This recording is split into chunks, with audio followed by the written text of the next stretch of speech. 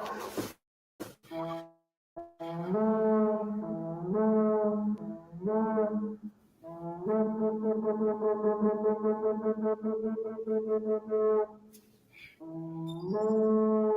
to the cipher. Time to let the lions eat. Let's get it. Y'all just let the boy T1 alone whoop in. Fringe Gang, Blue Ribbon Army. We in this. It's the LIONSDEN cipher. Let's get it. You are welcome to the LIONSDEN. Young lions unleashed. Real Judah, we ready to feast. T1, I'm the wolf of the east. You don't want these problems, these pistols blick like a pistol. These scriptures rip through your tissue. My ox be moving official. Fringe Gang, Blue Ribbon Army. We don't roll with Hollywood. From the wilderness back to the hood, it's real talent coming straight from the wood. I rip and kill these demons. My opposition be screaming, coming for all of the heathen. From Babylon back to England. What's poppin', slime? This bread and wine. I die in the flesh. Refreshed by the bloodline. These Eves in the truth be steady lying. These Jakes in the world be steady dying. Fringe Gang, Blue Ribbon Army. I'm a rep to the death of them. Yeah, boy, we the martyrs. Spit truth to the end begins. I'm coming with apostles' doctrine. My verses be popping. All praise to the Abba. Yes, your flyer, girl. Okay. And exactly what Team One Lone Wolf said.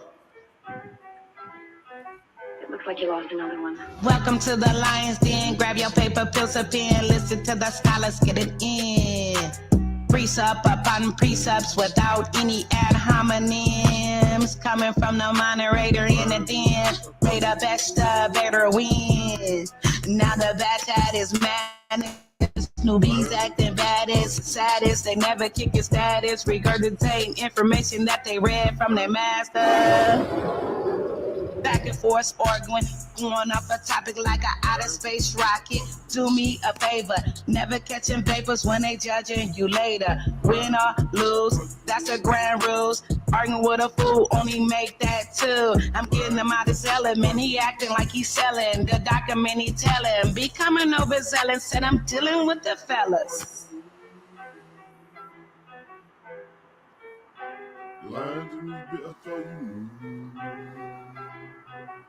Looks like you lost another one. Who was this? Making flip, got their bodies doing flips, screaming yop in my sleep. We got them rocks up on my wrist. Niggas pissed, cause they never seen a click so too legit. Flip back to a jit, I ain't really know shit, but I thought I knew it. Cause I slaughter music. Take the beat back to my chicken, let her daughter choose it. LIONSDEN up in the bit, oh yeah, I thought you knew it. When it come down to debating, ain't no harder to it. Yeah, we go mayhem, dumb, Duffy, Retonto. You gon' get this truth, nigga, pronto. Sickest in the booth, nigga, tonto. All them nosy ass niggas in your group, I think you gonzo. Pick a sister alley-oop like I'm Alonzo. Chicken stick up in my coupe back to the condo. Mixing Chris with Absolute with Alejandra. Take a picture of them views if you want sauce up. Nigga, say it with your chest if you want cross us. Yasharala on my side, you get tossed up. Guess we got too many wives, they can't like us. They can't like us. No. Yeah. Lions in this bitch, I thought you knew. Yeah. Come on into the den, y'all. Lions in this bitch, I thought you knew. That's right. Welcome to the LIONSDEN. My name is JJ7000, the most feared debater on this goddamn planet. Sit your ass down. Hey, yo, check this out right now, B. No, I'm saucy right now, man. Well, yo, I'm gonna tell y'all niggas straight up and down. Ain't nobody. Yeah, come on, man. Because I know you can't stand it. That's right. Come on into the den. My name is JJ7000. I'm the host, the moderator, the creator, and the debater of the LIONSDEN. The real LIONSDEN. LIONSDEN headquarters and many more social media outfits on social media. You know what I'm saying, man. Come on in to the den, goddamn me. Yeah, buddy. You know, JJ7000, HOK, GOAT, greatest of all time. Mandinka Molly 7000. That's right. I got plenty. I got 3 or 4 epithets. You know how you Yahweh took epithets and L. You know what I'm saying? They assimilated into. That's what I do, man. I got so many. Hey, the most feared debater on the planet. You know, the People's Champ, the FOPE Champ, the House of Conscience, greatest of all time. Mandinka Mala 7,000, JJ 7,000, JJ 7K. You know what I'm talking about, y'all. Come on into the den. Shout out to Tashaka Oakley, K Marat, K Salam, you know what I'm saying? Blizzak in the goddamn building, Texas Bama, you know what I'm saying? Mind your Manasseh, Manusa, LLC, peeking around, you know what I'm saying? Man, we had a great time yesterday. We got Mandinka Mali Shaka 4K peeking around, you know what I'm saying? The Mandinka Mali tribe is growing in the United States, man, you know? But, man, oh, man, if you missed it, bro, yesterday was a powerful debate. Two of these guys getting in the ring, you know, exchanging information. And, man, you know, I thought they both did good, man, you know. I really did, man. It was a great show yesterday.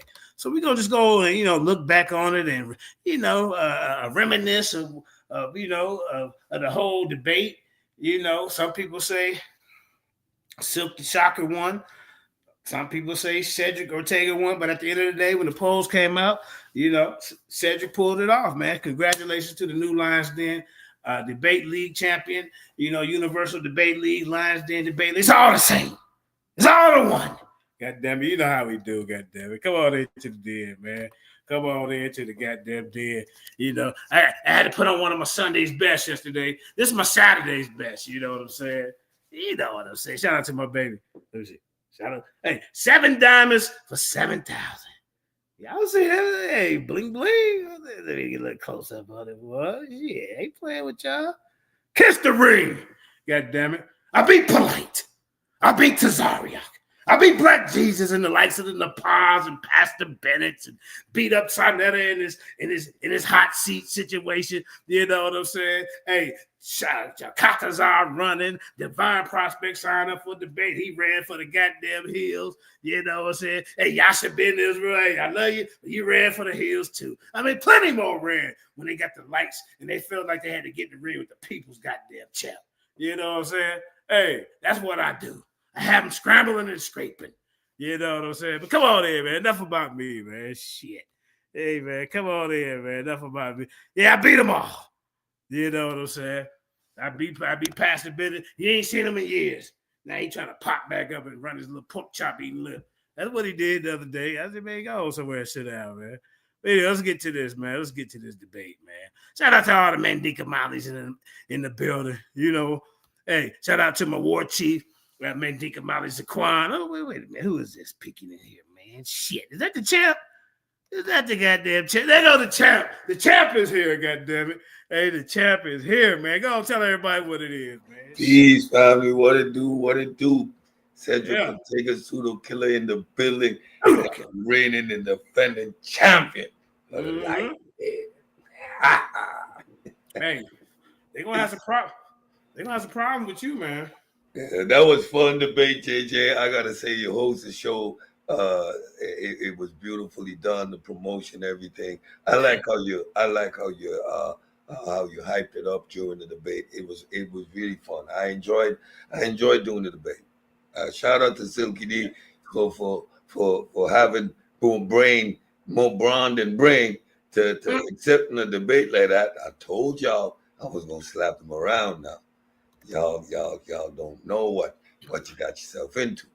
You see, or we teach, we research, but I do this debate stuff for real. So I'll attack your arguments in real time. You see how I opened every round? Attacking his points. Cut him off at the knees. Then established my foundation, built a castle. And he couldn't get in. Silky D. Yeah, that was fun. Let me call this guy, man. He might got something to say about it. Tell me, what did you think? What was the best part of your presentation? When do you think you knew you had him finished? In the pre-debate. That was you see how I chose my 2 attack points because I knew his flawed reasoning on both. So it was easy to structure the debate around those 2 key elements, which I knew he fundamentally understood. I didn't want to go into other aspects of of evolution. You saw I had about 14 other aspects I could have delved into, Better but get it. I knew I would gotten him to engage with those two particular subjects, right? And he would have exposed himself. That was strategic. I do this. Oh man, yeah, man. I mean, it was a great performance, man. You know, hey. So, who you think? Who you got lined up next? You got anybody in mind, or you gonna hold that to yourself? I mean, what you got going, champ? We doing some research because I'm a pseudo killer at the end of the day, and there are some pseudoisms that are brewing in the community that needs to get chopped up, dismissed, dismantled, and completely put to rest. Oh man. And these the latest addition to the pseudo world. Y'all know what I'm talking about. Has been buzzing around, making some claims, and they dip their feet into the realm of science. Well, ladies and gentlemen, hold up, champ. We got the LIONSDEN #1 contender in the building. I'm talking about Silky Smoove, the Shoker. Yeah. Number one contender. Yeah, I'll take that. Yeah. Yeah, it's all good, man. You know, feeling good, dog. You feel me? I heard it was a beatdown last night, and I heard some people got smoked. I don't know who they referring to. Y'all got to check the chat on that. Yeah, saying go roll through the footage. Go check them live for that stuff. Yeah, I mean, I ain't gonna drop no names of who that was, but who the group of that was. But yeah, man, it's your boy, man. I'm here. What's good? Oh man, we just gonna reflect on last night. Well, you know, what about last night? You know, see, you know, maybe some things that we might have missed. I thought it was an exciting debate, especially in the second and third round. What I said in the you saw the prediction I made. The pseudo always dies at its source. He died. I'm gonna pull a source that is talking about evolution. He's trying to say evolution has been debunked because of new discoveries, which only pushes the time frame back. Now, what he failed to understand is that modern human, Homo sapiens sapien, simply modern human, developed 160,000 years ago. That's an established fact. That we found a transitional species that dates back to 100,000 years earlier doesn't undermine evolution. It only supports it. And he's waving around an article from the Max Planck Institute. Boy, a pseudo always, every time. And the hat. You want to know a dead giveaway? If you want to see a pseudo coming from far, just look for the funny hat. Every pseudo wears a funny hat. They all do it, JJ. They can't get around it. They can't help it. They need to wear the funny hat. Check the pills out. Check Evelution out. Let me go ahead and rebut them now. Let me go ahead and rebut them. Hold on, champ. Number one tender to speak for a minute. Go ahead. Yeah. You know what I'm talking about? Now, y'all hear this guy right here? Now, he was supposed to be supporting evolution. And he's supposed to have all this evidence of evolution. And he's talking about my sources. Did he show what did he prove on evolution? And he's supposed to have the most abundance of evidence on his side. Yeah, pseudo. Prime example right there. You got all this evolution evidence on your side. Did you present a lot of that, a little bit of that, or what? You presented nothing. You didn't present no type of evidence, no points, nowhere in none of your rounds did you do any scoring. Okay, so you call yourself a pseudo killer, but you over here are representing evolution, and you come with the littlest amount of evidence to support your claim. So that's pseudo within itself. Next. What are ERVs? Okay, explain how that helps your argument. Okay, bet. All right, so you're running the RVs again. You ran back to the RV. Bet. Okay, how does RV help you out in evolution? Please explain RVs to everybody. You want me to do the debate over again? If that's the only evidence you got, if that's the only piece. They beat down on you again. No, I'm doing no hands. RV, we're waiting. ERVs. What's Look at unique the about tail. what's unique about ERVs Oh. is the way they function. You see, they reverse transcribe. So they go from an RNA base to a DNA base, and they interject themselves into the genome, and specifically in the reproductive cells. That's why they're able to pass on from generation to generation. And if you find a specific marker in the genome of a species that developed way later, but it has a marker of a virus that infected way earlier, millions of years ago, you can track that evolutionary line. So what those ERV does, they provide us with hardcore evidence that evolution is a matter of fact. Okay, all right, bet. Now let me rebut that. I slipped over your intellectual capacity, son. I'm sorry. You were simply out of your league. Woo! Hold on. Let the number one contender get back here. Hold on. Yeah, he contradicted himself like 3 times in that statement. Y'all don't even realize it.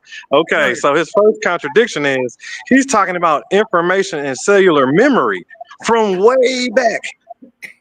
Y'all heard him, right? He's talking about information from way back. So how is it evolution? How is it evolved if it's from way back? It's the same stuff, correct? Okay, then. Then he wants to run over to you went to what was that, a virus shot or something like that? About them supposed to be reproducing, correct? Like your RVs don't really hold no weight in evolution. He's talking about an embryo and a baby and some old cellulars from way the hell back. You're supposed to be proving evolution. So what did that baby evolve to? But then not to mention, you said it was infected with it was injected with an infection. So that infection it linked onto the gene from way back. So now you're talking about an infection. You're trying to play that as evolution. Make it make sense. So, ladies and gentlemen, what you see here is some classical logical fallacies on this book. First of all, he's straw-manning my argument, but he's straw-manning my argument simply because he does not understand what I just said. So in an effort to sound remotely as if he is doing something as a form of rebuttal, he's engaging in straw-manning my position. And then he's begging the questions fundamentally based in his incredulity. First of all, the information that those markers provide us doesn't necessarily mean that that is active information within the genome. However, we do know that in specific cases, for example, in the placental development of humans, the ERVs that are in our genome contribute to the development of that placenta. Now, that is also a fact of how ERVs can substantiate and provide information directly to the production of particular proteins, because that's what DNA does. It synthesizes proteins. However, you need to understand that the body will fight those infections, eventually rendering the virus inactive. However, it doesn't mean that that particular place in the genome hasn't been taken up. It becomes now a marker which provides us with information. I never said for 1 second that that now codes for a specific protein in your DNA. Now, you see, the information and the terminologies I'm using goes way beyond your intellectual capacity. So you need to dumb it down to the best of your ability to understand, grabbing and grasping at ideas that you heard somewhere, but still are clueless to. You are not in my league, son. Okay, that's all you done? Are you done? All right, bet. So you're supposed to be representing evolution and you've been reduced to an embryo cell, correct? That's your prime perfect example. That's your kill all for evolution, right? That's your best piece of evidence that is a cell in an embryo. Supposedly that is your only piece of evidence for evolution. That's it. That's all. An embryo and a baby, embryo and a cell and a little bit of cellular.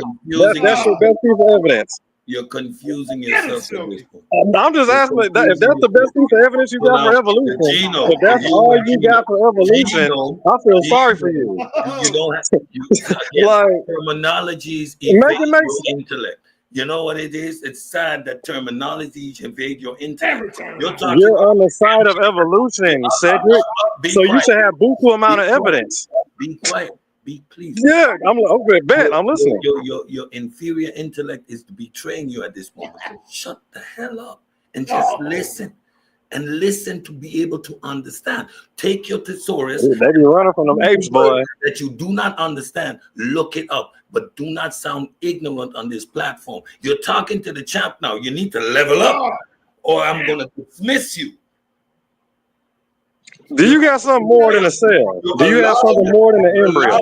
You're evolution. Be in my presence at the moment. I'm tolerating you. So now that I allow you in my evolution for all these years, and all you got is a cell. First of all, when I'm talking about the genome, I never mentioned an embryo. I mentioned sexual reproduction of chromosomes as a mechanism by which it becomes inherited. I never mentioned an embryo. Silly fool. I'm talking. You just killed yourself. You just killed yourself. Shush. Or else I'll mute you and put you down. It's all right. I'll explain how you kill yourself when you get done. Go ahead. Hold on, everybody, real quick. Mute his mic. The champ is speaking. The champ is speaking. Hold up, champ. Hey, we got Shoker Oakley in the building, man. What'd you think about the debate last night? What went down? Go ahead, speak on it, family. I think the debate, I hope you can hear me very clearly. Silky D, my homie. Silky D, that's my man. He shouldn't have put that hat on first and foremost. Hey, man. But he came out with now listen. Yeah, my lucky hat. All right. Well, you pulled a wizardry with that one. Yeah, but I know, right? Yeah, tell me about it. Listen. I looked at the poll when the poll went up. Like you had people in there that was really rocking with you. But listen, B, I keep telling you. Well, I ain't gonna do that. I ain't gonna do this right here because Cortez gonna try you. And I think Cortez, no disrespect to Cortez, but he got that same tank top on he had on last night. He still ready. He waiting for your ass. He knew you was going. He knew you was coming back. He knew because he knew Silky was coming back. Now y'all keep playing with. All right. When Silk, listen. Y'all think y'all rocking Silky? All right, Silk, you my man. You know I fuck with you the long way. No Diddy, but you kind of lost a little bit last night, man, because you was kind of proving they point with your information. Zulu always dies in his sauce. All right, you get ready because all right, JJ, y'all keep playing now. I'm a watch. Silky gonna come back and destroy everything. Yeah, it's gonna be a piece of cake. Hey, let me rebut Cedric real quick. All right, go ahead, my lord. You can't. It's gonna be real quick. It's gonna be quick. Go ahead. Right. So Cedric, you literally come on here and say the cells they reproduce, right? You literally come on here and say they reproduce, correct? So that's mixing, correct? Cells reproduce? Reproduction. That's it. That's the best. So that's your evolution is reproduction. So that's your evolution answer is reproduction for evolution, correct? You get one single word out of a whole explanation. Hold on to that for dear life and jump on that with everything you got. So everything that I said went over your head. Now, what do you think it means? The only thing that I said is the ERVs are inherited because they are coded in your sexual chromosomes. So that's how they pass down from offspring to offspring via your sexual chromosomes. And your sexual chromosomes is what creates a new offspring. So that's how it becomes a marker from generation to generation. So what gets passed down? Okay, so what exactly gets passed down? Huh? What exactly gets passed down? The ERV markers. How old are those? The place that they are interjected into the genome of the specific species at that particular time, and it is passed down from generation to generation. So this is old, correct? Don't interject. So a particular a particular virus, a particular ERV that infected Okay. species 1,000,000 years ago, everything that is produced out of that particular line of species, it is going to be evident in the genome. And as that genome grows and we get different species, you're going to see where these ERV markers are identical, tracing the lineage backward. Detective work. The information that is provided is providing us clues with that inheritance trait, and we can track the evolutionary process like that. That is the information that is provided. Now, which singular word you're going to hold on to out of that? You know you about to get shot up with the shotty, right? Cool, real quick. Okay, so you went from a virus. So you went from a virus to species, correct? A marker. You went from a virus to species. A marker that is provided in the same to us statement by means of viruses that infect different species throughout history. The information that is provided to us is the marker that is left at a specific point in the genome. What? Okay, stop right. Okay, bet. Stop right there. So you the genetic markers that are old, that go way back in history, correct? So the genetic markers that are old, slow down. Let's walk through this. that are in old history, correct? That are way back, as you said. These old viruses, correct? These viruses are old, correct? The viruses don't exist anymore. Only the markers that they left in the genome. So these markers are old, correct? In the genome, they have specific place in the genome. And these markers are old, correct? No, there's specific places in the genome. You said it traces them back. You said it traces back to history. That's what you just said. Yes, in the genome. So they're old, correct? No, there are different places in the genome. Some are so old, where's okay? They go back to history then. What exactly is the history time? At different places in the genome. And okay. So these go way back, correct? Depending on the species. Depending on the species, all is dependent, all is guessing, all is maybe, all is opinion. No maybe. Yeah, that's all you got. There is no maybe. The older the species, the older the ERVs go back. The younger. Okay, all right, bet. All right, bet. How old is our species? So you're. How old is our species? How old is our species? 160,000 years old. Our specific place. But well, okay, well, why would you say 160? Humans, our evolutionary track goes way back. For example, Lucy, as you expounded on yesterday, it goes back to 3 million years. That's a direct lineage. That's directly in our lineage. Even after I broke that down, you still try to pull that out as some power. That's hilarious. All you tried to do was create speculation as to the accuracy of the fossil find. But I showed you scientists saying it wasn't accurate. I explained with a detailed explanation of how you can use a fragment to determine what that particular fragment, which species or which particular animal. Okay. So all right, bet. Everybody stop. With 40% of a skeletal remains, right? Our scientists can do very, very accurate work. And you said you can find a fragment. Information that was the initial find. Subsequently, there have been more finds. You're done. He said you can find a fragment, y'all.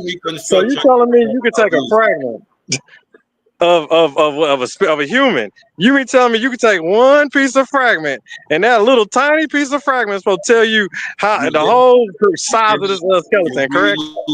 You really didn't learn anything yesterday whatsoever. That is sad. You just said that you come at 160, and I just told you 350.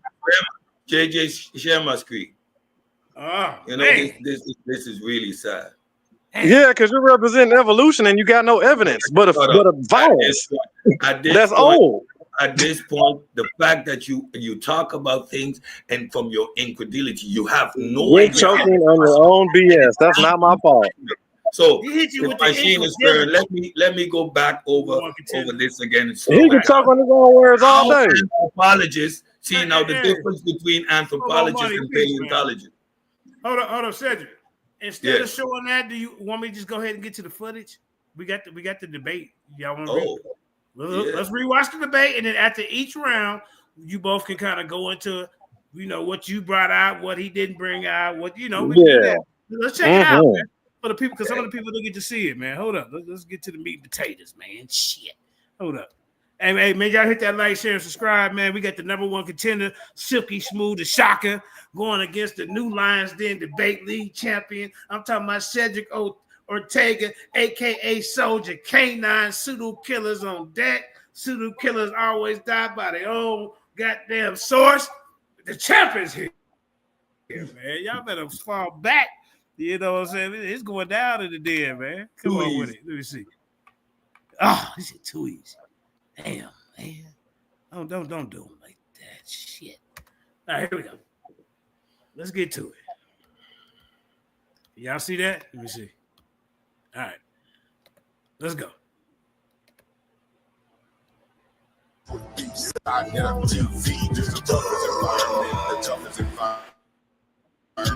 toughest environment to be in.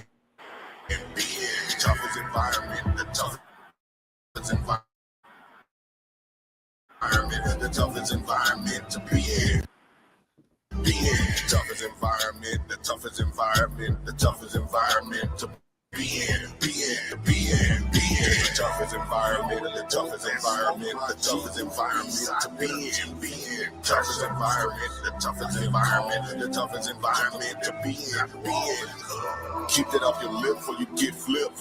We got sources over here, we don't just spit. Too many bosses over here, y'all just legit. Put them niggas in the game, let them get real. Don't even step unless you come in with that scholarship. That economic tip, gotta make a dollar flip. And I might be next, I don't give a damn, a truth rolling with me, so I'm feeling like the son of man. Too many gon' hate, gotta make a stand. I'm just trying to duck the lake, you don't understand. Read them when I greet them, that's my best plan. Head first shit, I'm just saying. Nigga meet me in LA, or you just playing. Too many be fake what the base saying. So I tell them they don't want no smoke before they end up in the newspaper next day. Smoke is the toughest environment, the toughest environment, the toughest environment to be in. Be in. The toughest environment, the toughest environment, the toughest environment to be in. Be in. The toughest environment, the toughest environment, the toughest environment to be in. Be in. The toughest environment, the toughest environment. The toughest environment to be in. Be in. The toughest environment. The toughest environment. The toughest environment to be in. Be in. Toughest environment. The toughest environment. The toughest environment to be in. Be in. Toughest environment. The toughest environment. The toughest environment to be in. Be in. Toughest environment. The toughest environment. The toughest environment to be in. Be in. This is it right here. The toughest you gonna ever be in. You wasn't conscious before us. Y'all niggas was asleep. We woke the sleeping giant. We did it. Besides their TV.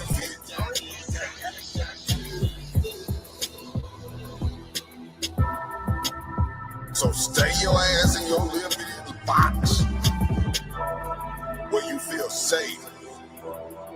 Cause there's motherfucking monsters over here. Real monsters. Peace and Pan-African environment you can be in.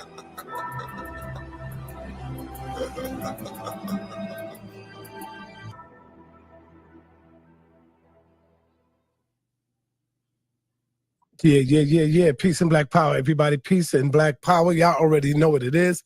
I'm in the building, man. I'm waiting on my debaters. I got Cedric in the back. I'm waiting on the rest of the brothers. And JJ, let's go. Come on, brother. You're the moderator. How you not here? You supposed to be here on time, beloved. Let's get it.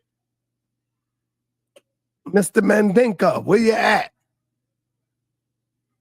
Mr. Mandinka, where you at? I want to let y'all know, too, we definitely have, I want everybody to know, Mandinka, I want you to know, Mandinka, that we got the Kemet on Trial 2 coming up, brother. Kemet on Trial 2 coming up, and we will be on the road for that.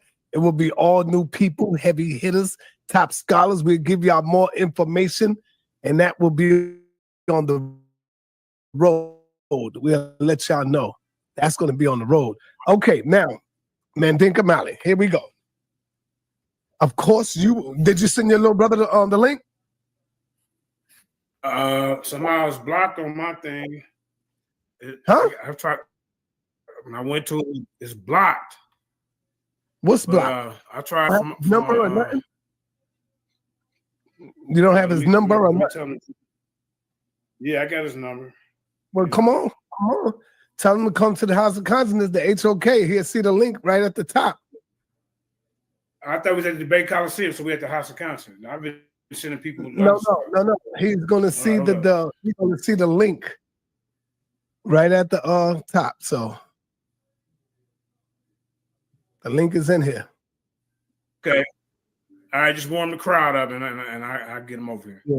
Come on, man. Confusion where we was at. All right. We on the Coliseum. You know, I would like to see Brother La get in the ring one day, man. Brother La talk a lot of smack, but he don't back it up, man.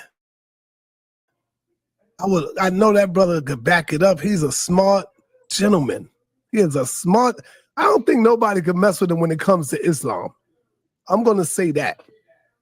It's just this fear that I think he has in putting it on the line. You know, I think he more fear himself on what he might do or say because he has so much love for Islam. He might get outside of his body. He probably don't have self-control or discipline. I don't know. I'm saying he probably don't. I'm not saying that's the case. You know, I'm just saying for this intelligent brother to not be in the ring, something wrong. All right, yo, Mandinka, where you at, brother? All right, I'm here. Mandinka, let me let you know that Nepal will be in the building, and her job is just to control the when they say show my slide. That's all she does. You run the show. Okay. She won't interrupt you at all. And are you going to keep the time, or you would like for her to keep the time? Sister Nepal can keep the time. I just host and moderate. You know, you got to let them know how much time they got, and all Nepal job will be is just sharing the screen. Simple as that. Like if they need somebody to share the screen, and Nepal, you gonna be up there with them, or you gonna go in the back? Because I'm gonna go in the back too. I'll stay in the back, but I'll still be here. Right, and you got a little. Your thing is choppy too, Nepal. Your mic's choppy. So I'm gonna fall back and let you do what you do. You got to break down your rules, Mandinka, and I'm gonna fall in the back. All right, ladies and gentlemen, welcome to the toughest environment to be in. You know what I'm saying? The House of Conscious Debate Coliseum. Man, we got two guys up here that's finna get it in. I'm gonna let you know, man, this is for the LIONSDEN Championship. Whoever wins this debate will be the new LIONSDEN champion. I'm talking about it was a vacancy, so I had to fill. One more thing, brother. I should have told you this in the back chat. Don't shout out nobody because you be shouting out my ops. You don't know who my ops is. You know what I'm saying? That's all. Love you, brother. Work. Yeah. No ops. You know what I'm saying? Right. And I like the rhyme that you did earlier. I didn't know you get down like that, brother. Yeah, man. But anyways, like I say, let's get back to the meat and potatoes, man. This is for the LIONSDEN Championship. I'm talking about Evelution, fact or fiction. I'm talking about Soldier Kane, a seasoned veteran in this debate ring. You know what I'm saying? Pseudo killers on deck. We'll be going against the young brother. I'm talking about Silky, Smoove, the Shoker. This guy, man, he's underestimated. Like I said, man, y'all gonna see some things and hear some things from this guy that you never heard before in your life. That's right. We're gonna break down the rules of this. Go ahead. This debate right here will be 3 minute opening, 3 15-minute rounds, and then we'll do 5 questions apiece, and then we'll let them close out with a 5-minute closing. Then we're gonna get the poll. Don't put the poll up until the end, ladies and gentlemen. That's what we're gonna do on this one. That way ain't nobody work. You know, you might cast your vote early, then the other guy might come with some information that change the whole tide of the situation, man. So like I say, man, what are we gonna do? Once the clock gets started, Sisters in Power will let these guys open up. Man, hit that like, share, and subscribe, man. This is the toughest environment to be in. So, Sister Lepie, you there? Silky Smoove, you got to turn on your camera, man. You got to turn on your camera. You know, if I I'm here. I'm right here. All right. So we're going to go ahead and let Pseudo Killer's Cedric Ortega open up with his opening. Like I say, it's a 3-minute opening. And then the brother, Professor Silky Smoove, the Shoker, will go ahead and do his thing. I hope everybody got the sources and reference prepared for this debate. Silky Smoove, you need to turn on your camera, brother. Ain't no hiding now. And JJ, excuse me, Mandinka, Melly, and to everybody, you know how I do it. So I don't do too much interrupting. You see me back on the screen, everyone. Just know you have a minute left. Okay, and that's all I want to say. Appreciate that. Yeah. Silky Smoove. Yeah, there you go. All right, man. Don't be hiding out now. This is your time to shine now.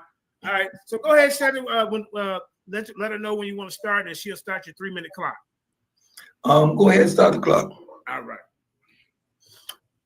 Ladies and gentlemen, this is the 3-minute opening. So in this opening, I'm just going to freestyle a little bit and then talk a little bit about how we got here. First of all, shout out to the Pseudo Killers, my home base, and the community of skeptics. Shout out to the God Killer and the whole PK official team, Juju, Miss Tiff, Gideon.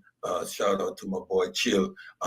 This is always a collaborative effort, and not necessarily in the sense of this debate, but we're family. We always get it in, and so I got to represent and show out for my family. I got to thank Silky D for giving me this opportunity to actually do some teaching. Science is undefeated. Evolution and established matter of fact, and we're gonna lay down some premises, dispel some of the myths that surround science. We're gonna take care of incredulities and people's inability to understand this work. We are not gonna interject any emotion into the conversation because evolution is simply a matter of fact. Science is undefeated. We cannot win. We cannot lose this debate. Defeat is inevitable for my opponent, but I want to thank him for being as, how should I say it, bronze over brains for actually taking up this debate. We're gonna go through this thing step by step, and it's good that we have an opportunity to slow it down. The fact that we got rounds, we're gonna go in and clear up some stuff. And along the way, you are going to see and hear him regurgitate exactly what I said he shouldn't do.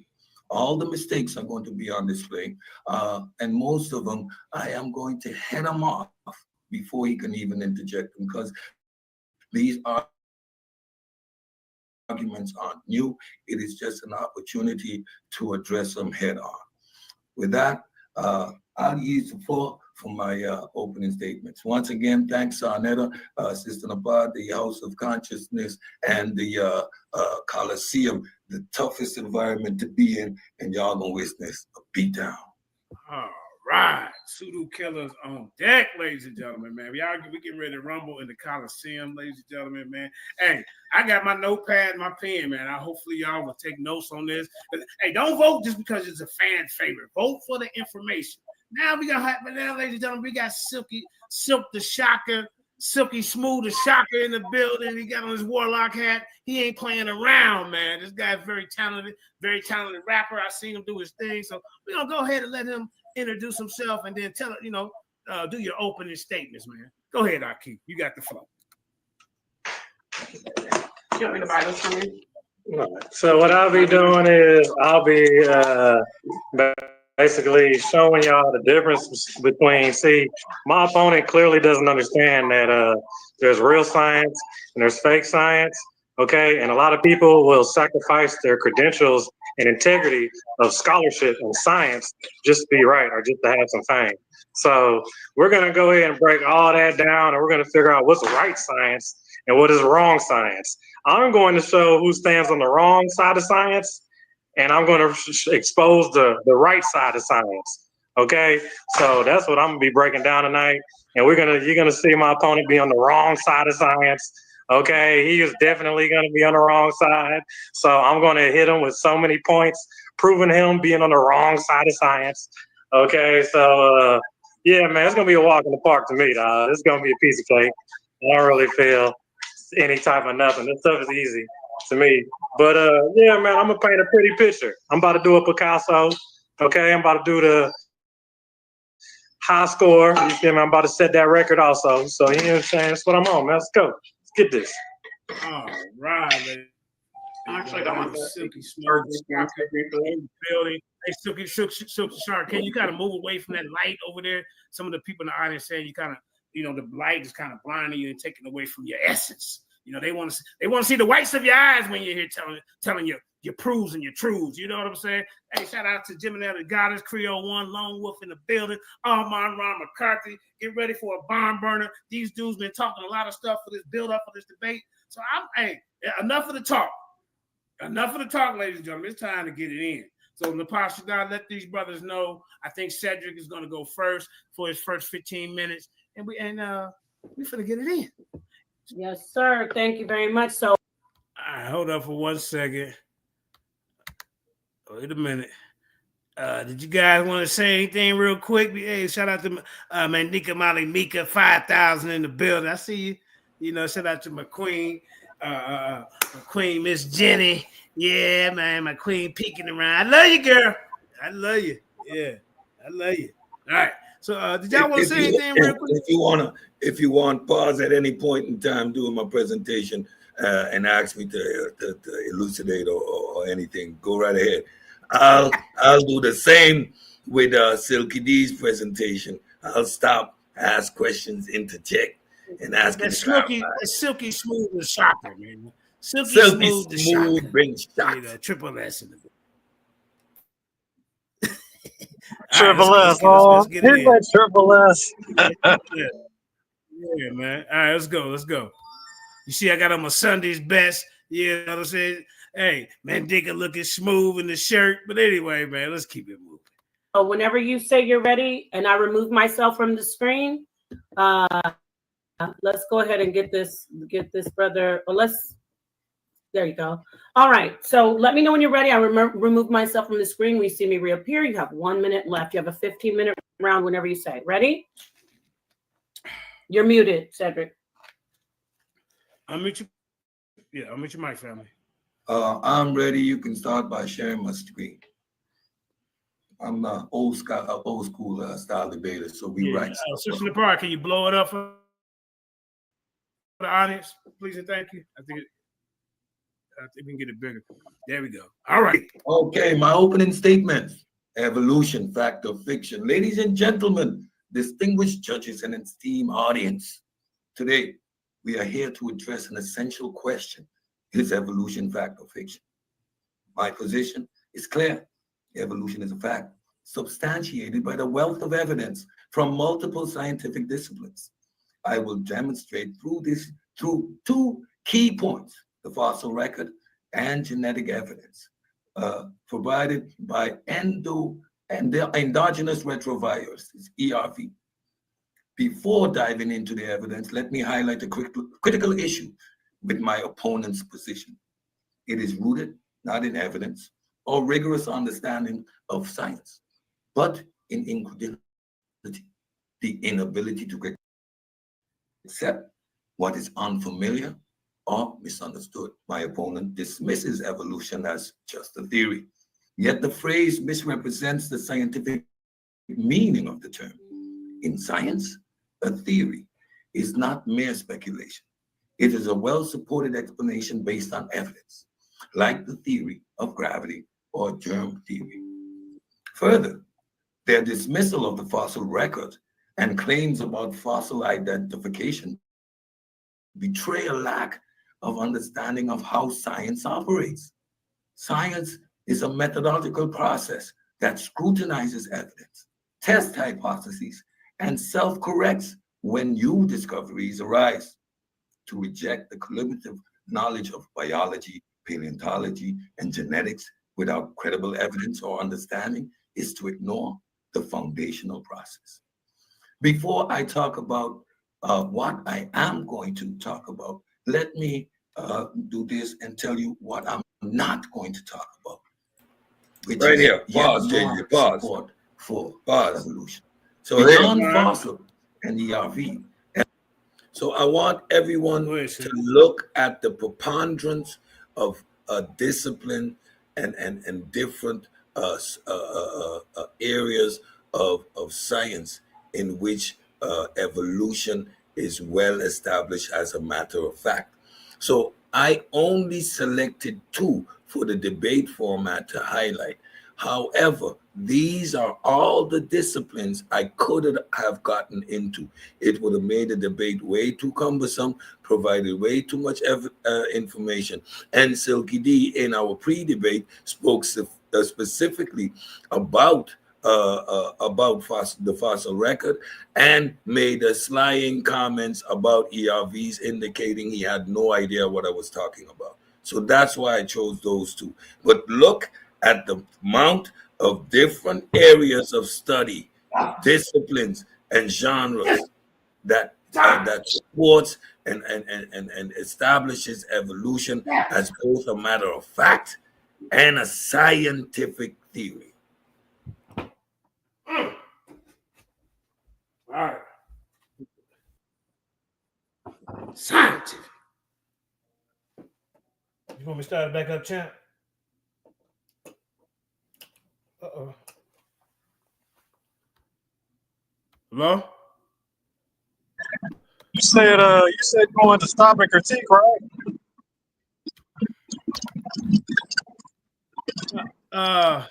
Did you have something to say before we get back in? I really do have something to say. Yeah, I do. Can I say something? Or y'all want to finish the play? That's the #1 contender over here. You goddamn right you can say something. Let's go. All right, so first off, what I'm gonna say is this is how sad that of a pseudo person he is. Okay, that he don't even know when he's speaking in pseudo talk. The very first thing he says out of his mouth in the very first round is there is a wealth of evolution evidence. That's the very first thing out of his mouth is there is a wealth, meaning a whole bunch, a lot of evolutionary evidence. And then immediately after that same sentence, he backdoors and goes to gravity and talks about, gives the gravity example. What the heck does gravity have to do with evolution? Please make that make sense. And then, furthermore, while you got this wealth of evidence that you claim you got coming right out of your mouth in the very beginning of your round, you say you only got 2. You say you only got 2 things to talk about. Your little RVs and what else? And that's it for your wealth of evidence? Pseudo, yeah, they die. Oh, yeah, pseudos die fast. All right, let's get back to it. Yeah, I'm done. Keep going. I'll let you know when I hear something else. That's just the start. That's a start. That's just the start of your start. Yeah, that's just the start of his start. Here. Oh boy, I'm loving it. Let's go. Evolution demonstrated through a wide range of scientific evidence. Here are some additional methods and fields of study that showcase the reality of evolution. Comparative anatomy. Different species often share similar anatomical structures, homological structures, that serve different functions. These structures, called homologous structures, indicate common ancestry. Example, the 4 limbs of humans, bats, whales, and cats. Cats have the same underlying bone structure, despite being adapted for different functions: grasping, flying, swimming, walking. Vestigial structures. These are remnants of features that were functional in ancestors but have lost their original purpose. Example, human tailbone, coccyx, and the vestigial hind limbs of whales. Genetic and molecular biology, DNA comparison. All living organisms share same genetic material, indicates a common origin. Closely related species have more similar DNA sequences. For example, humans and chimpanzees share 98 to 99% of their DNA, pointing to recent common ancestor. Molecular clock. By analyzing the mutations in DNA sequences, scientists can estimate the time since two species diverged from a common ancestor. Protein similarities. Similarities in proteins like cytochrome C involved in cellular respirations reveals evolutionary relationship. Biogeography, geographical distribution of species. The distribution of species around the globe supports evolutionary theory. For example, Darwin's observed that the unique species on the Galapagos Islands resembled those on the nearby South American continent, suggesting that they shared a common ancestor but adapted to different environments. Endemic species, unique species found only in isolated areas, like marsupials in Australia, evolved separately due to geographic isolation. Observable evolution in real time, antibiotics resistance, pesticide resistance, rapid evolution in nature. The change in the beak size of Darwin's finches on the Galapagos Islands, driven by food ability, demonstrated natural selection and adaptation within observable timeframes. Embryology, artificial selection, transitional ecosystems and fossils in context. Phylogenetics, evolutionary tree. By comparing genetics and anatomically and molecular data, scientists can build a phylogenetic tree that maps the relationships between species. These trees reveal patterns in divergence of common ancestors. Okay, pause. Can we pause this? Can I, he said some more. Evolution. Can we pause that, or he want to keep finished? Can I interject? Yeah, you messed up again. Yeah, you messed up big time. So you said that they got similarities, right? You're going off of similarities. You're naming all these classification similarities, but you cannot tell me an origin. So this is a classic case of moving the goalposts. We're talking about evolution. I'm moving the goalposts now. Evolution, the change in allele frequency over time. So we're establishing evolution as a matter of fact. The discussion had nothing to do with abiogenesis, which is talking about the origin of life itself. You were confused again. Well, you're skipping a step then, aren't you? No, this is the framework of the subject matter, right? There are three distinct subject matters that we're talking about. We're talking about cosmology, abiogenesis, and evolution. Evolution simply means the change in allele frequency over time. Evolution does not make any claims. So they don't worry about origins. Is that what you're saying? Evolution doesn't count origins? Again, your ignorance again is yet on display. At this point in time, you should shut the hell up and just listen. Learn something, because your ignorance is beyond comparison. Okay, man. All right. So you don't have an origin. Okay. You might be a contender, but in the B, C, and D league, not in the A league. I am allowing your presence here. So please mute your mic. Shut up. Sound dumb. You can feel free to break down all my evidence. Feel free to attack all my evidence. All right, let's keep it moving. All right, let's go. Let's go. Hit that like, share, and subscribe, everybody. Just a recap of the championship match last night on Saturday. Similar traits. I was looking at one of the turtles the last time. That was very interesting. Different species evolve similar traits independently due to similar selective pressures. For example, wings of the bats and birds are not homologous, but are examples of convergent evolution for flight. Ring species, atavism.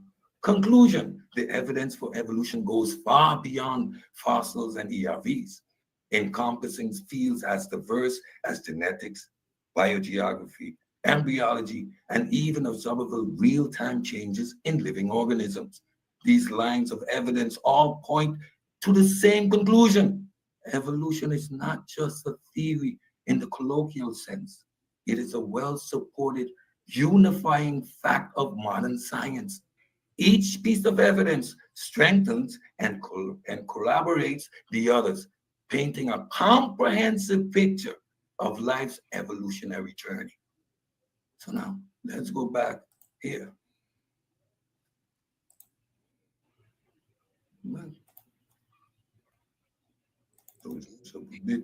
And Abai, when you come back on the screen, I can't see you, so you will have to just let me know the time. So in this debate, I will demonstrate the fossil record. Fossils provide tangible chronological evidence of transitional forms, precisely as predicted by evolutionary theory. Contrary to my opponent's claim, discoveries like the Moroccan fossil find do not debunk evolution, son. They refine and expand our understanding. And I'm going to talk about ERVs because he said, viruses, is that what you got? Is that what you got? ERVs are genetic markers that conclusively demonstrate common ancestry across species. Their presence in identical locations in the genomes of related species cannot be explained by chance or design, but only by inheritance of shared ancestries. By the end of this debate, I hope you will see that evolution is not only a fact, but a cornerstone of modern science, supported by evidence that withstands the test of time and scrutiny. My opponent's position, while perhaps sincerely held, fails to engage with the evidence or the scientific process and rests on a foundation of misunderstanding and incredulity. Now, since I have more time, let us look at some of these things. Like what is science? What is a scientific theory? The phrase science is just a theory often reflects a misunderstanding of what a scientific theory is. What actually is. In everyday language, the word theory might mean a guess or an untested idea. However, in science, can we pause it and let me shoot him up some more? Okay, so so he goes back. So with just overwhelming all this wealth of evidence, he literally runs back to the RVs that he already brought up earlier, and he runs back to them even in the same round. He's still on RVs with this wealth of evidence. And then you turn around and you say ancestry. So, you say ancestry. You need so this is a family line of regular mixing and reproducing. As you say, an ancestry, correct? So this is the opening round. This is the opening round. I'm laying the foundation for what I'm going to be discussing in the second and third round. In my opening round, I also took the opportunity to deal with some definitions that are misused in the community, like what is a scientific theory? Science is as a noun versus a verb. What is a fact? That is what I did. So it's my opening round. What the hell? You are representing evolution. You're supposed to come with abundance of evidence. What part of that don't you get? The fact that you don't have an abundance of evidence contradicts your whole argument. We're having a debate. You quote sources, you read articles, you have a list of sources. I have a list of sources for every point that I make. Are you clueless to how to have a debate? Have you never stood in an arena and have a debate? You just ran the RV point again. What do you think? Come on, y'all. Let's get it back to the point. It's your argument. We keep talking. Clueless monkey. All right, let's go. Damn. Boy, I can't even debate. Come on, man. I'm easily destroying you around. Easily destroying. All right, let's go. Hold up. Now, see, I got to stop sharing and get the thing back up. I think I messed it up. All right, ladies and gentlemen. Hopefully, we can get to an hour of this without y'all interrupted through the first open. Damn. All right, come on. All right, hold on. Let me share the screen. All right. All in all, it was a good debate. All right, here we go. Okay. The theory is something far more rigorous, reliable, and significant. You cannot dismiss anything I'm going to demonstrate here today. The definition of a scientific theory. A scientific theory is a well-established explanation necessarily mean with your naked eyes, although it can be.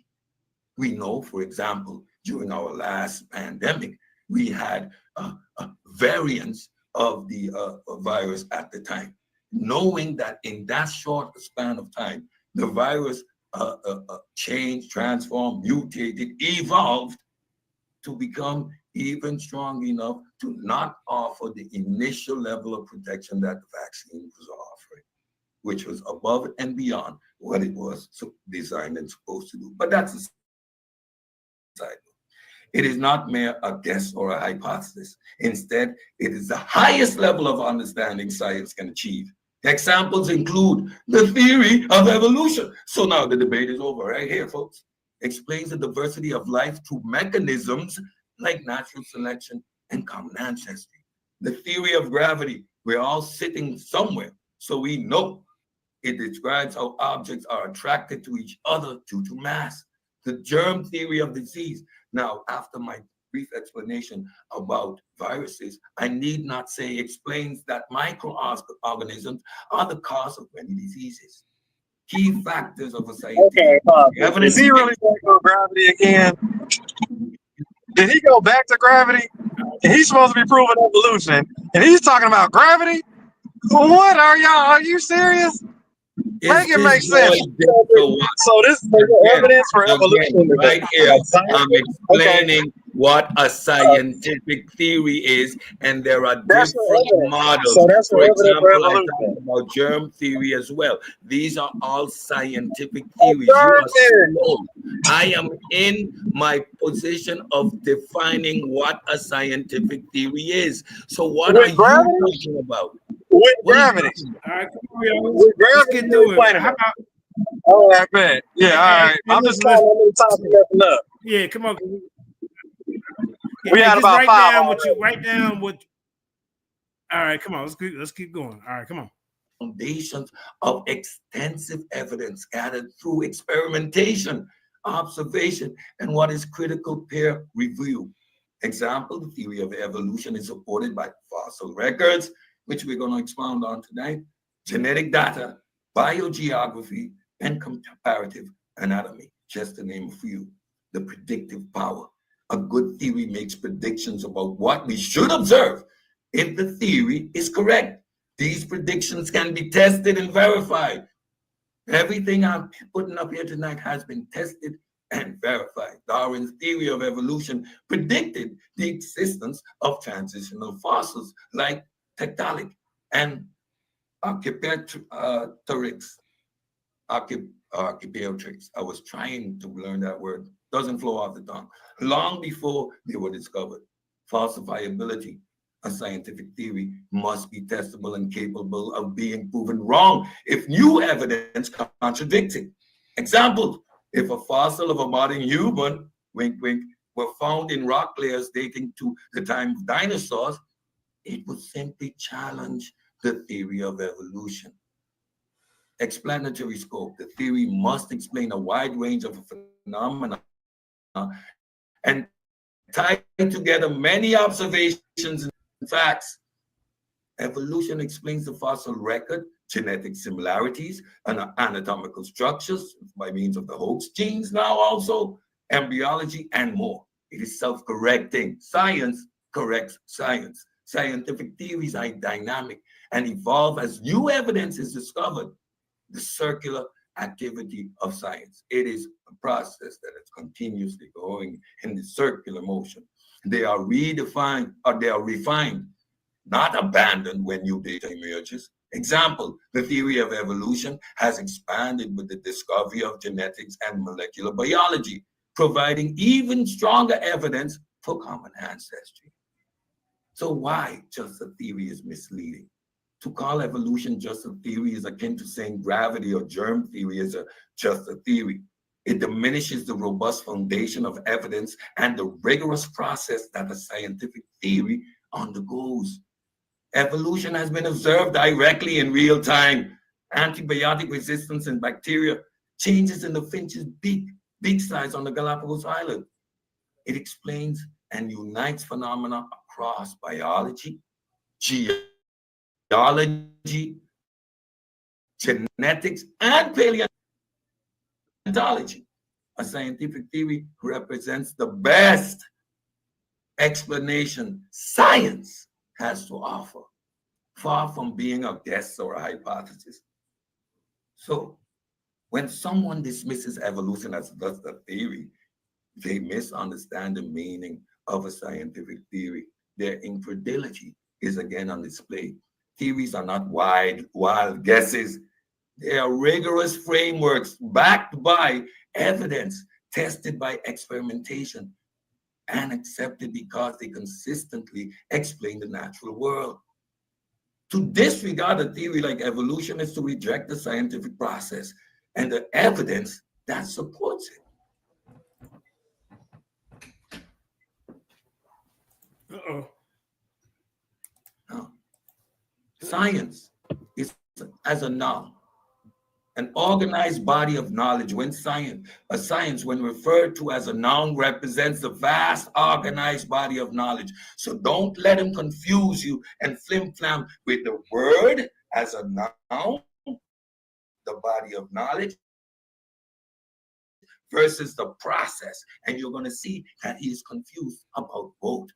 Knowledge of humanity has accumulated over centuries through systematic inquiry and empirical observation. Time. Thank you. I'll get back to this one. All right. Let me go ahead and break. Let me go ahead. Gentlemen, you know, Cedric's being yeah, I got something for that. Let me. Hey, bring a little bit more. I got three more. I got more bullets. I just loaded up a clip on you with this one. Okay. Now, so can you explain to me, and then not to mention, so all in your round, are you literally just giving us definitions? Are you giving definitions? You're supposed to be proving evolution with all this wealth of evidence, and all I hear you doing is reading off definitions. And that's supposed to be your evidence for evolution, is definitions.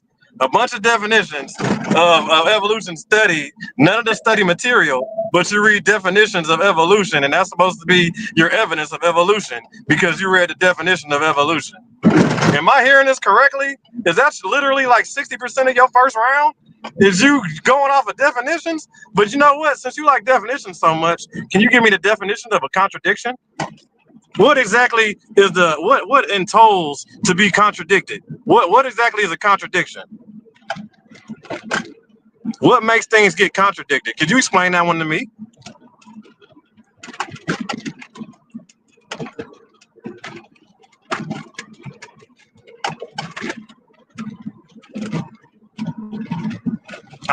Anybody? No contradiction. Last time I heard, I thought contradiction. Well, oh, go ahead.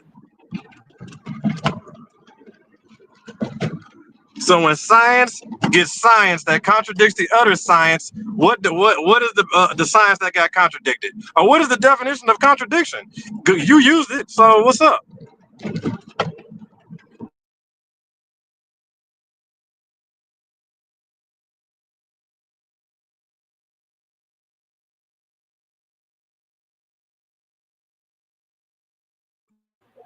Definition of contradiction. I ain't answering this nonsense.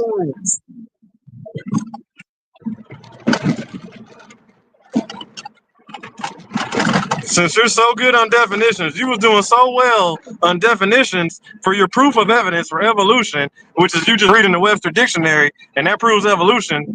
Great, way to go! You did a good job. But you can't give me the definition of a contradiction? Well, thank you. I knew that already, but I appreciate it. I'm still waiting on the definition of contradiction. A scientific contradiction, even better, since you're all in the scientific theory. Let's go on a scientific contradiction then. Can you explain what that is? JJ, play the video. Let's hear his opening round. All right, let's go. Let's start the video. Yeah, that's what I thought. Yeah, roll that. Yeah, roll. Yeah, feel free to stop mine whenever you feel. Okay, hold up. Hold up, y'all. Hold up. Let me see. More of that energy you bring, man. You know, the audience kind of saying you Where the Cedric with all the energy. I know you being professional, you people at work watching, but we want to see the Ced with the energy. You know what I'm saying? All right, ladies and gentlemen, that was the top of the first. Now we got Silk, the Shoker in the building, Silky Smoove, the Shoker, all the way from Houston, Texas. Nepal, can you share his information, or do I need to? I got you. Do you have his information? No, nothing's up yet. Nothing has been. Okay, I can present it, but let me see. I got it right here. Oh, okay. But that I mean, do I got to share it? Let me see. Hold up. I don't know how to use this one before. Can y'all see that? Yes. Yep. Okay. Sure can. There it is. Evelution, a work of fiction by.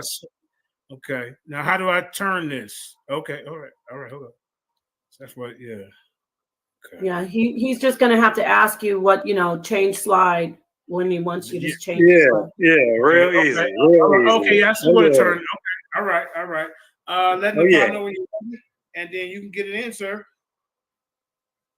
Okay, when you see me reappear, Mr. Silky D, when you see me reappear on the stage, you have 1 more minute left. You have 15 minutes, and when I remove myself, your time starts. Tell me when you're ready. I'll remove myself. I'm ready now. All right. Man, D could go ahead and go past the corona, but I'm glad my opponent brought up that corona because that's actually where I want to start off with my whole little presentation is debunking coronavirus. Now, my opponent claims that a coronavirus is evolution. Well, let's just see about that. Go back. Go right there. So the origins of the novel coronavirus, severe acute respiratory syndrome coronavirus, SARS-2 and all this was never seen before. It surfaced in December 2019, right? Okay, bet. Now, going to the next slide. Now, my opponent seems to think that this COVID thing is new and it's evolved, but let's go down to the breakdown of COVID, though. Let's actually see what it's really about. So the predated infectious disease specialists at the Cleveland Clinic notes that genetically they are separated into 4 groups. Y'all listening? 4 groups: Alpha, Beta, Gamma, and Delta coronaviruses. All those are your coronaviruses, okay? Cousins, brothers, doesn't mean nobody evolved. They're just in the family of corona, okay? Let's keep going. So it refers, let me see, the true emergent infectious disease. It includes the SARS, the MERS, and of course the SARS-CoV-2. He explains the strains have undergone recent animal to human transition. So the COVID virus comes from an animal. It's an animal virus. It is commonly, and it just so happened to just now finally get into humans. But they still claim it's evolution. So let's see. Most part of our mutations occur in animals. Yeah. Evolving in animals, mixing with animals, that's a germ, finds a host, and it grows onto it. That's the lifestyle of a virus, aka everybody that should know that, especially the scientists. Y'all know that's what viruses do. I'm telling, and JJ, you got to be aware of this. You cannot use coronavirus. They will delete my channel. They will delete the video. That's one thing you can't deal with. You can't talk about that. So let's give it a nickname. Let's give it a nickname. Yeah. Said no, I didn't apologize. Hold on, Jay. Your time to stop. Don't worry about it, brother. But when you get to that word, use another word that we'll call the COVID. No, just say that. Just say the. Yeah, you can't use that. Yeah. Just call it Odyssey. Which one? Want to call it? Odyssey. Just don't say Odyssey virus. Just say the Odyssey. Yeah. Okay, Odyssey. I'm sorry I had to come and break it, brother. Because you good, brother. It's not a problem. Not a problem at all. But we can't use that. You got to take the challenge. But even the information is gonna say it, so we gotta be. I hate information. If you're dealing with science and you're talking about if it's not right and exact, they're gonna kill me on that. Okay, well I'm done with this. I'll be done with this one in a hot second. I just got this last little paragraph. I'll be done with the whole. I'm gonna leave Corona alone. Leave the Odyssey. Just call it the OV. Just call it the OV. The OV. The OV. The OVO. Video. Hey, do you want me to start it from the top or? So right here, he's already Before you left off, He conceded. didn't really have a lot of time going. He was only 3 minutes All right, in. just go where he was. We have 12 minutes. Okay. JJ, you there? All right. Fine. Yeah, give me a extra minute just on GP. And to understand the Odyssey, So right there, he already conceded to evolution. He explained the zoonotic jump that a virus can do based on its mutation. Mutation is a mechanism of evolution. So when a virus makes a zoonotic jump from one species to the next, that's an indication of mutation. Mutation is a mechanism of evolution. He is indicating, he is talking about evolution, although it is not ERVs and the use of them being used as a marker to give us an indication of genetic flow and the development of species over time, evolution. No, he is talking about mutations, but mutations is a mechanism of evolution. He is actually confirming evolution with the point he is trying to make right now, but he doesn't even know it. A pseudo-Taoist dies at its own source every single time.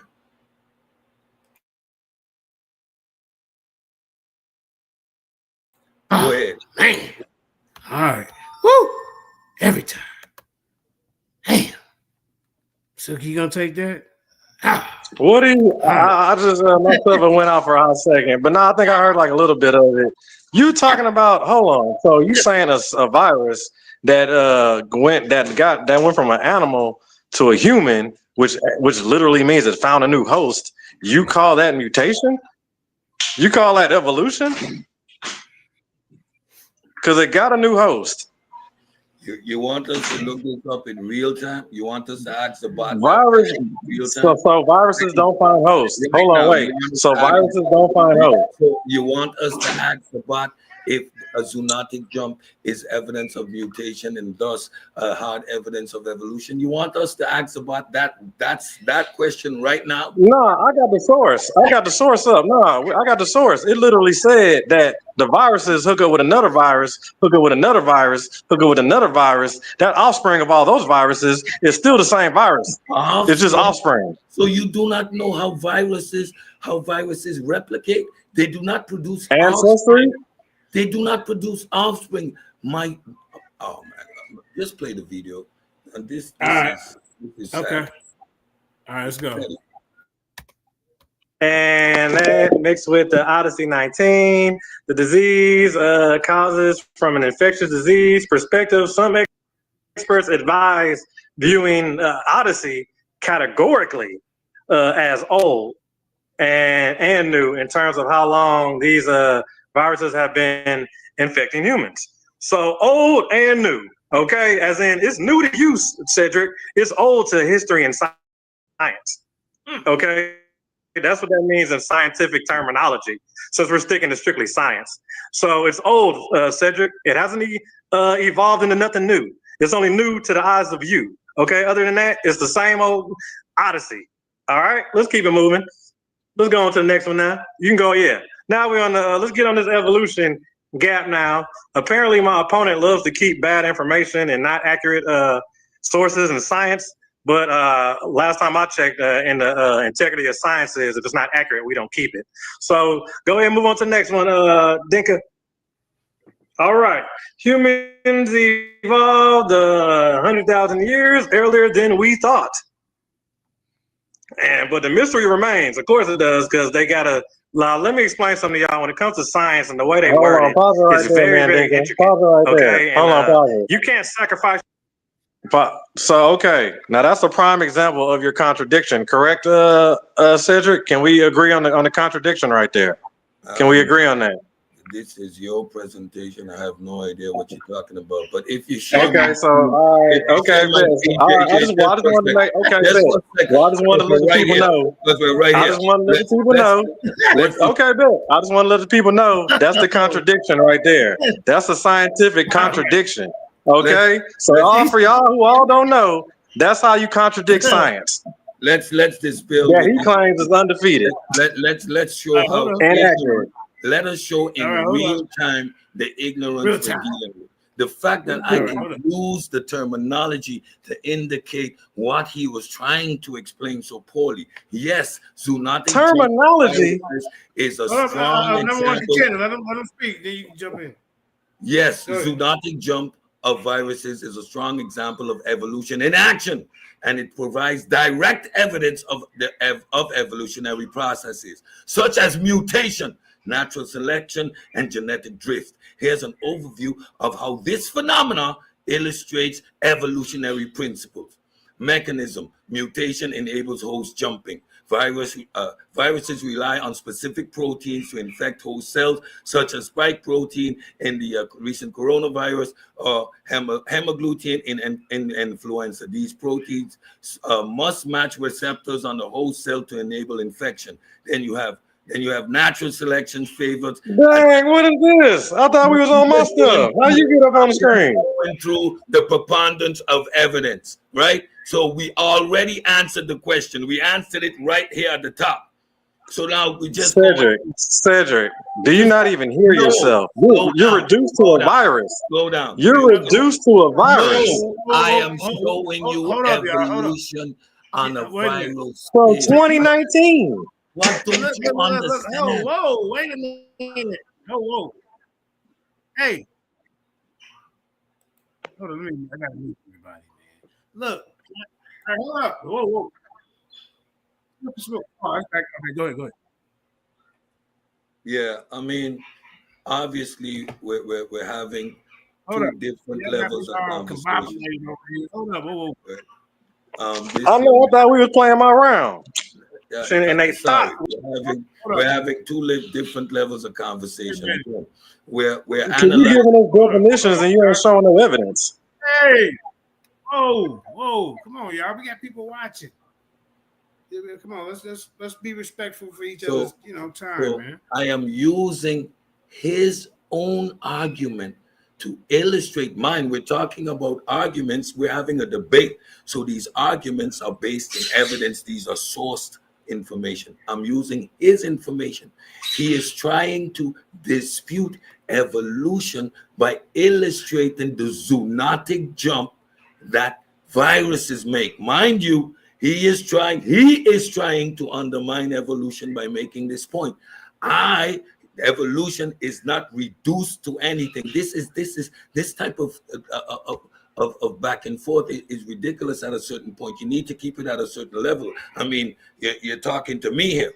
So given the opportunity, I am going to illustrate how zoonotic jump proves evolution in real time. Again, a pseudo dies at his own source. This is the claim he was making. Now I'm here. We can expound on one of the points he thought he so meticulously demonstrated, which was the argument about viruses. Now he talked about the zoonotic jump that viruses make. And what is that zoonotic jump? Share my screen one more time. You need to slow it down for this. Yeah, that's on me. Like, dang. I just thought we were still on my stuff. Everybody be quiet for a minute. Let me show you something. Silky Smoove Shockers. Just so you know. Hold up.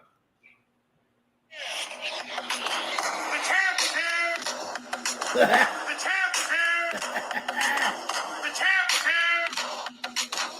champ is here.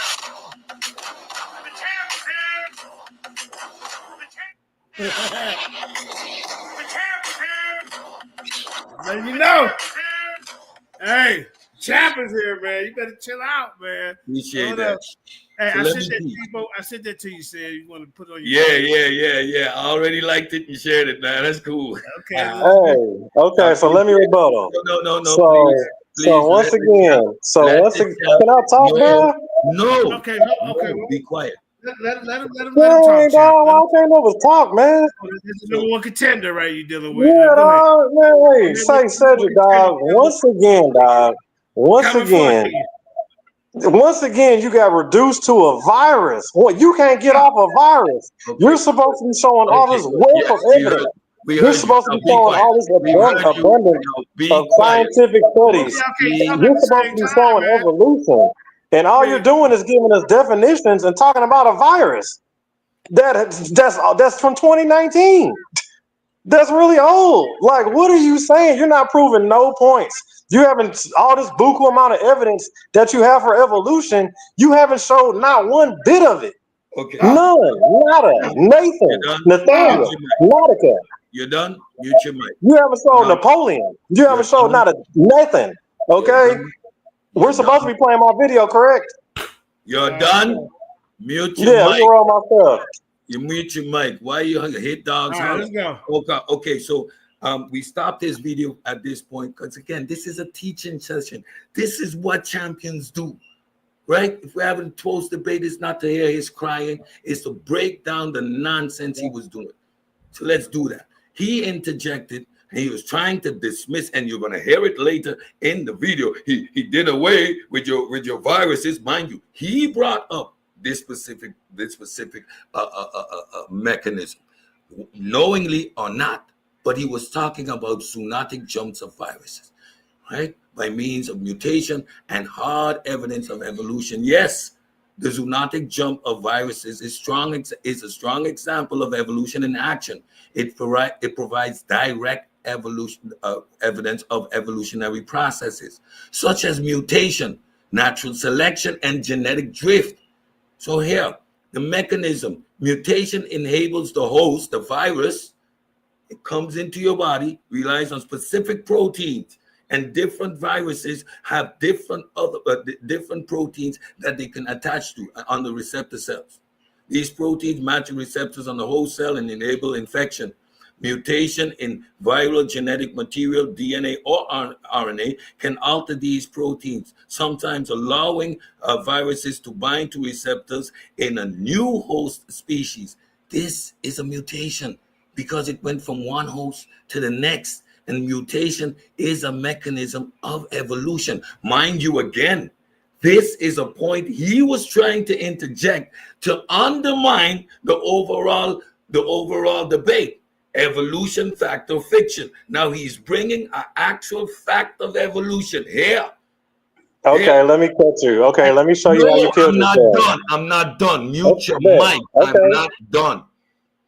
He brings this up, and we're clearly seeing here that we're talking about zoonotic jump. Again, now natural selection favored adaptive mutations. Again, once a virus infects a new host, natural selection favors the mutations that enhance replication. So what happens is the virus infects you, the virus uses your body to replicate, because viruses don't reproduce, they're on offspring, they replicate. Now, during that replication, because it's an RNA strand, the mutation series happens much faster, because mutation and natural processes aren't perfect, and the mutations happen much faster. But not all of them survive. The ones that are best able to survive in that environment will be the ones that proliferate in the body and then be transmitted to another host. This is how this process works. So again, I'm illustrating his ignorance in this subject matter. Genetic drift and reassortment.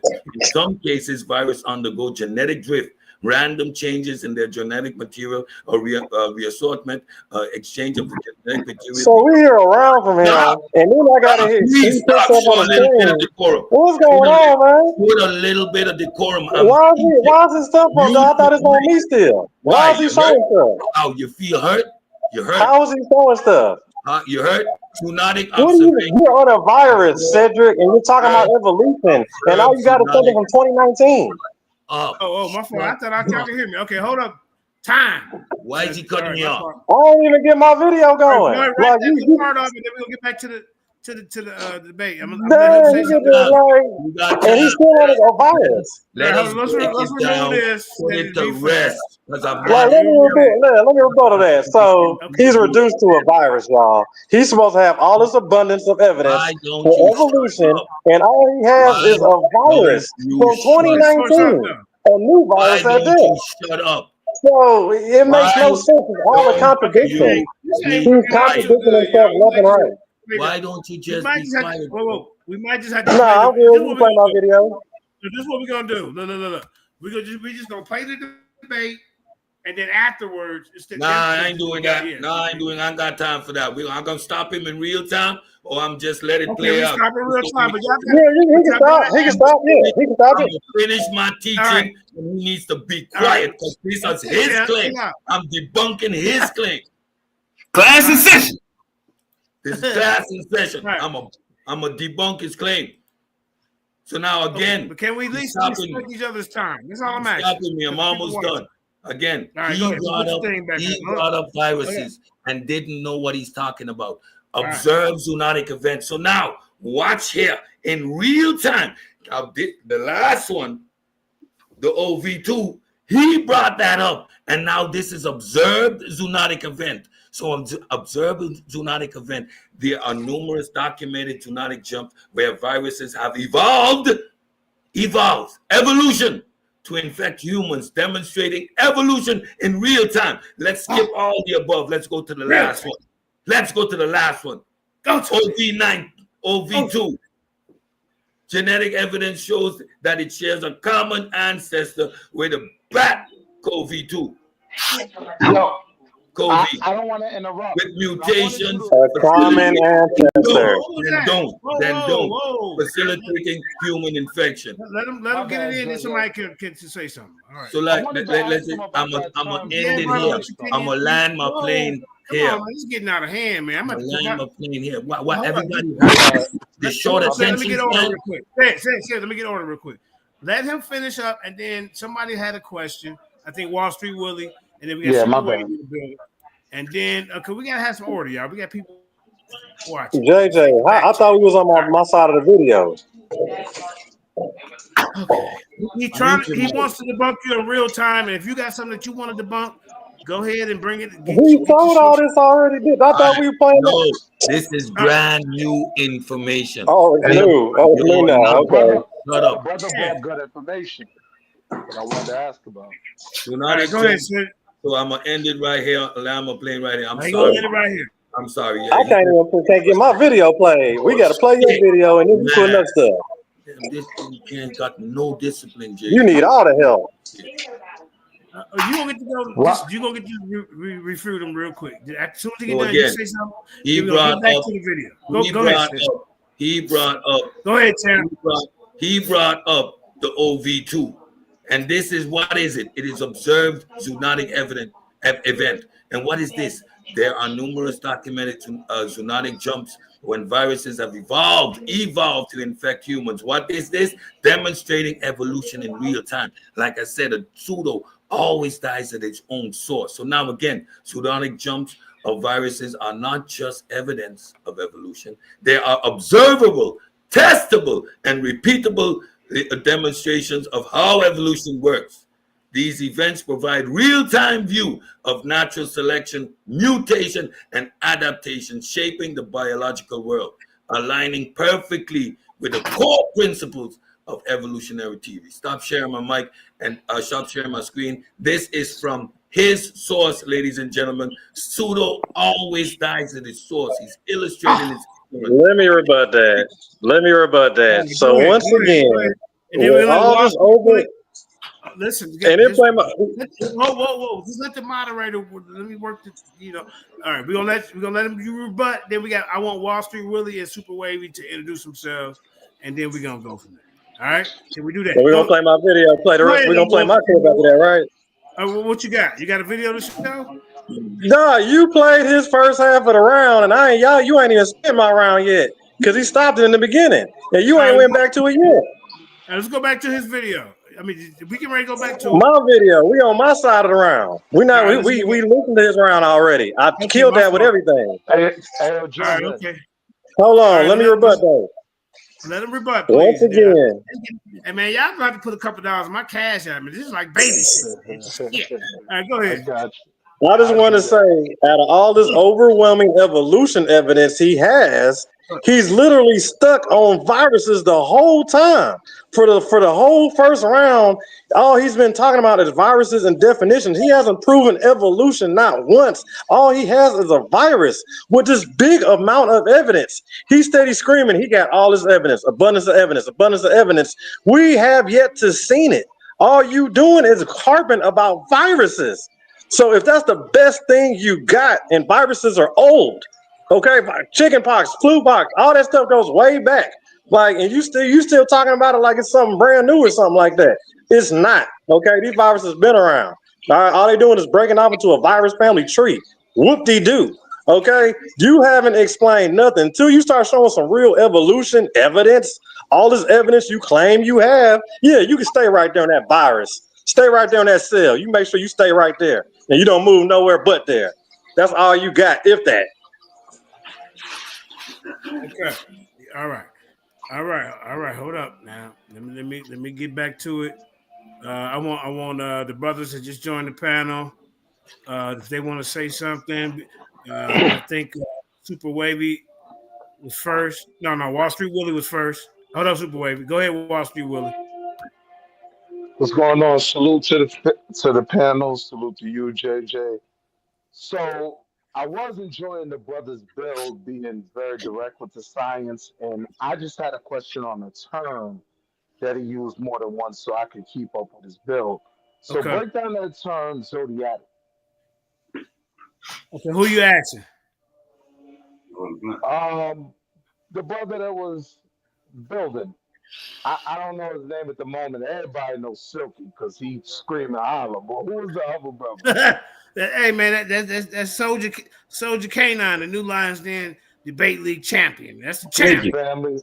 Yeah, That turns up. You sounded like Garfield for a second. I was like, what's going on in here? Wait a minute. Tell me I'm He lying, said it's brother. Garfield. You sound like I'm a little, just a voice wise. Just a little bit. I'm from and in the Caribbean. So the West Indies, we got that bond. I'm a Bayesian, so I'm with you, bro. Oh yeah, well, I'm from St. Martin, close enough. Salute. Yeah, I just wanted to keep up with your portion of the bill. And good information that for me was connected. That term zodiac, so I can keep up with your bill. Can you tell me more about that term? Because that's not something. Zoonotic. Zoonotic refers to when viruses and diseases that infect one species or is dormant in one particular species crosses over due to mutations within the whole species. So it moves from one to like the avian flu that can move from birds to humans, right? That's how these H1N1 viruses are a part of our reality now, because it made a zoonotic jump, which means from one species to the next. So when we talk about zoology, for example, or someone is a zoologist, means that they study animals in the wild. Contrary to Silky D's misguided idea that these people work in zoos. So you have a zoologist. Tell me your name again, brother. Cedric Ortega. Cedric. Yo, so it's zoonotic, right? What did I say? Yeah. Zodiac? Zoonotic. Yeah, zoonotic. I will say this from a quick Google search, like that is something I wasn't aware of. And it's gonna leave a little wrinkle in my brain. I learned something from your portion of the bill. So thank you. Only thing I ever stand on is having more questions. So I'll be sitting around for that, but I appreciate that portion. And if anything I can do to answer the questions or guide you in the right direction, feel free to ask, my brother.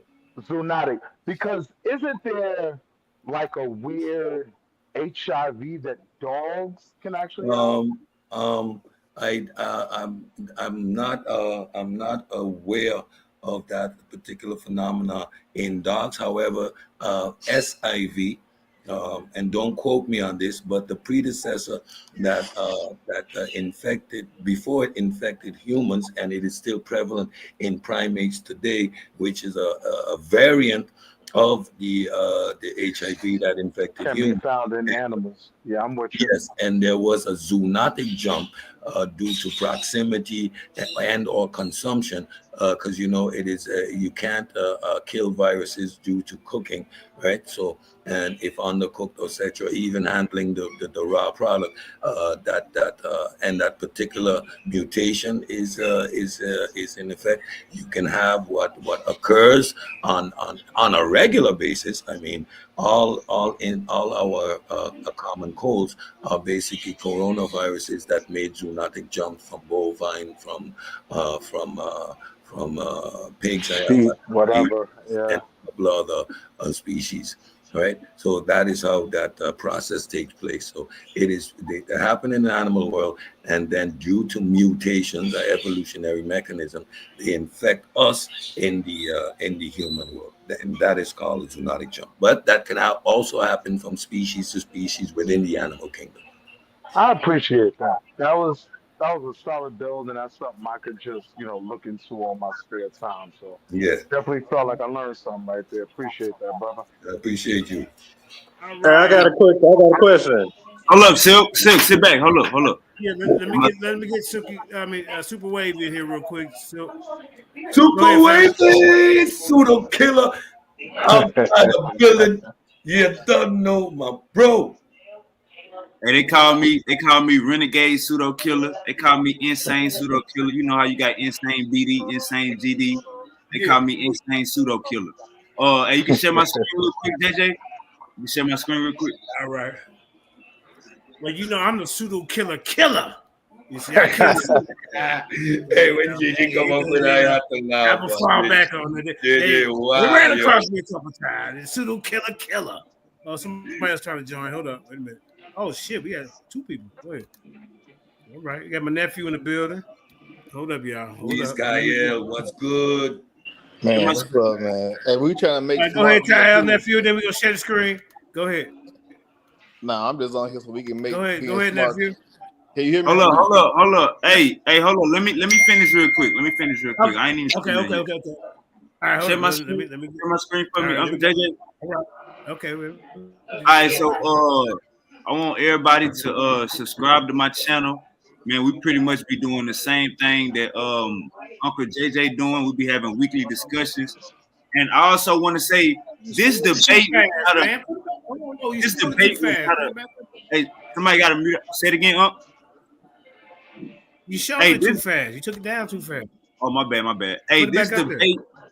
All right. Hey, this debate was not a waste of time. You know what I'm saying? It's always, if anything, a learning experience.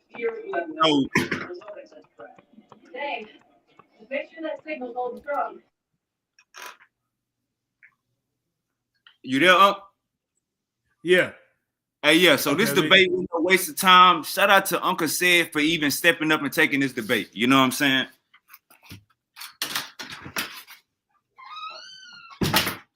Shout out to Uncle Said for even taking the debate. Shout out to Silky D. Hey, what we gotta understand is Silky D did 4 hours in the debate, then he went to pseudo killers. You know what I'm saying? So he went to, and then he doing this today. You know what I'm saying? So you gotta give Silky D, if anything, his props for being brave and stepping into the ring. Silky D tried to pull a Bronny James, man, go straight to the pros. Uncle Said did his thing. Silk, he the champ now. Silk, he the champ. He the LIONSDEN champ. We gotta respect it. I am done. All right. Just so you know, Silky, Silky Smoove, the Shoker is the LIONSDEN #1 contender, man. Just so you know, that's the #1 contender. Hey, this boy, hey, he been putting in some hard work. I gotta give it to him, man. You know what I'm saying? Hey, Kyle, you better tread lightly. The #1 contender up here. I'm just letting you know. Nephew. Hey, if he the #1 contender, that means you ain't got no more contenders. Yeah, you gotta go to the graveyard. You gotta go to the graveyard for them.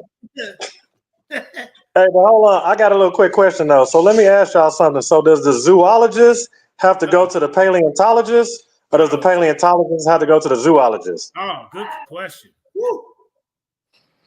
That's a good question. I guess they ain't got no answer for that one. No, it's actually not.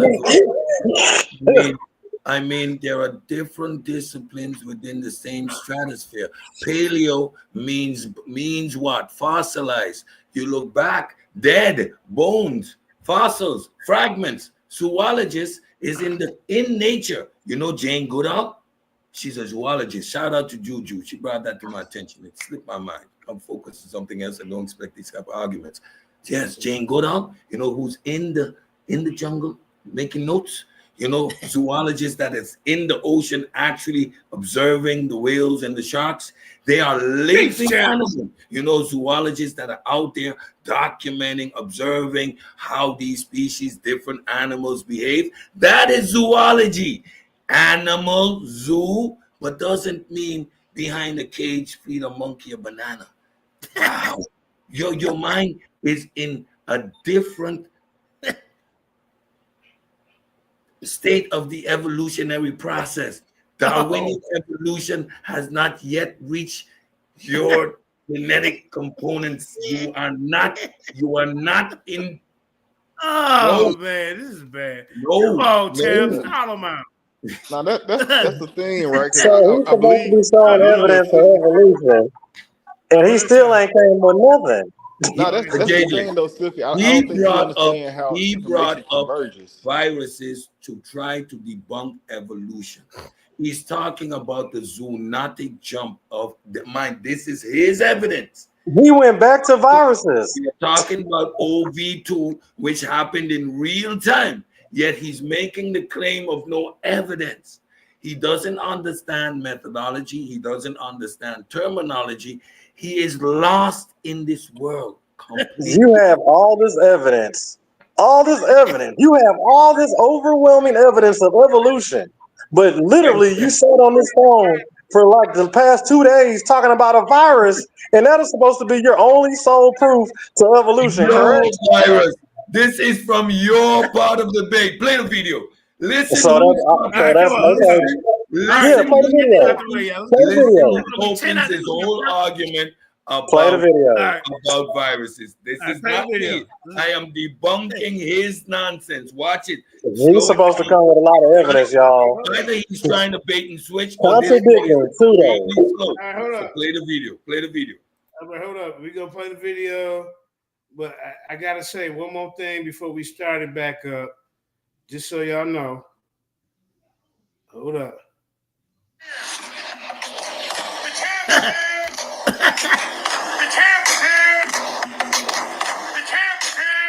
The champ is here.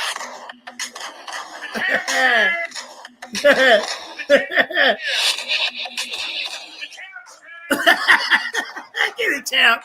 Hey. All right, go on. The champ is here.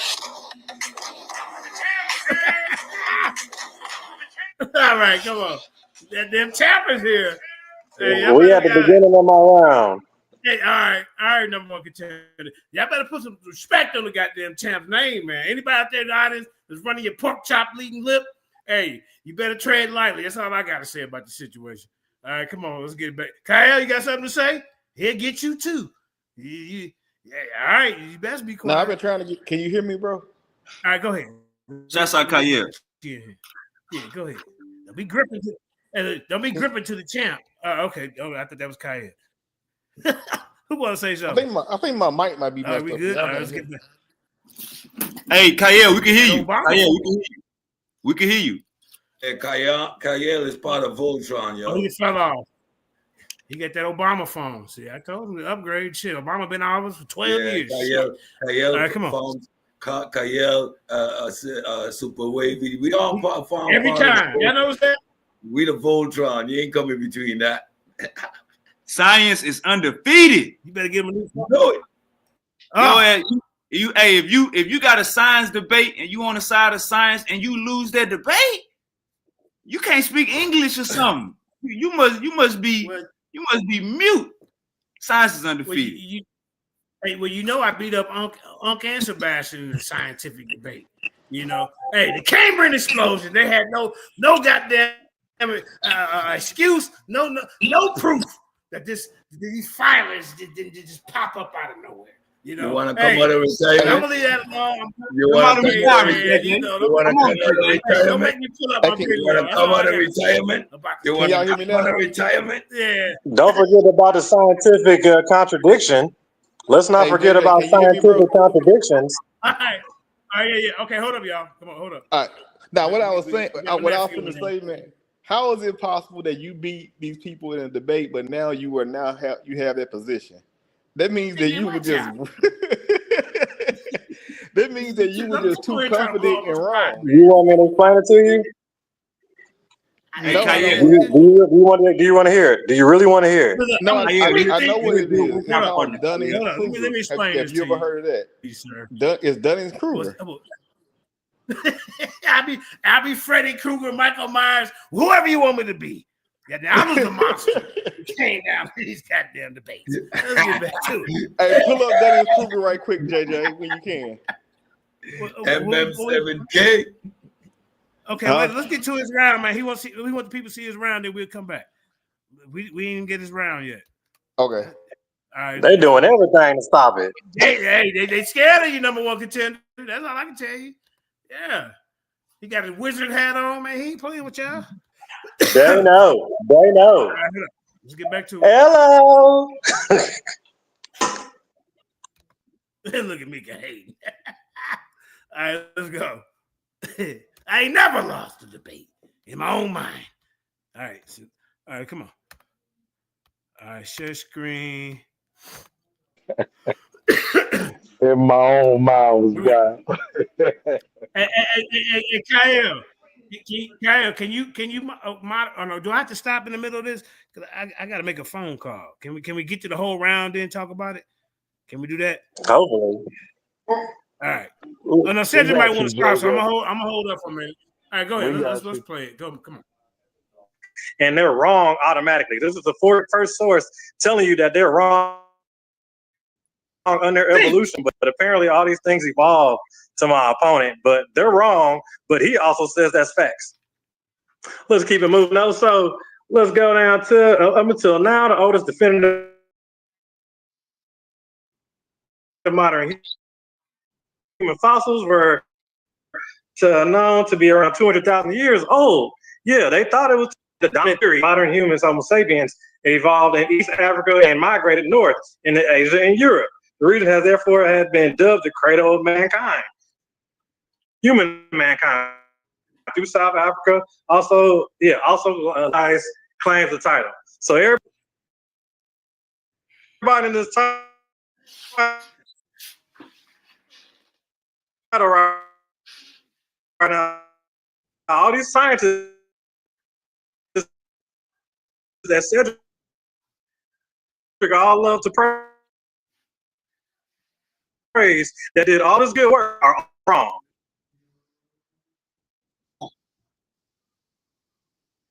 We having a connection problems.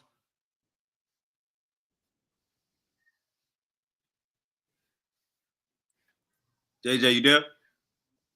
No, I think I was getting hit with calls. They was blowing up my phone all through the thing. So I guess just let it'll clear up.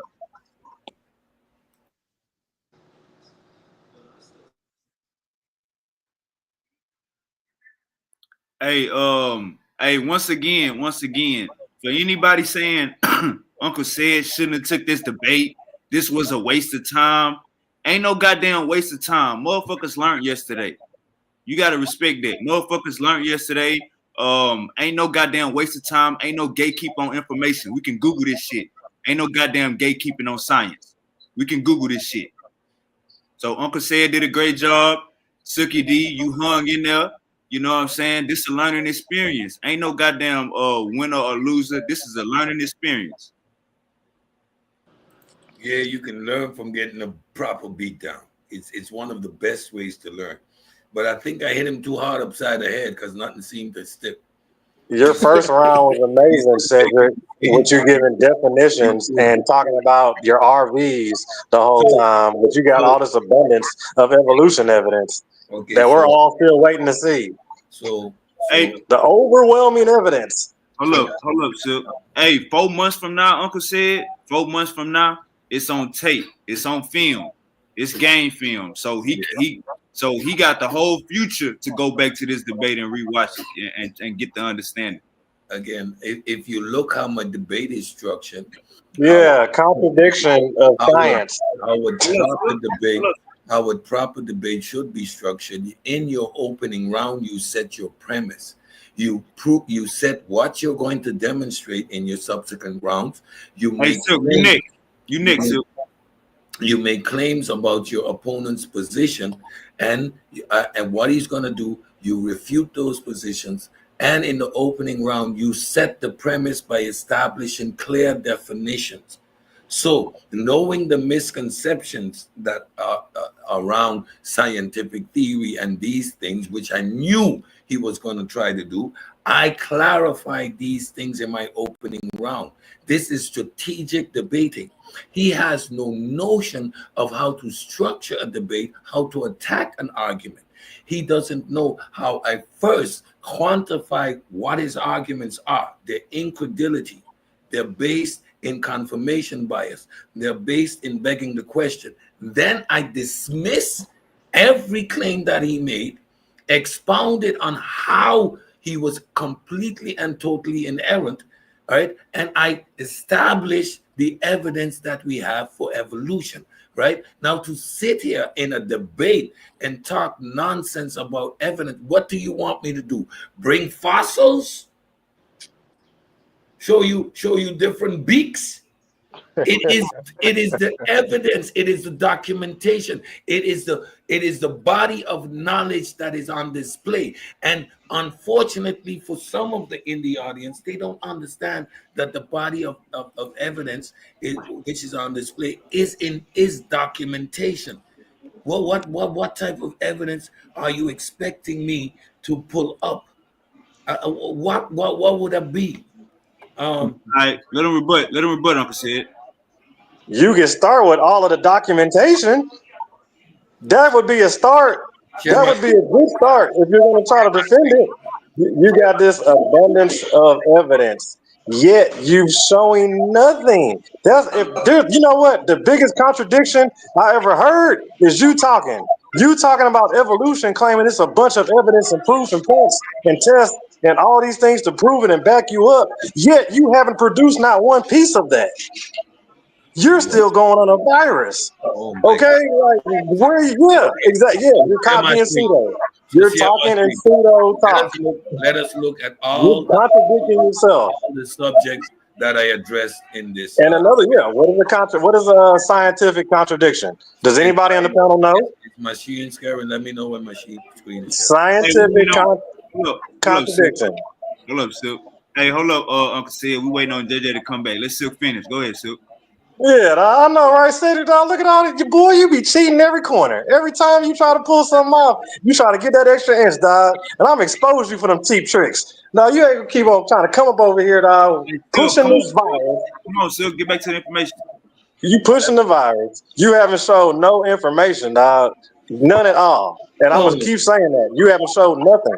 Your whole round was pointless. You showed nothing for evolution. You proven no evolution facts. All you done is read evolution definitions and a bunch of science definitions, but you haven't proved evolution with all this documentation you claim you got. Hold on, man. Listen, I'm playing the video. I'm playing this round. Yeah, man, I fell off, man. So I'm playing this round, giving my ass. Oh, hey, ooh, all that, and then ain't nobody heard nothing, man. Damn. Nothing. Bring it back. Bring it back. Okay. I gotta get back, man. Y'all ain't nobody called me or nothing. Y'all, come on, man. I hope it didn't get out of hand when I was gone. We was doing rapid fire round. We was doing rapid fire rounds. Okay, somebody hold it down until I get back. All right. Hold up. We were just about to get along. Hey, JJ, can you share your screen and show something? All right. I got to rewind you around then. I got to rewind. Yeah, I can share. Yeah, can you pull up Dunning-Kruger? Hold up. And you can pull up a definition of that, or you can pull up a definition with the image. Y'all see that? So let me rewind this round. You ain't sharing. You ain't sharing your screen, fam. What's going on? Okay. You're not sharing your screen. You see it now? I don't. No. Hold on. Let me see what's going on. I mean, I'm watching on stop screen, or sharing. maybe the people can see it though. I That's the apologize. thing. Hold up, man. It's popping up. Yeah. I don't think they can see it because. Oh wait. Y'all make sure to holler at my boy Super Wavy when y'all want to get y'all a good debate on. You know what I'm talking about? Or y'all want a good panel, y'all holler at that boy too. We do it for the community. We do it for the love, for the essence. We doing it for the culture. Somebody yeah. All right.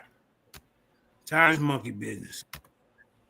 All right. Can y'all see that? No. Nah. There you go. There you go. Speak it once. It's up. Okay. All right. Let me go. All right. Let me get back to stream. Okay. All right. Here we go. Say something, nephew. Now you got it. Ready? And dating of the bones. So they didn't use the anthropology and the paleontology. But when it comes to dating extra old fossil bones, you got to use more than just dating them off the biological makeup of the bones. Thank God we have some tools. And the tools were able to be dated from the way they burn the tools. So remaining challenge, however, was to identify these fossils clearly being Homo sapiens using advanced imaging technology, 3D scan, measure the recovered skulls. The researchers also created a full racial reconstruction showing striking similarities to the appearance of humans today. So their face is the face of people you can meet in the street now. So this 300,000-year-old bone is basically us, y'all. It's the origins, Morocco, North Africa, human mankind, all that. But let's keep rolling though. Like humans today. That's what the scientists say. 20. Yeah, he got the body bag on that one. Hey. I don't know how you gonna recover from that one, but yeah, I didn't supposed to miss that one, Jack. Humans today. I don't make this stuff up. That's just what they run with. Don't mislead them. No evolution. Humans today. Same people. Not a twin. What I do? What I do, man? What I do, man? Yeah, they exposed them. He got exposed. That's what happened. You pumping this clown up. For me? You like science? You just heard it from the science people. Regular modern people. What more y'all need to hear? Hey, Kyle, you ain't got no delay. You can come back. We heard what you said. He gonna pull it up after this video. Yeah, I'll rest my case right there, and that's in the beginning of my first round. But yeah, keep running it though. Go and let that play. That's good. Hey, Super Wavy, can you share this for me, man? I'm trying to multi. Yeah, I got you. What channel this on? Talk to my queen and. What channel this on?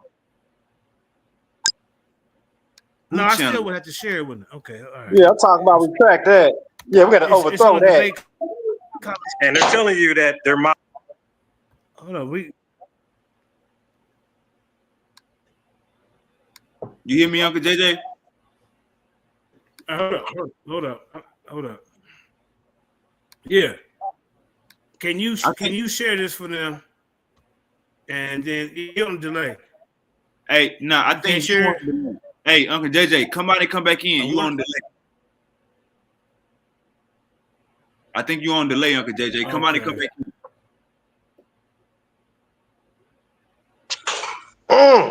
Hey, it was a great debate. Hit the likes up on this live.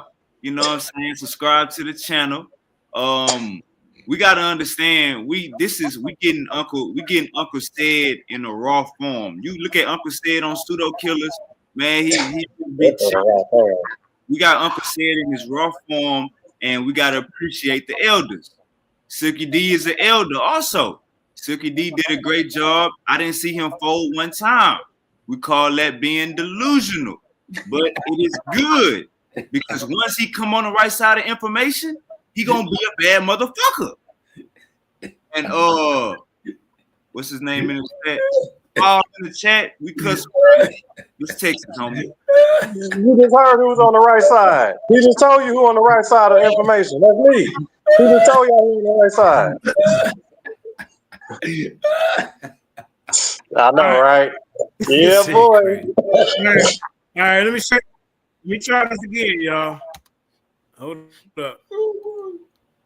Let me see JJ, this. bring it back. All right, hold up. Y'all see it? Yep. Yeah. Okay, let's fast forward to his part. We seen that.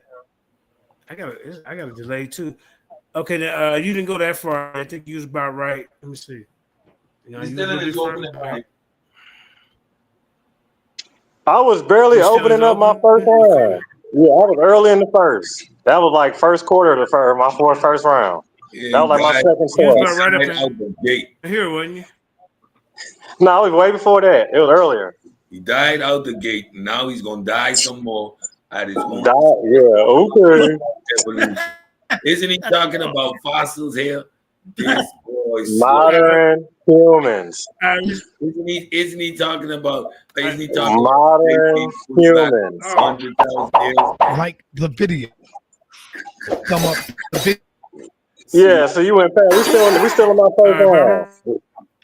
I hear y'all, right? Okay, let's start. No, you gotta I go know how further many back. times you gonna do it, man. So you gotta I'm gonna do it because the people ain't hitting the like. We giving them a free debate. All they gotta do is hit that like button.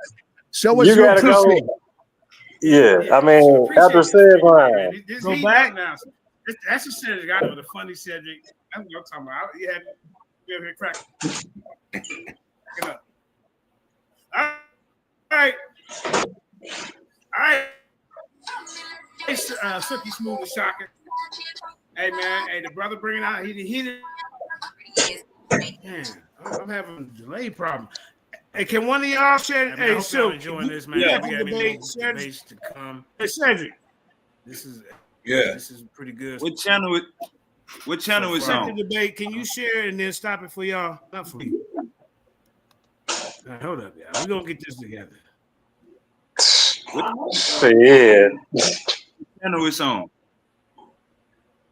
Hold up. Coliseum. The debate Coliseum. Yeah, I'm gonna have Super Wavy share. Yeah, I apologize, ladies and gentlemen. Hey, y'all keep talking until he can get it up. No Diddy, you know. Man, you know what? Yeah, no Diddy. What's the minute mark? Huh? What's the minute mark? Probably looking at him. I mean, 20. First round. Go about 20 minutes. 20 minutes. Yeah, about 20. Because probably maybe even 30 because we started a little later. All right, let me share my screen. Okay. So either just find Sid's first round and then go to the end of that one, or to the beginning of mine. All right, you see it, JJ? You guys share Wavy screen. LIONSDEN security in the building. I see you, Victor Emerson World, long time LIONSDEN supporter. Keon has been here peeking around with his Bible, making sure y'all ain't misquoting scripture. That's right. This ain't a scripture debate, Keon. You all right? You all right, Keon? Hey, you all right? All right. Okay, go ahead. Let me know when you see my screen. I see it. Yeah, I see it. Just go to. Let me know if you hear it though. That's his verse. That's his round. You gotta go a little bit past that. You passed it. All right. Yeah, that's it. So we in a good spot. Just get past. Just go to the end of his round and beginning of mine. Review. Example, the theory of evolution is supported by fossil records. Yeah, we hear it. You gotta go further. Biogeography. Let me know if it's an echo too. No, it's pretty good. Nothing has been. Okay. All right, leave it there, I guess. Yeah, okay, that's cool right there. You can stop right there. Hit play. Well, let's go on out to the breakdown of COVID, though. Let's actually see what it's really about. You can let it all go past it. Who's talking Just about? a little bit. Who's talking about what? All right, keep it there. That's where we was at. And he You went back to you jumping back in the virus? Who's talking You're about? representing evolution and you ran back to a virus. Who is talking That's so about pathetic for you. Who is talking about it? You're representing evolution, right? Right. With all this evidence. All this evidence. And all you've done is harped about the virus. From 2019, no, that's just sad. Who is Oh, talking he'll about? play, Wavy. Who's this? Whose run is this? Whose run is this? You can play, Wavy. Hey, hold up. Hey, Silk. So look, so what he's saying is, what Uncle Said saying is, you've been saying you've been reduced to a virus. You've been reduced to a virus. You only talk about virus. You're not talking about humans. He's saying in your first round, you the one that brought up virus. Dummy. Wavy, he's supposed to be supplying evolutionary evidence, correct? I'm gonna press play. He hasn't showed any of that. He's responding to your argument. Right, I'm gonna press play though. No evidence. I'm still on the Smithsonian. All right, turning the bones themselves, Hubbles team use another form of radiation. So now let's get onto this evolution and dating of the bones. So they didn't use the anthropology and the paleontology, because when it comes to dating extra old fossil bones, you got to use more than just dating them off the biological makeup of the bones. Thank God we had some tools, and the tools were able to be dated from the way they burn the tools. So the remaining challenge, however, was to identify these fossils clearly being Homo sapiens using advanced imaging technology, 3D scan, measure the recovered skulls. The researchers also created a full racial reconstruction showing striking similarities to the appearance of humans today. So their face is the face of people you can meet in the street now. So this 300,000-year-old bone is basically us, y'all. It's origins. Human, mankind, all that. But let's keep rolling though. Like that's what the scientists say in 2017. I don't make this stuff up. You feel me? That's just what they running with, and they're telling you that they're modern humans. And these discoveries is not new. They've been on this since 1960. However, this was still okay. So check this. So the site of these discoveries is not new. How many remains were actually stumbled upon there in the 1960s by miners looking for the crystalline mineral breed, and were studied at the time by anthropologists. So y'all listen, anthropologists are doing the study. However, this was still early on in history of dating technology. As in, the stuff that they were testing with back then is primitive. It's not accurate. It's not real top scientist stuff that we would claim today. So if you're trying to hold on to that old science and old information from back then, you're automatically wrong. But let's get what the scientists got to say. Husband says the miners did. So Husband says and the miners. You was trying to say something, Professor? No, I'm good. You can let it ride. Didn't practice good archaeology in recovering the remains. Therefore, researchers couldn't accurately date the bones and could only estimate at least 40,000 years old from the radiocarbon dating.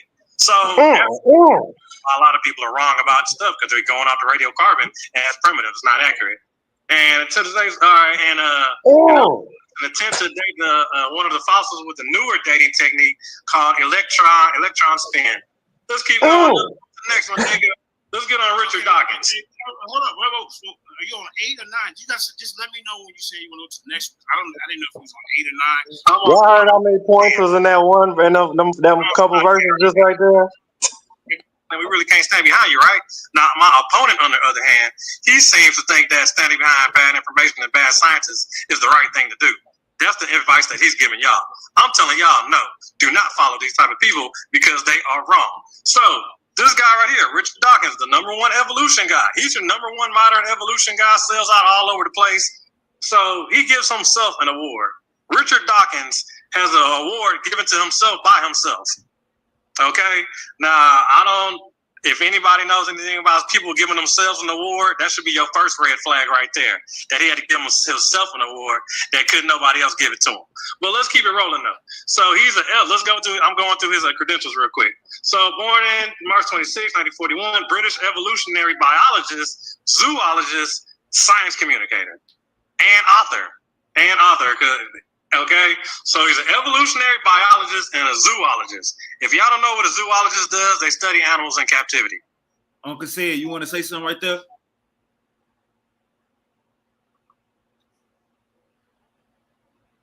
Uncle Sid, you there?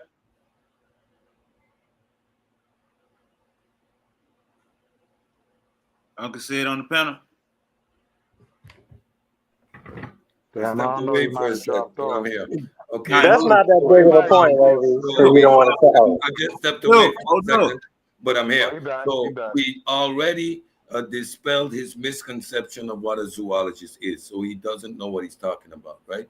You heard it here in real time. Play the video back. You'll hear me explain where zoologists actually work. I was explaining it when I explained him what the difference between paleontology and zoology is. This fool with his clown hat on actually thinks that zoologists clean poop in zoos and sit and feed monkeys with bananas. Yeah, as the third party, he did use Dr. Jane Goodall as an example of a zoologist, and she never studied those gorillas in captivity. She studied them in the wild. In the wild. Lived in the bush. Not even in the third party and the let bush y'all with know them. what we're taking in. So again, this young man is proving that he's disqualified from having the discussion. He pulls up a source which indicates that these people, that these groups of fossils that they found have cranial features that are archaic. They have a facial structure that resembles ours, but their archaic cranial structure is indicative of a transitional fossil, only adding more information to our work. Can you please give everybody the definition of archaic? How this clown classifies. Can you give us the definition of archaic? Same as modern human. Can you give us the definition of archaic? Yes, I can. What is the definition? Archaic means an older form of human beings, a more primitive form, a form that is on our evolutionary track on to becoming complete modern humans. So, for example, Neanderthalis, Homo neanderthalis is that what the definition is? considered an archaic human. Homo erectus is considered an archaic human. Hold on, stop right there. Hold on, wait. Let's just stop. Slow down. Slow down. Homo deosovinus is You're stuttering. Just chill out. Slow down. An archaic human being are all the species of human beings prior to atomically modern human being. Do you want to start with the definition again? Do you want to go to the definition again and read it from the beginning? Which includes the fine Achebella hood, which is also a transitional species. Read the definition again. It's a what? It's a old. So it is It's also an old what? it has similarities with archaic humans and it has features of modern humans, which is So okay, hold on. Just to be clear, what you wanted to do is you brought up archaic. You're the one who said archaic, correct? That wasn't in the source, but you brought up archaic, and it probably wasn't the source, but you brought up archaic. Period, and the definition is old, and we're referring to fossil. So your point in saying that it's archaic, meaning it's old by definition, which is what the whole source is about, because we're talking about fossils. What exactly is your logic for bringing that up? Hold up, I just want to know, because it's so asinine to me. Hold on, let me explain. Hold up real quick. That's a mute point. That's a rabbit hole. But hold up, this is why we stopped the video. We stopped the video because hold up. That's a rabbit hole. We stopped the video because of that zoologist point. Are we all in agreement on what a zoologist is? No, we're not. No, we're not. We're not even agreeing on archaic human. We're not on agreement. So you're saying obviously. We talking about a zoologist. We all in agreement on what a zoologist is? I don't think the zoologist has a really big weight in the evolution world because he got to holler at the paleontologist, correct? Silk. Hey, zoologists only study brother. Animals in captivity. Okay, so do they not study animals in captivity? Yes or no? They do as well. Yes. Oh, okay, bet. All right, bet. I'll agree with that. Bet. Cool. All right, bet. But we're saying That's it. It's not pigeonholed to study. Okay, hold on and think about it. How many hours is he working a day? Okay, and how old is he? Silk, hold up. Okay, you got to count all that in the fact. You know what I'm saying? Silk, hold up. Let him finish his point. Go ahead, brother. So he proved my point, though. Captivity, like I said. Go ahead, brother. Yeah, bet. Silk, hold up. Relax. The point is, I did look at it, right? If you look at his example of a zoologist, that would include Jane Goodall. Now, we can go to Gorillas in the Mist and see she did her work in their environment. So it's not pigeonholed to being in a zoo or in captivity. That was the only point. You agree? Well, okay, man. Okay, bet. I mean, we heard the point already. I'm saying, so we all in agreement that a zoologist don't work in captivity, not just no zoo. A zoologist ain't got to work in the zoo, period. We all understand that it's different aspects. Hold on, wait. Hold on. Okay, you're bucking against the definition now. So the definition is animals in captivity and in the wild, correct? And you want to just take captivity Hold up. We can pull up the definition. He told you it, but go right ahead. You don't agree with it. Triple define it. Pull up the definition for archaic as So well. he tells you captivity and you don't agree with it. Okay, go for it. You just agree with him that it's not just captivity. Now you saying the definition say what you disagree with? Captivity. Did I lie to you? It don't say captivity at all. In the wild, you want to study them in their natural environment. You would not study them in captivity. What did you get captivity from? The larger question is, what's the point? That part, because how many animals can they study? Hey, how many animals are they studying there? The whole reason we stopped the video, bro, is because it's a miscommunication on what a zoologist is. That's the whole reason we stopped the video. That is the whole thing. We were illustrating how wrong you Okay, Ben, what's the definition? Hold up. A zoologist is a scientist who study animals, their behavior, and how they interact in their environment. So it don't say nothing about captivity. Now we can keep at all. Hey, Silk.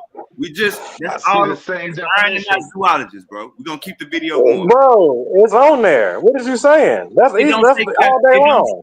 Look, it don't say captivity though. Okay. Key in and do zoologists study animals in captivity? Okay. If Peter says yes or no. Charles Darwin or Richard Dawkins wasn't no zoologist. Ask the question. Do they study zoo in captivity? Yes or no? That's a rabbit hole. Relax. It's a yes or no question. It's a yes or no question. So I just read you what the definition is. If you need more help, okay, bet. All right, so you don't want to look it up. All right, bet. That's giving my answer. It's all right. It's cool. If you're scared to type it in, then fine. If you need more help on what a zoologist is, brother, then you got to do your own homework. Now let's keep the video going. He don't want to give you the definition. Yeah, so you talking about him, not even me. So the definition don't agree with what you saying. That's all we get into. He said it right. Who is he? Hold up, who is he? Then nobody come in here and just say that. Who say who? Uncle said? Who has got the got the paint on or whatever? He just said animals in captivity and in the wild. Yeah, some might be in the wild, some might be in captivity. Very clear. No, you study them in their natural environment. You want to study their behavior. In captivity, they don't behave naturally. That is some bullshit. Zoologists study animals in their natural environment. As I indicated, they go in the oceans, they go in the mountains, they go on the plains. They study them in their natural environment. You were just wrong. You don't know what you're talking about. Let me show you how you contradict yourself. Let me show you how you contradict yourself. Hey, hold up, Silk. Hey, what's the brother name? Hey, what's for the sake of conversation? What's the brother name down there? Because they don't say the names. Wall Street Willie. Say it again. Wall Street Willie. Yeah, Willie, mute your mic. You got some benefit of the doubt, yo. But to establish that he was just wrong, to keep Share the my screen. conversation moving, he was wrong. Share the screen, Uncle JJ. Let's keep the video going. We gotta understand what a zoologist is now. Silky, we good, bro. We ain't gotta. Yeah, we good. A total stranger came on and told y'all what I told y'all, so bet. But I'm also telling you though that I was wrong. I only agree with that to move the conversation forward because again I keep coming back to. It's okay, dog. I'll put it in the back chat, bro. It's okay. It's cool, dog. I'll put it in the back chat. Don't worry. I'll put it in the back chat. It's okay. That's cool. I'll put it in the back chat. Y'all see my screen? But you can't use me as verifying your information. You just being I just honest, bro. You just agreed giving an with honest you. opinion. You ain't gotta Listen make an what I'm excuse for saying. that. I agree with you to let the conversation go. You ain't gotta Now apologize we for being made it a honest. linchpin. relax. We looked at the definition, and now I have to stand on the fact that you're wrong. It Why specifies did you even say zoology is that? about studying animals in their Hey, environment. let's just play the video, man, because this shit Yeah, getting play the kind of out of video. hand, man. It's getting. They study monkeys behind the cage. They're working at the zoo all day. And truthfully, if you ask me personally, I'd rather go to the veterinarian about some evolution before I run to a zoologist. That's just me. Because I would think the veterinarian probably knows more about hands-on working with animal anatomy than this guy. But then again, this is the #1 evolution guy, though. So let's keep rolling up. So the Simonian professor for the public understanding of science. Now, this is what y'all need to know when you're dealing with science and you're dealing with articles and you're dealing with these people in the game. You know what I'm saying? Like, it's big, it's slick, it's way more than you think. So this chair that he has, the Simon Professorship for Public Understanding of Science, is a chair at the University of Oxford. The chair was established in 1995 for the ethologist Richard Dawkins by an endowment from Charles Simeon.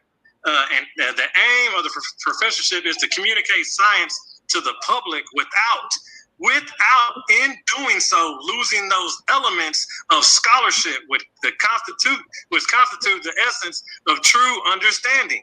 It is a position that had been endowed by Charles Simeon with the express intentions that the holder be expected to make important contributions to public understanding of some scientific field, and that the first holder should be Richard Dawkins, which is your #1 $1 million evolutionary guy. And they had to make a chair for him to tell him, yo, if you're going to be out here telling lies, you got to give at least some scientific information about it. But still, the plot gets thickens. It's even worse that they got to even put that on the chair to tell you don't sacrifice your integrity, even though you're going to sacrifice your integrity because that's what you got to do. Because that's what the name of the chair is. You got to go out there and talk about it. And he's just a zoologist, not even a real scientist or archaeologist or a paleontologist. But he got nerve to talk about evolution. So that's an unsupported claim. He has no evidence to support that. He's just shooting at money. Let's see what the. So this is just an arbitrary claim. He has nothing supporting anything that he's saying. He's just shooting from the hip because of his conspiracy theories and his suspicions about spooky science. I read his credentials. Nothing he's saying here is corroborated. He hasn't a source for it. He's not reading from anywhere. He's just shooting from the hip. Realize this is his opinion. Okay, you can hit play. If that's all you got shooting from the hip, you can hit play. The scientists who don't drive Bugattis and Ferraris got to say about them. All right. So Richard Dawkins award is an annual award given by the center. Not to mention that last award he got that award by his best friend. That dude that gave him that award is his best friend.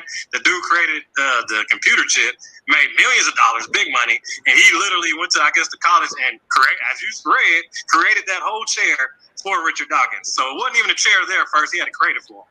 So you got the center inquiry individual who promote the values of speculatism and rationalism and uphold scientific truth. So this is the Richard Dawkins Award and whatnot. Dawkins is also the namesake of the Smonian Professor of Public Understanding of Science, University of Oxford Professorship, 1995. The goal of communicating science to the public without sacrificing scholarship. Now, they got to tell you that we don't want to sacrifice our scholarship and we're supposed to be scientists. That should be that's another red flag. But let's keep going though. Let's keep going. We're not done with that.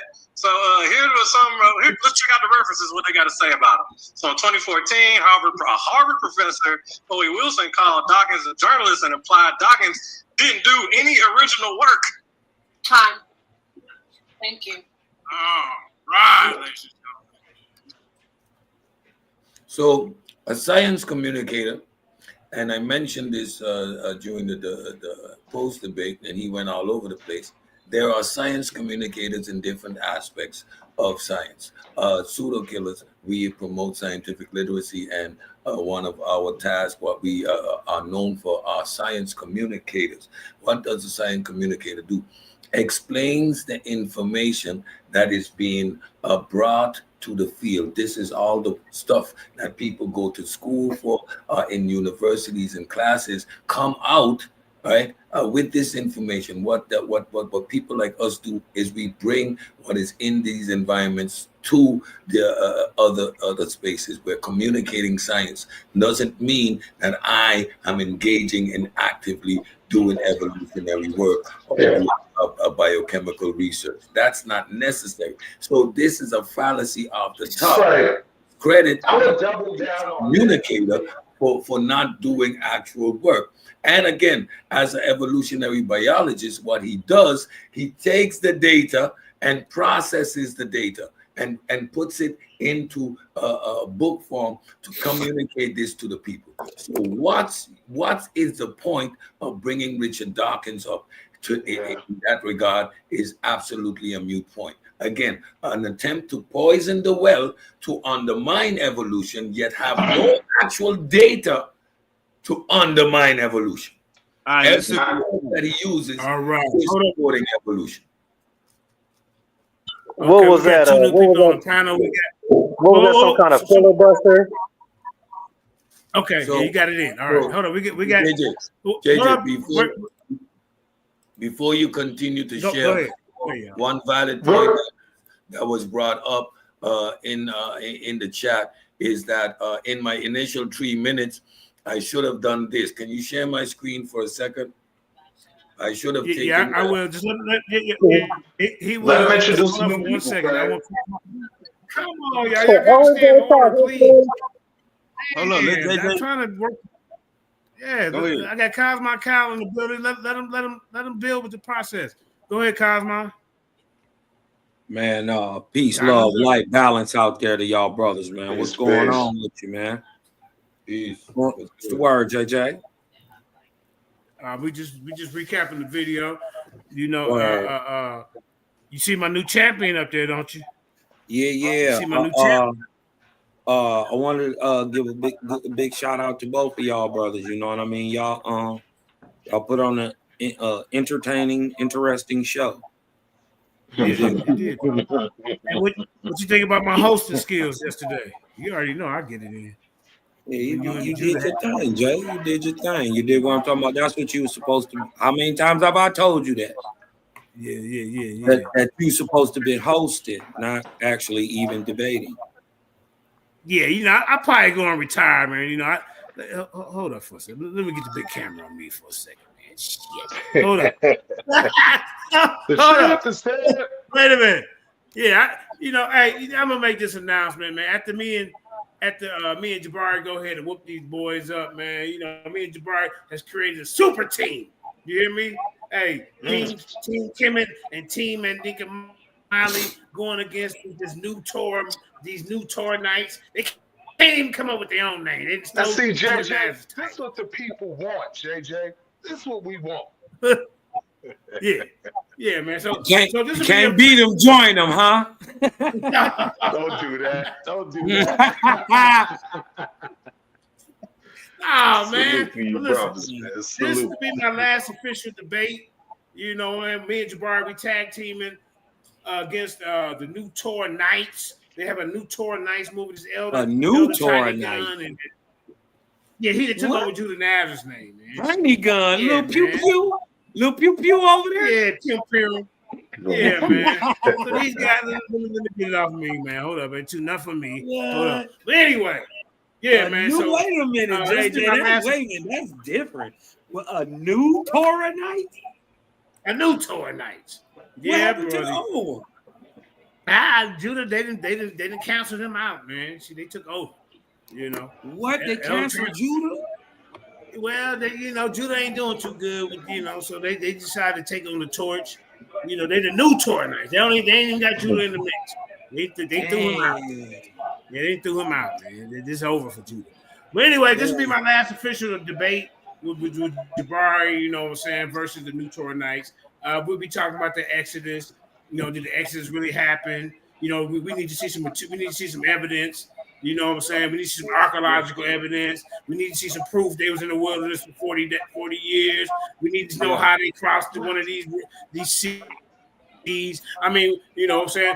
The 10 plagues, we can show that it was scientific information, not no Moses doing nothing. This comes from natural events. We're going to bust their head, man. So y'all stay tuned for that debate. Enough for me. Did you have anything else to say, Jehovah Chronicles? Because if not, I'm going to Emerson Victor World. Yeah, no, I just wanted to say I caught the debate. Interesting debate between y'all brothers. You know what I mean? I'll come around, ask some questions. Go ahead and go to your next. Okay. We got to mute brother Willie. Willie, you got to mute your mic unless you speak because you got some bad echo. All right, we got Emerson Victor World in the building. Go ahead, family. Everybody know what it is. Uh-oh. Your emoji break out. Hey, y'all don't even see me now. Hold up. Yeah, there you go. Hey, what's up, then? My bad, not Judah. Deacon Molly. You know, respect what's to up, the fam? show.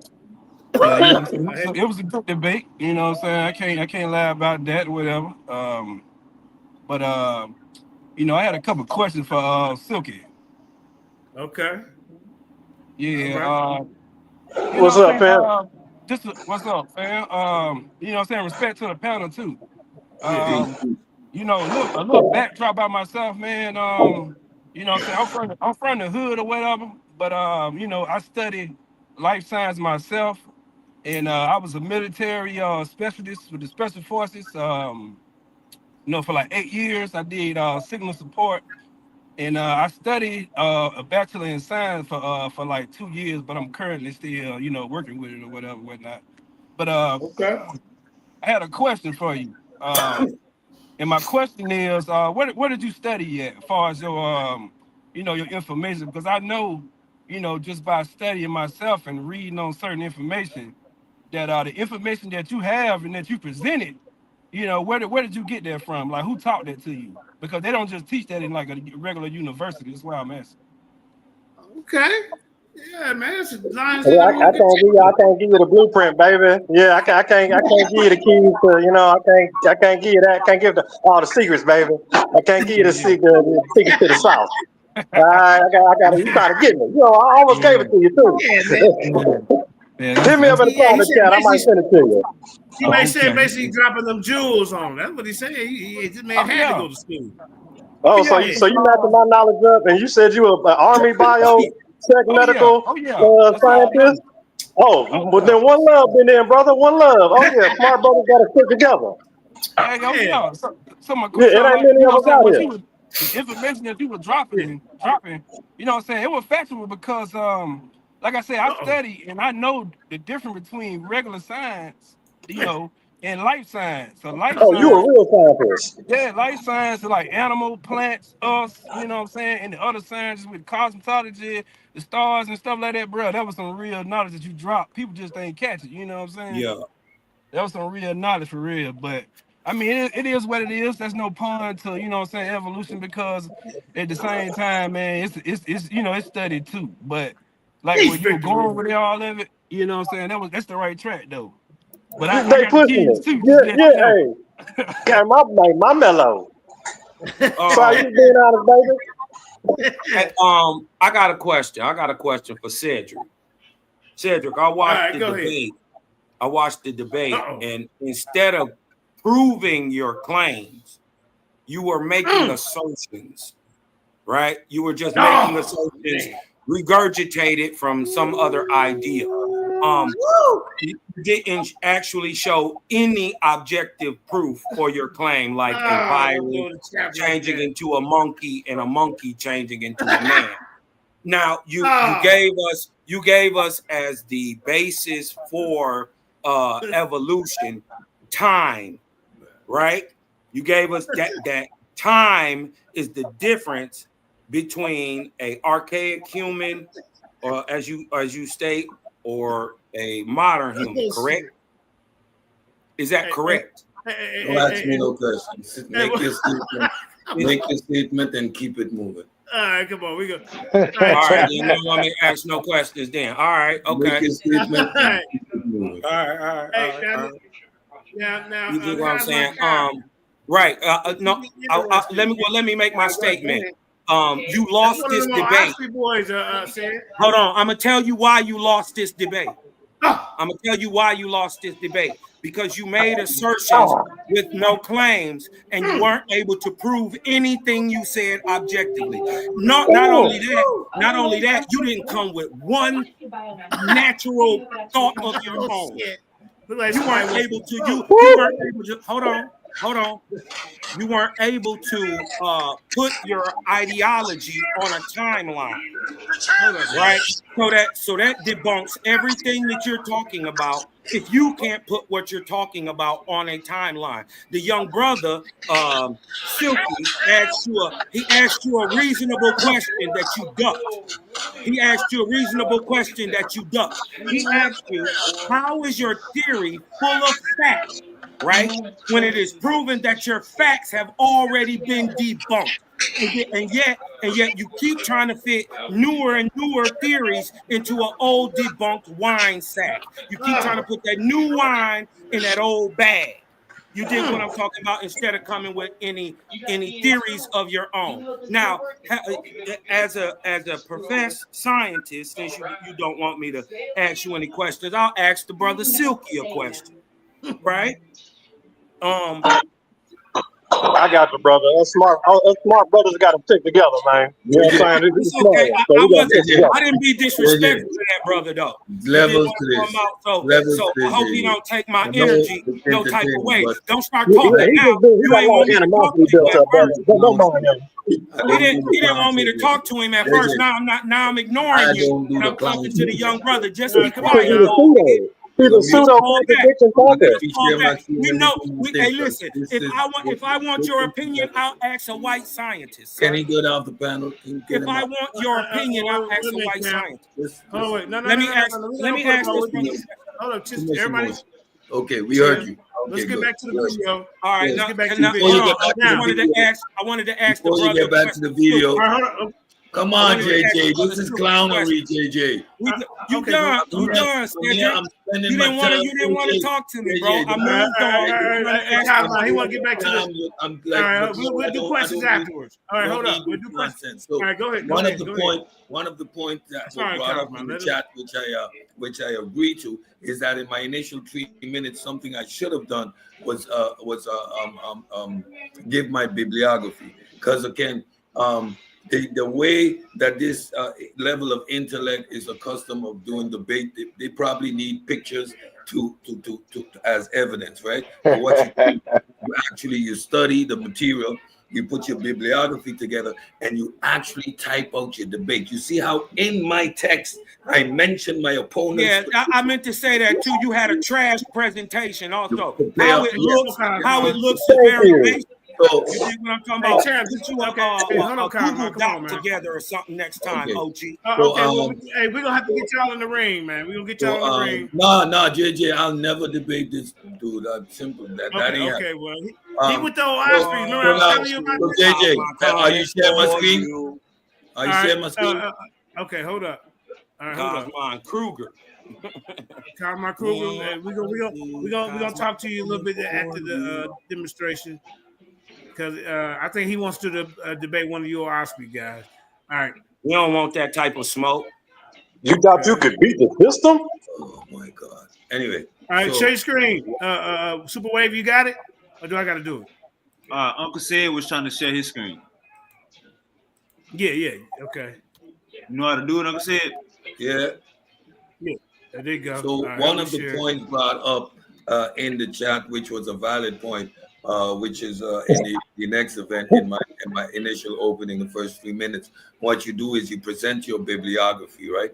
So I talked about about the fossil record and transitional forms. And these are the sources. This is where, when I talked about tectonic, right? When I engage with the source, here's the actual study.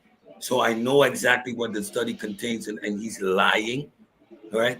We have here evolution, what fossils say, what matters. Now, indigenous retroviruses, we got here Dawkins, the great show on Earth, the evidence for evolution, right? Discussion of ERVs and other genetic evidence for evolution. Croning, the origins of early evolution of viruses, Nature Review of Microbiology. That's why I knew the nonsense he was spewing was about zoonotics. Explains the role of viruses in evolutionary biology, provides comprehensive overview of genetic evidence of evolution, including ERVs, so we don't just make up stuff, comparative anatomy and genetics, endless forms, most beautiful, new scientific for Devo, Henning, phylology. That's why you explain how you have this phylogenetic tree and how there's a mosaic and how it's not linear. These are all the points I brought up during the debate. We talked about observable evolution in real time. Here, unpredictable evolution. And again, Darwin's finches. Didn't I talk about these finches? This is where you get these sources from. Experimental evolution. This is all evidence, hard evidence. Here, what is evolution? When you talk about what a theory is, how this is established, these are the sources. Here, general sources. Evolution. This is all material you can look up. Okay? So there's a method to your madness. You do not write out a debate like I do, which is the standard and the level. Just let me know when you're done, and I'll break all that down for you. Hey, can I ask you a question once he done rambling? Silky. And if you can see here, these are all EDUs. These are all college and education material. This is actual sources. This is the actual evidence you provide in a debate. So I would not understand what you want me to bring. Fossils? Does it say 1959? Hey, look, his newest source is 5 years old. This is hold on. It's worse than that. It's worse. Hold on, wait. It's way worse than that. His very first source that he names, the very first one he says is Dawkins, and he lists a book. He listens to a book, the gene that this guy writes as evidence for evolution. Okay, not to mention his other evidence for evolution is reading out the definition of evolution to y'all. Write his book. So that's he writes his book based on the data that is collected. When you talk about fossils, what are you talking about? When you talk What are you talking about? You're talking about the evidence that is out there. How the hell you come to the debate with as much evidence as I do? You pulled out a book, okay? You pulled out. Hold on, wait. You pulled out a book. I'm talking to a bunch of ignorant. You pulled out a book, okay? Of the evolutionary guy. I have no idea how scholarship is done. Silky. It's all right. Just get to my line. Can I ask a question? Hey, JJ, can I ask a question? I just wanted to answer my question. Clown here is making a complete ass of himself, wanting me to bring a monkey and show evolution. What a dumb jackass! And I must answer you. All right, hold up, champ. Hold up. Shut the fuck up. Oh, come on, champ. It's not even that deep, bro. Calm down, bro. Lost. You over there fighting anything for these monkeys.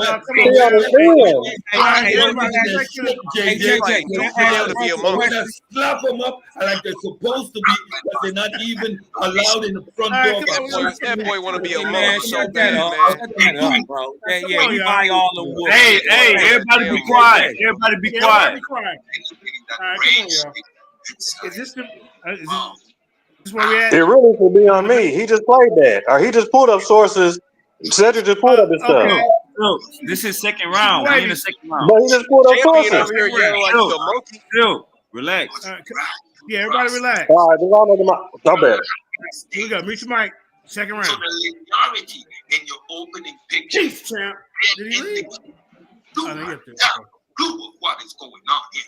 I hinted to the phylogenetic tree in the subjects I would not talk about. You do not have enough understanding of the subject matter to see that it's a mosaic tree and not a linear progression. How this discovery expands our understanding. A refinement, not refuting of evolution. You big confident son. Far from debunking human evolution of Moroccan fossils, add detail and complexity to our understanding of Homo sapiens, of how Homo sapiens emerged. It adds detail and complexity. Those two words are something you should slow down by. because you were rambling just now and have no clue what you were saying. It's getting comprehension issues. They show that evolution does not work in simple linear progression, but it diverges, but in diverse branching paths, with populations adapting to their environments over time. So that at no point in time in our evolution were we one mononuclear thing. We were always diverse from our onset. That's for a broader discussion. But I hope for those in the back of the class having other discussions realize this singular point right here. Evidence of evolutionary flexibility. Jabel in her fossil illustrates that early Homo sapiens populations were adapting and evolving simultaneously in different parts of Africa. This supports the idea that modern humans did not arise from one singular Garden of Eden, but rather from interconnected populations exchanging genes across the continent. A basic understanding of evolution would make this an actual better understanding of our evolutionary process. We never was in one single place, always moving. And if we evolved from early Homo sapiens, their behavior was exactly the same. And what is happening? We are getting more and more evidence to support that particular hypothesis, that particular aspect of reflection and the whole evolutionary story. You see, it's a continuous process. It's never been stuck at no particular time in history and at no particular time in how science is executed. But again, your incredulity combined with your paranoia makes this almost impossible for you to grasp. The Moroccan discovery exemplifies how science adapts to new evidence. Adapts! It revives timeline, reshapes hypothesis, and incorporates new finding into the broader picture of human evolution. You know, you should be a student at my feet learning. You're trying to debate me up here. And now I'm going to be accused of spanking you. But again, my intention was to teach. So sit and learn. Unlike dogma, science thrives on new data. And the Moroccan fossils highlights and the strength of this approach. And you're there talking about, oh boy, you got to throw it all out. They were all wrong. They were all wrong. No, you were wrong to the point of ignorance. One of the Homo sapiens in the past. Look it up. Why this discovery doesn't refute evolution? Critics of evolution might argue that the Moroccan fossil changed the established story, quote unquote, of human evolution. However, this perspective stems from a misunderstanding of how science works, which I indicated your incredulity. That word means you don't understand. You don't understand. You don't understand. You don't understand. Science evolves with evidence. Evolutionary science is dynamic. Discoveries like the Moroccan fossil don't invalidate the theory of evolution by Lamont. They enhance it by adding new details and expanding its explanatory power. The ability to integrate such findings into the existing framework demonstrates the robustness of evolutionary theory. No contradiction in fossil record. The fossils don't contradict prior evidence. Indeed, I repeat that. I'm going to do my own junction. The fossil record don't contradict prior evidence. The fossil record don't contradict prior evidence. The fossil record don't contradict prior evidence. They complement it. They show that Homo sapiens had deeper roots and a wider range than previously known, which fits perfectly within the evolutionary model. So no one's surprised. Consistency with evolutionary prediction. Now, if it's consistent with what we predicted, Lamont, quote unquote, why would it be surprising to scientists and make all the work that they've done invalid? This again is yet more evidence of your inability to comprehend what you were reading. Your source was talking about evolution, but you dead already. Need we continue? Evolutionary theory predicts that new discoveries will reveal transitional forms and previously unknown stages in development. The Moroccan fossils are a perfect example of this, bridging gaps and providing further clarity on human ancestry. Conclusion: Moroccan fossils are a testament to the strength of evolutionary science. They refine our understanding of the timeline, geography, and process of human evolution without refuting its foundation. Evolutionary science's ability to incorporate these findings into a cohesive narrative demonstrates its robustness and adaptivity, qualities that pseudo-science or incredulity-driven arguments cannot match. These fossils highlight how science welcomes new evidence, even when it complicates the story, because that is precisely how our understanding of the natural world grows. So man, see, he doesn't understand how anthropology works. You were on the program the other day when I said I needed to get this boy in class where he needs to sit down, shut up, and listen. He was making all kind of statements. How anthropologists and paleontologists identify small bone fragments. I'm gonna say it now so you don't need to make a complete Jenny of yourself. Identifying a small bone fragment is a meticulous process that combines multiple scientific disciplines and methods.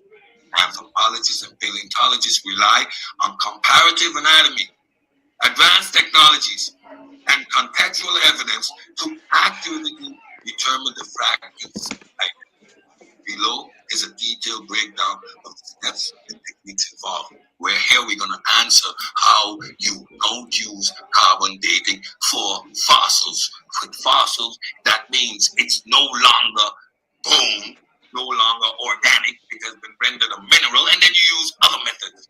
You big Lamont, contextual analysis, site location and stratigraphy. Location where the fragments is found provides context. Hold on. Please let me destroy that verse real quick. Please let me handle that Wait, say that first. Say that first. Remember, he was beating on his chest. He was beating on his chest about carbon dating and how it's all let me rebuttal. Let me talk. Let me tell you why. Come on, one at a time. Who asked the pause first? Which one said it? I asked to stop. Okay, then you come on. I just wanted to highlight. Look, that was the end of the verse. Silk, hold up, Silk. Come on, Silk. You gotta have some. You don't get to go. I promise you. We got people watching, man. Let's be professional. All right. Go ahead, Sid. Simply to highlight how I'm going to destroy his ignorant claim about carbon-14 being used to date fossils. When I heard that, I was like, he has no clue of how these fossils are actually dated. You cannot use carbon-14 to date fossils. Why? Because fossils, it doesn't contain organic material. But listen to the breakdown. Remember, this is in rebuttal to his claim about carbon-14 being wrong and they use carbon-14. They don't use carbon-14 to date fossils. So he was completely and totally wrong. Peace, champ. 30 more seconds. Okay, he yields. All right, now go ahead. Now, don't nobody interrupt him. You got 1 minute, then we're going to get back to the video. Oh, man, I don't even know where to begin at with that horrible verse you just came out with. Once again, you went back to definitions. You didn't name nothing but definitions at all. That's all you were saying. Your point was calling out definitions in a dictionary. You didn't name not one evolution piece of evidence. You still haven't shown no evidence of evolution at all. You just keep on reading definitions, but you won't show no evidence that you have so much of. Now, let me tell all the geniuses on the panel, did any of y'all hear him say zoologist? He said archaeologists and paleontologists. Okay, yeah, he didn't even mention zoologists. Okay, while y'all still want to bite on a zoologist, yeah, that's another trick play. You're not supposed to bite on the bait. That's a dummy bait. 30 seconds. All right, you're not supposed to fall for that. Yeah, I'm good. We can go to my verse. All right, My let's get round. back to We can get discussion. Anybody want to make a comment real quick? Cosmon? I just wanted to make a statement real quick. Oh, go ahead. Let me make a Go ahead, statement Keon. real quick. Go Yeah, ahead, what's Keon. good with y'all? It's the perfect antagonist in the building, y'all, man. Keon White here. What's up to the panel? I'm just letting you know here, Cedric is a regurgitator, and there's nothing wrong with regurgitating because it just proves that you learn something. It's always You good to better learn watch out. something. That's a damn It's champ. always Hey. I know who I'm talking to. I'm talking to the gay gene scientist. I know what I'm talking to. Cedric is just a regurgitator at the end of the day. At the end of the day, we're trying to argue the evidences. We're not arguing if we know the evidence. We're not arguing if somebody can give us an explanation of anthropology. We're not arguing about any of these things. We're arguing about the actual evidence. How the hell do you look at one squiggly line and say that it turned into another squiggly line, and that proves the fact that there's evidence of 3 million years of evolution? That's what we're talking about here, people. We're not talking about any definition that you know. That is useless information in this debate. You're a perfect example of why I need to do exactly what I'm doing, because you're proving that you have no clue of what you're talking about. Hey, JJ, I just wanted to debunk, while he up there laughing and slapping his knee, I wanted to debunk his whole talking point that DNA is not pulled from fossils. Okay. You definitely can pull DNA from fossils. You want to share my screen real quick, or you just want me to read it? You just read it, man. We'll let Yes. you come on. Yeah. Has DNA ever been pulled from fossils? Yes.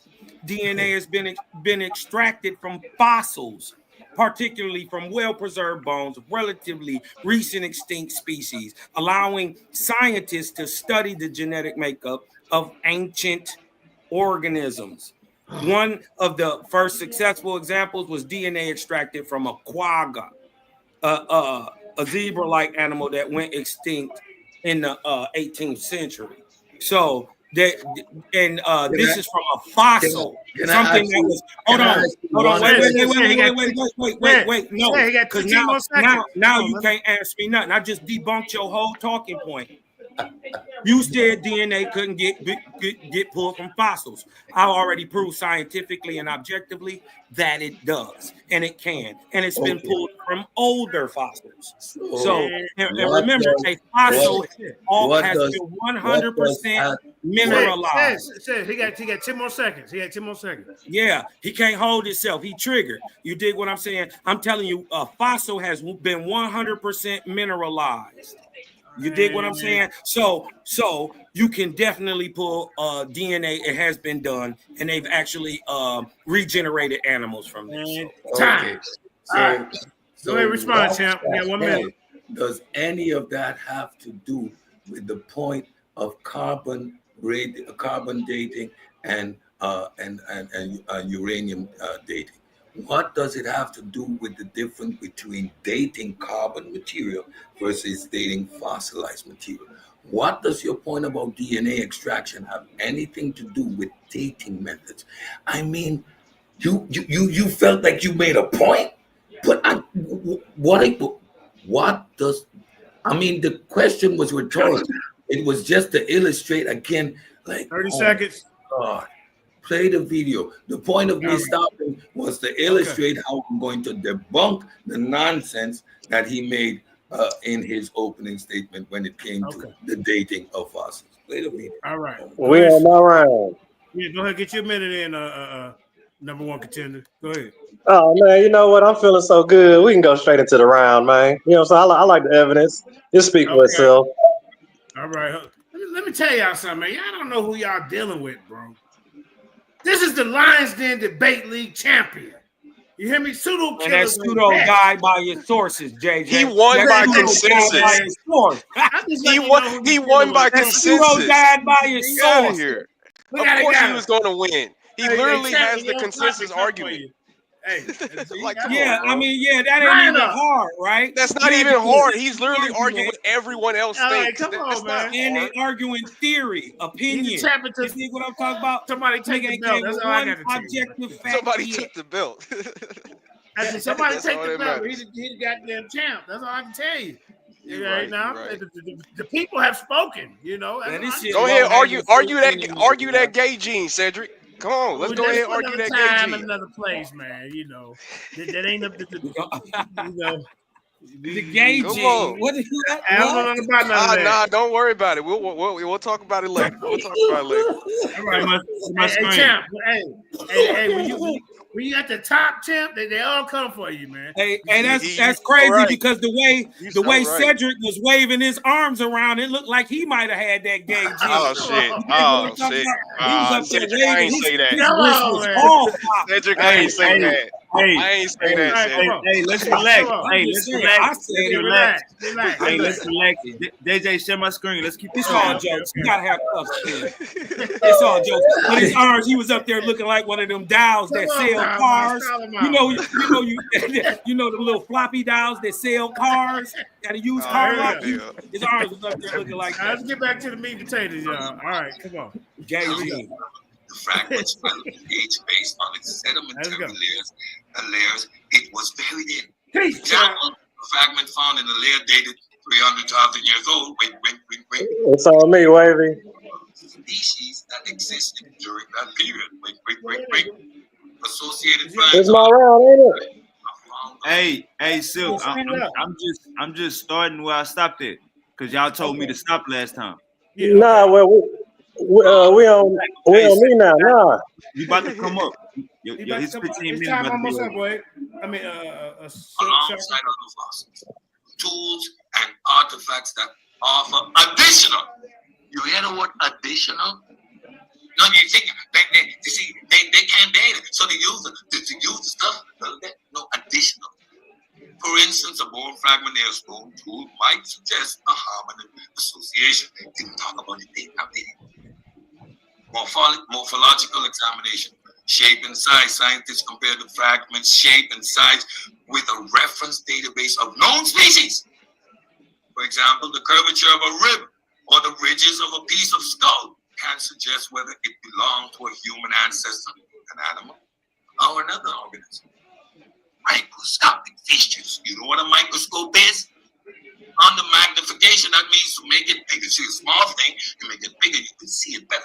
Bone fragments can reveal structural details such as trabecular patterns, spongy bone structures, dried bone, you ever stuck on a bone? Muscle attachment sites, growth lines, which can indicate the age of an individual. Comparative anatomy, indication of specific features.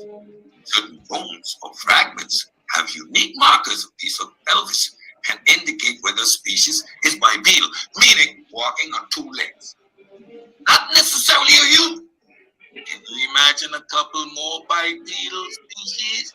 A section of a jawbone might reveal dental patterns unique to hominids, animal or human versus animal. By comparing the fragments of known skeletal collections of humans, primates, and other animals, scientists can identify species. Yes, they can actually do that, Silky. Wow, isn't that amazing? Radiometric dating, determining age. Techniques like carbon-14, slow down.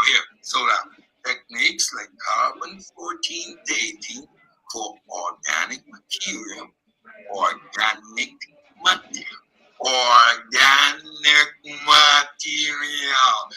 uranium series dating for older fossils.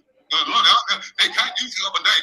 But they use stuff like that. Can establish the fragment's age. Knowing the age helps narrow down possible species that have lived at that time.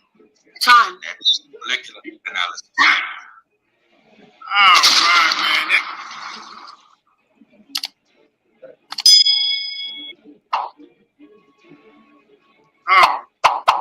Like the video. Thumb up the video. More definitions, huh? Man, we got many more debates to come. This is pretty good so far. I'm liking it. I'm loving it. Okay, what was your slide? Shout out to right there. I love you. All right, let's go. Okay, hold on. Now, everybody pay attention, because right now I'm about to speak on the number one reference that he dropped, that Dawkins. Hit play. Right there, keep it right. No, you good right? Well, I'm in the middle one, but you good right there.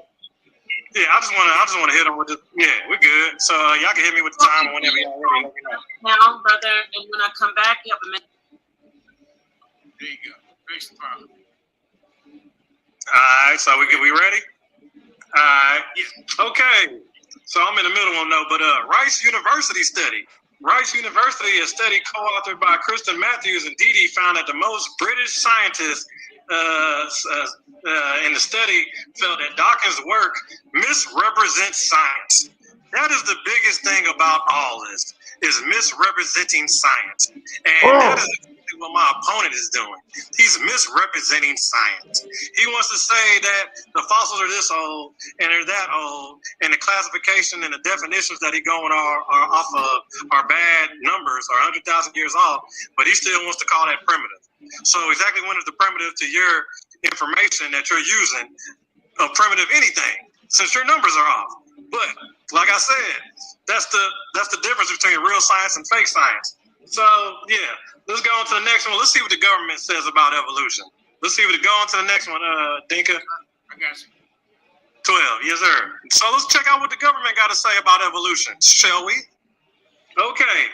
Yes, the U.S. government, through its court ruling, supports the teachings of evolution in public schools. Yeah, because they bought the books already, and they're already in the schools, and they don't feel like taking them out, and it's freedom of the thing. But that's all good, though. So they're in the schools. So the government supports evolution. So that's hence why you're seeing these chairs, and you're seeing these people. They got to push the science, because it's self-supported. They got to push it. So the government's aligned. So scientific census. The government aligns with the overwhelming scientific consensus that evolution is a well-established theory, explaining the diversity of life on Earth. So even though the government supports it, they're still with the census that it's a theory, point blank period. If it's such good evidence, why don't they just make it a fact? But hey, some people like to ride on light stuff and other people like to go a little stronger. Let's go on to the next one. Let's go to slide 14. Okay, lacks and gaps in the fossil record. Let's get to it. According to the recent fossil discoveries in Morocco, the fossil record of Homo sapiens has been pushed back around 100,000 years. But my opponent, he wants to keep bad information. He likes wrong dating. He likes bad science. That is what he stands on. Apparently, all the rest of the work is still perfect to him. But so pushing back the human origins timeline by 100,000 years refers to the recent scientific discoveries that suggest modern humans evolved significantly earlier than the previously thought. So apparently, if they evolved back here, and a new number shows them up here, where are we at with all this? That part. But let's keep going though. So let's go on to the next one. Let's go to the next one. We on 16. Scarce in the fossil record. Yeah, let's get on this. Let's get on this. One more. Okay, sorry about that. 17. Go ahead. Oh, there you go. Yeah, scarce in the fossil record means that there are very few fossils of particular organisms or a group of organisms. See, my opponent, he fails to tell you that some they got hard organisms that fossilize and decay better, and then they got softer organisms that don't. So the soft organisms that don't decay well and they just deteriorate away, you'll never even get any information on those. Missing links, gaps in the database. But let's keep going now. So types of the fossils in the fossil record. The fossil record is very uneven and is mostly comprised of the fossils of organisms with hard body parts, leaving most groups of soft body organisms with little to no fossil record. Y'all can understand the logic of that, right? It's soft, it's not hard, it's no bones, so it's not fossilizing. Okay, so you don't even count those. We don't even get a chance to even check those organisms or missing links or data to the database, okay, of fossils and whatnot. But yeah, so you don't even get those. And transitional fossils between these groups are vertebrates and ectoderms and brachiopods and some groups of arthropods. Hard bones and shells fossilize easily, unlike bodies and organisms that like cephalopods or jellyfish. Understandable, right? That should be pretty simple science right there. The Romer's gap is an example of an apparent gap in the tetrapod fossil record used in the study of evolutionary biology. So regardless of whatever y'all do, regardless of whatever you want to say with evolution, you got gaps in your fossil record that you could never patch. You got gaps that you could never fill. Do you want to know what the percentage of that gap is? Let's go ahead and get to it and see what science has to say about it. So each fossil represents a snapshot of the process of evolution. Hence, they tell you a snapshot. You're far from a movie or a series or a show worth of evolution. Mr. It's seen by the eyes. All you got is a snapshot, and they're being nice about it. So you got the evolution process, snapshot of process of evolution because of the specialized and rare conditions required for a biological structure to fossilize. Many important species or groups may never leave fossils at all. Understandable, right? That's pretty, I think y'all should be able to understand that, right? Some fossils, yeah, you won't never get any information about it. So while they're talking about a missing link, you can add that to the line, to the list. But okay, even if they do leave fossils, humans may never find them. For example, if they're buried under hundreds of feet of the ice in Antarctica, a number of species known about through the fossil record is less than 5% of the number of species alive today. Fossilized species may represent less than 1% of all species that have ever lived.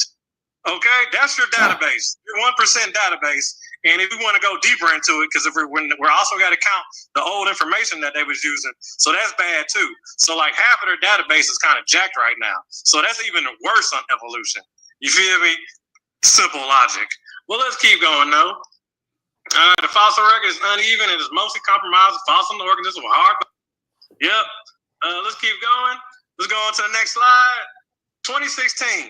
Yeah. We back on Dawkins. We back on y'all number one evolution guy because we breaking down scientists. We breaking down these evolution scientists to real scientists. Okay, that's what it is.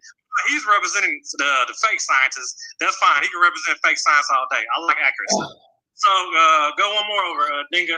So a 2016 study of over 20,000 scientists from 8 countries found that most British scientists believe Richard Dawkins misrepresents science and scientists.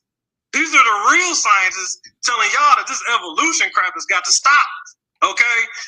Dawkins is riding around a Ferrari and he ain't got none of the credentials. Survey results, nearly 80% of the scientists who interviewed believe that Dawkins misrepresents science and scientists. He's misrepresenting science and scientists, okay? Evolution. Your evolution is misrepresenting science, is what the real scientists say. But let's keep going. No number of scientists who mentioned them. 48 scientists mentioned Dawkins without being prompted. So basically, they must have been like, what do y'all think when y'all think about bad science or evolution or whatnot? And they just basically, the first thing came to mind was Richard Dawkins. So that's real nice to know. And not to mention, Dawkins is known for, and he's known for inventing the term meme. And he also believes atheism should go hand in hand with science and some other stuff. Okay, let's go one more over. Go to 20. We on to the bad timeline. Yeah, buddy. Let's get on it. Okay, you on that? Okay. Now, if you pay attention here, pay attention here to the first human, to the tall one. Okay, if you pay attention to the first human in the front of the row in the picture, now with the numbers and the information in the new science, so that first human moves all the way to the back of the line. Okay, so the first human right there on this chart goes from the dating, off of the dating, moves all the way to the beginning of the chart. Okay, so they're saying that small one came back first in 300 or some thousand years. That's all wrong. Okay, so check out these little fishies next to us in this other picture. Guess what? All those numbers are wrong also. Okay, all that stuff is wrong due to the new scientific information. Okay, so if you want to stay with bad information and inaccurate numbers and faulty dating and testing, be my guest. I'm gonna go with the smarter money. That's just me. So yeah, as you can see, the 300,000 moves your first your human moves your first human all the way to the back.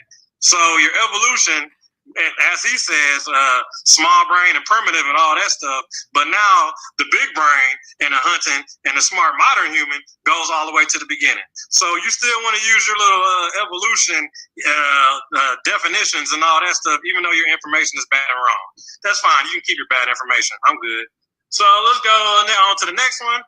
Charles Darwin, the evolution king. Okay. That's the man right here. This is the one that got everybody lost. All right, that got everybody thinking that you're gonna turn into a Pokemon, thinking y'all gonna turn into Charizards. FYI, you're not. Okay, there will be no Pokemon evolution going on around these here parts. I hate to tell you. So let's go to his credentials. So he's a naturalist and a geologist and a biologist. Okay, not a paleontologist, not an archaeologist. So he's not looking at old fossils. He's not looking at old rocks or none of that stuff. But he has the nerve to tell you what you are supposedly coming from in the whole fossil record. Stop the video. Okay. All right. So you see, now in the debate, 2024, with the advent of modern technology. You can check these claims and see where the source is for any particular claim.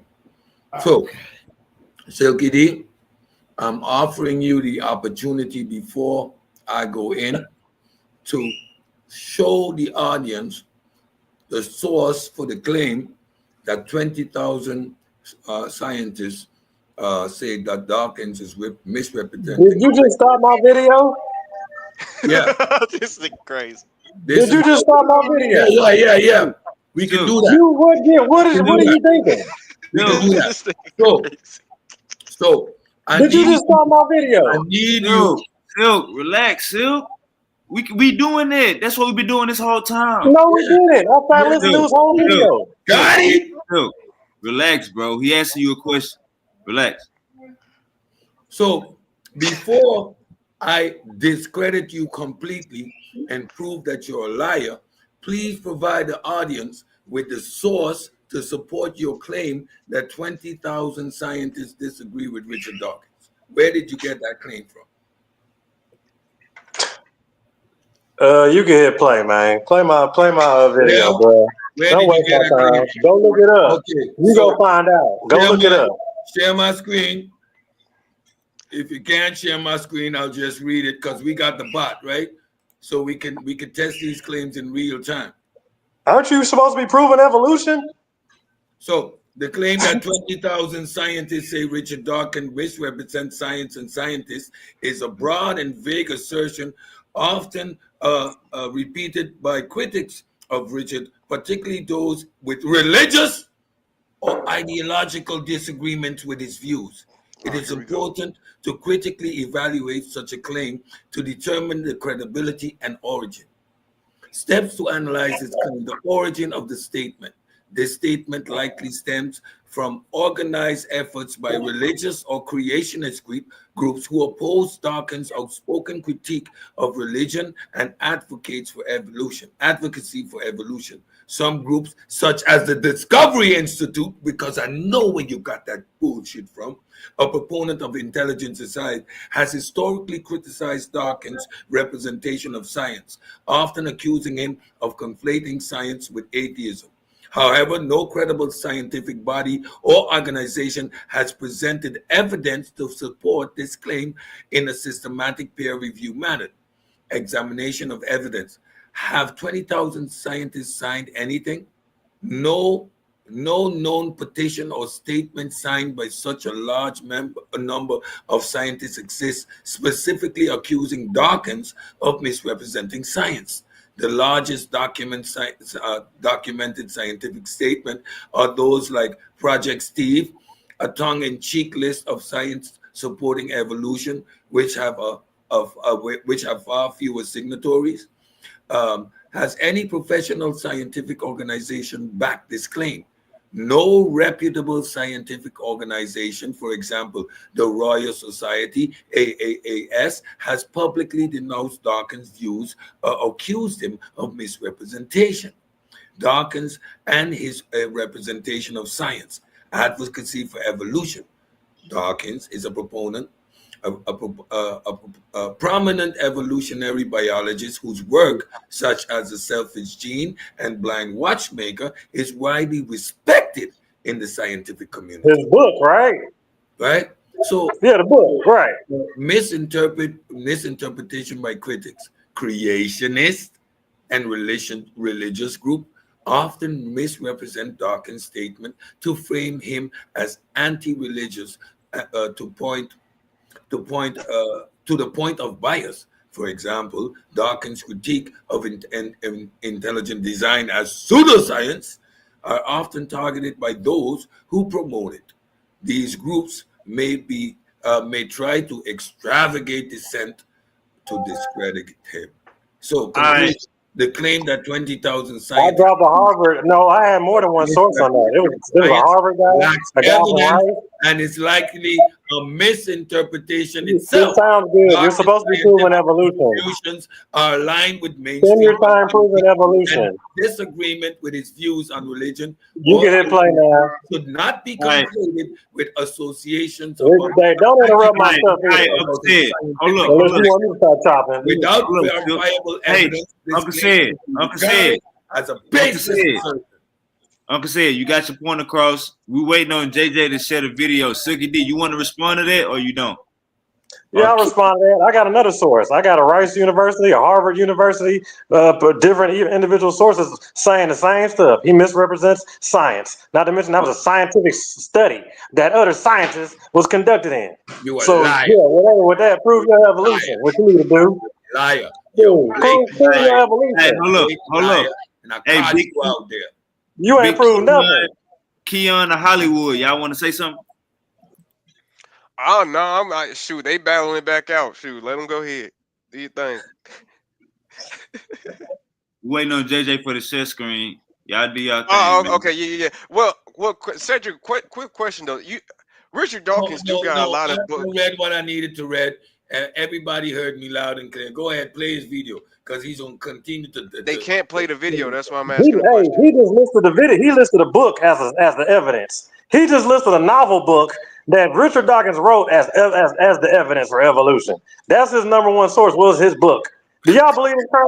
So a book that this fool wrote is supposed to be your number one evidence for evolution. Are you serious? Dummy. I mean, the book is made by a doctor. I mean, I don't know. That's kind of... A zoologist. It's made by a zoologist. Is an evolutionary biologist. He never claimed. A zoologist, not an archaeologist, not a paleontologist. That he was reading. Boy, you dumb. And he went back to the zoologist. I mean, here's my thing, though. If you're not standing you are on really dumb. the scientific studies that have been done, why should anybody listen to you, bro? Like, it's not like Bro, studies. why don't you shut up? Mute your mic. I'm not talking. You heard it's a scientific contradiction. Read the title of the debate. I'm talking. Hold on. Uncle said he wasn't talking to you. Said I wasn't talking to He's you. talking about my debate. So you need Hold up, Uncle said. About my debate. Uncle said, hold up, he wasn't talking to you. It's my show. He needs to shut up. Get him out. Otherwise, he's gonna get off the panel. Uncle said, he was talking this ignorance today. Uncle said, dealing with the ignorance. He was asking. No, shut him Uncle up. said, No, that's a different person. Uncle said, it's a different person. That's a different person. I know. He was talking. It's the Uncle Chihuahua said, down here. Uncle said he was talking to Silky. He was asking that to Silky. Uncle said, relax. What I was saying is, it seems like you dismiss the claims of science by using the claims of a different form of science, right? Like you won't, and if you're saying that you're not going to accept anything other than firsthand knowledge, someone who really dug up the bones and did the archaeology, why would anyone listen to you? Like science is built on the work of past scientists. So for him to present that, certain things are accepted, peer-reviewed in the scientific community. So I don't understand how you try to fight science with science unless you're saying this science proves that wrong. And you haven't really been laying that out. So, okay, I believe what you're referring to is a scientific contradiction, correct? Nah. Well, I mean, regardless of what happened, they're contradicted anyways, because that's why they're off. That's what the whole 100,000 year wrong thing is about. Their whole chart is wrong. The years are off. So the new findings contradict the old ones. But I think Scientific one of the points contradiction. Definition. I heard in his work when I was listening is, right, what you're saying is disproving previous science isn't disproving it. It's perfecting it. It's building off of what we had. So now we know, okay, certain things we thought weren't 100% accurate, but now we know this. But it's not disproving previous science. Well, if it contradicts it, if it's totally opposite, or if it's totally like different from the previous information, yeah, we got an issue. Well, if I could intercept real quick, right? But and I like to be fair, I apologize, my brother, because I thought that it was someone else asking. I'm what you said. I'm You sorry. had your back against the wall. I'm with you. yeah, but to be fair though, Silky, I mean even I can admit this. That's science is like a continuous kind of it accumulates all kinds of knowledge. Like if you disprove something per se, they give you a Nobel Peace Prize. Like they give you that, and then they erase the old and then put in the new, whatever you disprove. Like So what they're referring to is building the scientific database, correct? Whatever you want to call it. We're okay. In the fundamentals of science, we're all collecting data, correct? Sure. Again, So we're building the database is what we're doing, correct? Yeah. All right, there you go. There you go. What? That proves nothing. It's like almost at this point now you're agreeing with the other side. Because Did I not explain to you what we're doing? If you're building a database, you're building it on information. And when I listen to your presentation, it's all about strictly dismissing the information. And it kind of gets all over the place. Hey, hold on, man. We got a Grammy Award winner on the phone real quick. Oh, This is one of the. Go ahead, Pinkberry. Hey, go ahead, Pinkberry. Tell them what it is about this science stuff. Go ahead. I ain't had that discussion yet, but just shout out to you guys, man. I hope y'all have a good night. That's Sebastian Cole. You know that guy used to beat up in the debates, man. We trying to get back. Hey. He gonna keep telling that lie though. All I want to say is I'm not a Hebrew Israelite. He is an atheist. And when we came into this debate, he was a Hebrew Israelite, and I was an atheist. So one of us have changed positions, and it ain't. Hey, this is my most We got him. Here, man. Hey, I ain't gonna lie, man. We had three epic debates. The Big Bang. Every one of them you lost. Even when I was a Hebrew Israelite, every one of them he lost, ladies and gentlemen. Don't let him fool you. No way, I lost them because you on my side. No, I ain't got nothing to do with that. It's a long game. It's a long game. Hey, man, but y'all can talk for this brother album, man. He got an album coming out. Tell him about your album real quick. What's the name? It's called Sugar and Salt. It's a country album. I'm finna show y'all that black people made country music. That's right. That's right. Okay. I'm finna take y'all back to it. Take it back, family. All right, man. Sebastian, thanks for coming on. Go, man. Yeah, me and him gonna get back in the ring. A discussion pretty soon. I'm put you in the classroom. Put you in the classroom. All right, man. Homie said he taking attendance, JJ. Make sure you're on time. We take them to class. All right, family. Love you, man. Hey, man. Thanks for stopping by, man. All right, man. Get back to your album. Man, make sure you give me a shout out though. All right. Hey, no BS though. Country is the wave, man. Country's the wave right now. All right, yeah. Let's get back to it. Now, do I need to share something? Man, what's going on? Yeah, they got back a to my video. Yeah. Okay. We back to my video.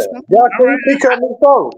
He couldn't believe that he stopped the video. He said, he was like, "Oh my god!" You don't know how to start my stuff. Go ahead, Superboy. You got it. If that's what y'all want to run with, that's fine with me. I'm a little smarter than that. So let's go on to the next one. Let's keep it moving. So next I got to kill a moth. So I've killed the what do I call it? The Odyssey. Killed the Odyssey vibe. So let's go ahead and kill. Damn, JJ. Oh, there we go. All right, let's get it. Yeah, we good? Yeah, we good. Kill this moth now. So this moth right here. So this moth was brought to my attention. So Did you go back a little bit? I don't have control of that. Okay. We starting where y'all stopped at. No, okay, go back. We was on Darwin. How far? It's the picture right there. I'm gonna go back a minute. Yeah. A naturalist and a geologist and a biologist. Okay? Not a You want me to go back another minute? No, that's good. You can let it ride. paleontologist, not an archaeologist. So he's not looking at old fossils. He's not looking at old rocks or none of that stuff. But he has the nerve to tell you what you are supposedly coming from in the whole fossil record. Not the nerve.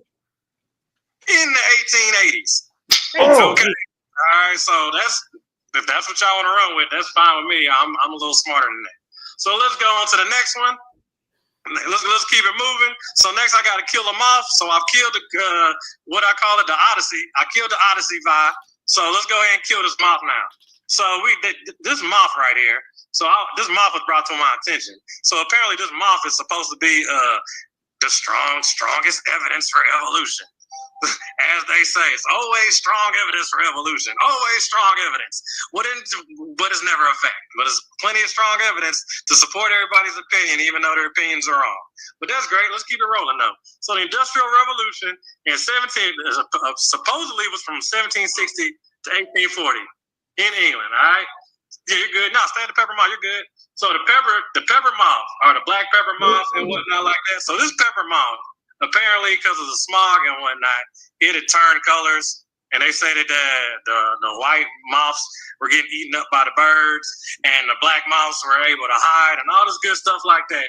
And they're calling this a #1 evolutionary piece of evidence. But the wrong information that they don't tell you is that when they did this scientific study back in the 1700s, okay, in the middle of the Industrial Revolution, they didn't know that the moths are nocturnal. So while the scientists are studying them in the daytime, they have a whole Industrial Revolution. They didn't take in the fact that animals migrate. Okay, not to mention while we're talking about the moths also migrate 200 miles in one 8-hour shift. They can migrate 200 miles in 8 hours. That's your moth right there. So they're doing this moth study in the daytime. Moths are nocturnal. Okay, moths migrate. They have no real evidence to back up this whole evolutionary thing of 1700, but apparently it's supposed to be #1 evolutionary evidence. But they didn't take into account the fact that any of those factors when they're doing this little moth study. Okay, you're trying to study moths in the daytime and they're nighttime hunters and whatnot like that. So that literally debunks this whole 1700 moth thing. Like I said, they didn't count in migration. They didn't count the fact that moths are nocturnal. They didn't count the fact that they habitat, that they move along. Okay, animals don't just stay in one place. When things are bad, they're gonna move around. But they're saying they didn't see them because they were getting ate up by the birds. No, you didn't see them because they come out at nighttime for one, and second, they migrated. But you know what I'm saying? That's just a little something on the whole evolution of the moth, as they try to claim strong piece of evidence for evolution, which is pretty much BS. The fact that they try to slide that by you. Okay, if I was you, I wouldn't bother that. I would know better. Well, let's keep it rolling, though. So that's the black pepper moth. If y'all ever want to look into that, supposedly evolutionary strong evidence, you will see it's pretty hilarious that they actually tried to pass that off in the middle of an industrial revolution. They were studying moths. Great. Yeah, okay. Yeah, believe that if you want. So let's go on to the next one. Let's move on to these Lucy bombs. I'm not understanding the point of that. Because they all want to claim evolution. They all say everything's evolving, and we got all this evolution. Somebody say something? Yeah, you want to stop it? You want to talk about it? Yeah, I'm not understanding what's the point you're making about the study of these moths when it comes to evolution. Okay, but so apparently Darwin used that study, right? That came out. So apparently, I believe Darwin either died 10 years after that, or it's some little 10-year gap. Yeah, and they push it. Yeah, they push it hard. So that's like one of your supposedly first proofs of evolution evidence. That's supposed to be hardcore evidence of evolution. Is moths being ate up by birds, and so I guess more that they claim the white moths got ate up faster than the black moths because the birds couldn't see the black ones, and so the population of the white moths went down. And so, and it's crazy. Yeah, and that's how they're claiming that to be evolution in the 1700s. So is He DeSantis has saying no that the idea black moths what he's are the talking about. more common moths now? No, what is so the thing is, it's saying so they come in white and black. They come in that, but they dubbed it the black moth, I guess, because the white ones are flying through the industrial smog, so they're supposedly getting black. Oh, please. Since Or you bring something up, like that. Like I said, it's hella messy. let's explain Nah, I how don't think wrong that's you are. fair. All right, hold on. First Let's of say all, explain. That's why, yeah, he can explain it. Yeah, go ahead. First Explain of it. all, this is talking about a particular mechanism which is illustrating evolutionary pressures, natural selection. This particular moth comes in two colors, the same species, but it comes in a variety of black and white. Yes, it is nocturnal, which makes it easy to study in the day because it's stationary during the day. So when scientists are out during the day, it's not buzzing around. So their numbers are easier to track. So that's the first misconception that you have. What happened is during the Industrial Revolution, what this means is that we were modernizing using more machinery. So it wasn't like if it was a revolution, people were shooting. So they could actually do studies because they could afford it. It was the modernization of the times. Now, what that produced was a lot of smog in a particular area, which started to cover the trees, which afforded the black moths more coverage. Their numbers was low because they had less coverage on the trees, so they were easy targeted by the birds. When the circumstances in the environment changed, the lighter birds now became more susceptible to being targeted because they now were more easily identifiable in the daytime. And you saw a shift in the numbers. The black moths started to outnumber the lighter moths. When the circumstances change or in areas unaffected, the numbers remain the same. It was just evidence for one of the mechanisms of evolution, which is natural selection by means of environmental pressures. I'm with you. That makes sense. Okay, let me But that rebut is that. something that evolution Let me stands on. It let me stands hold on on. Let me handle that. organisms Let me rebut changing. that. He made so many mistakes on that. Yeah. Okay. First of all, you did not even take in the count in the fact that they migrate. You don't think of migration, so you don't think through this whole industrial revolution they didn't migrate. And then another thing, so you said the moths were hiding. Exactly where on this tree are moths hiding? How tall are trees? And you're telling me that they were studying this in the Industrial Revolution, and didn't nobody say anything about no guns? I said the smog. Didn't know you bringing up guns and all this other stuff. You can't even stay focused. Like, you're just like talking crazy right now. You didn't take in the fact that they migrate 200 miles, okay? And then not to mention they're studying them in the daytime, so they're discombobulated.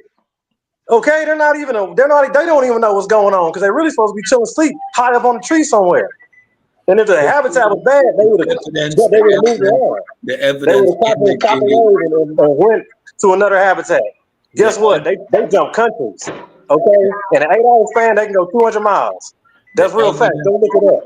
The evidence indicated that they inhabited a range of 200 miles approximately.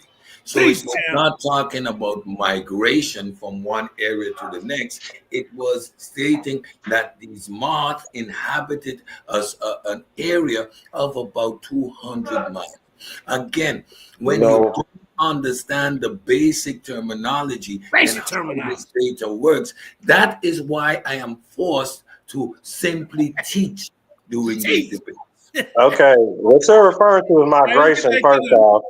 You're talking about migration, and if we pull up that article, it don't even say that. Those are just the real stats on that insect, on that moth. All right, Super Wavy, go ahead and put the. Yeah, play that, baby. Yeah, keep it rolling. Hope y'all enjoying this, man. These scientists is getting it in. 1700, y'all. 1700 Industrial Revolution. We studying about moths. Let's go. And we keeping up with everyone. We got track of every single moth. We know their total count. We counted every single moth. We ain't missed not one. Not one. We ain't missed not one moth. Not one. We know them all. We got them all accounted for. Yeah, let's bang it with Lucy now. Lucy. Oh man. Hey, Oh, I man. thought this part of the debate, he kind of hit you hard on that one, Sid. You know. This Lucy part. Now you the champ. Now you've been voted by the people the champ. Hey, this Lucy part, you're gonna have to do some explaining to do with this. Go ahead, let it play. Look at the champ. I'm loving this. Go ahead, Silky. I mean, Super Wavy.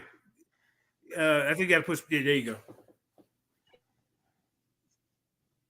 Push play. Oh, my bad. My mic was on muted. Yeah. Okay, my bad. Get to the right there, Lucy. Go back. Go get to the Lucy part. I think you gotta go forward. Hold up. Right there. Right there. Yeah, right there. About to get juicy. Hey, I got you. It's about to go into it. I got you. Yeah. By the birds. No, you didn't see them because they come out at nighttime for one, and second, they migrated. But you know what I'm saying? That's just a little something on the whole evolution of the mothers. They try to claim strong piece of evidence for evolution, which is pretty much BS. The fact that they try to slide that by you. Okay, if I was you, I wouldn't bother that. I would know better. Well, let's keep it rolling, though. So that's the black pepper moth. If y'all ever want to look into that, supposedly evolutionary strong evidence, you will see it's pretty hilarious that they actually tried to pass that off in the middle of an industrial revolution. They were studying moths. Great. Yeah, okay. Yeah, believe that if you want. So let's go on to the next one. Let's move on to these Lucy bones. Let's go ahead and get to the Lucy, back to the Lucy now, because they all want to claim evolution.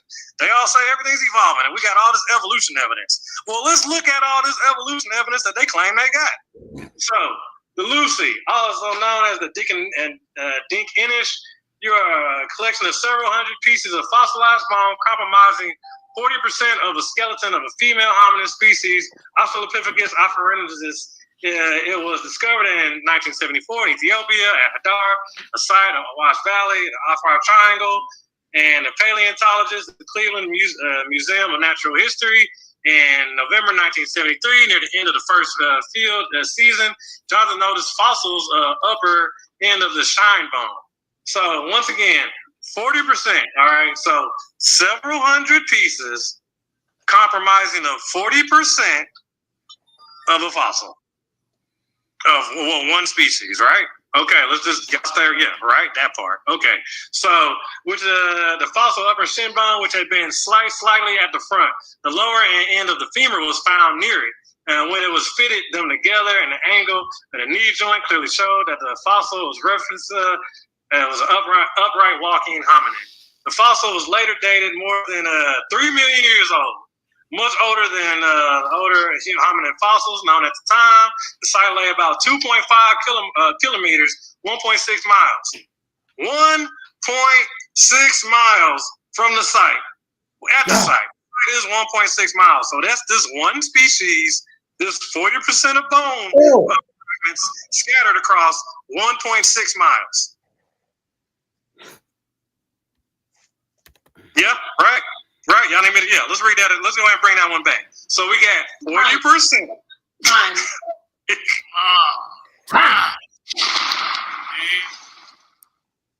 know, I got to do my own plug in there. Hey, say, like, share, subscribe, man, to all your Facebook platform, man. This is the debate. Conspiracy theory, and it is fueled from his ignorance. Oh, what's going around for? What's going on, Super Wavy? I'm just going to address the transitional stuff because I want to talk about. Yeah, right. Y'all need me to, yeah. What's going on? It's on Cedric verse 9. Yeah, you just got to get. Yeah, that was his time. Stop it. Shut up. Be quiet. Why are you done with you? Transitional fossils are not rare. Some What are we doing?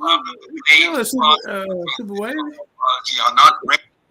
Conspiracy theory.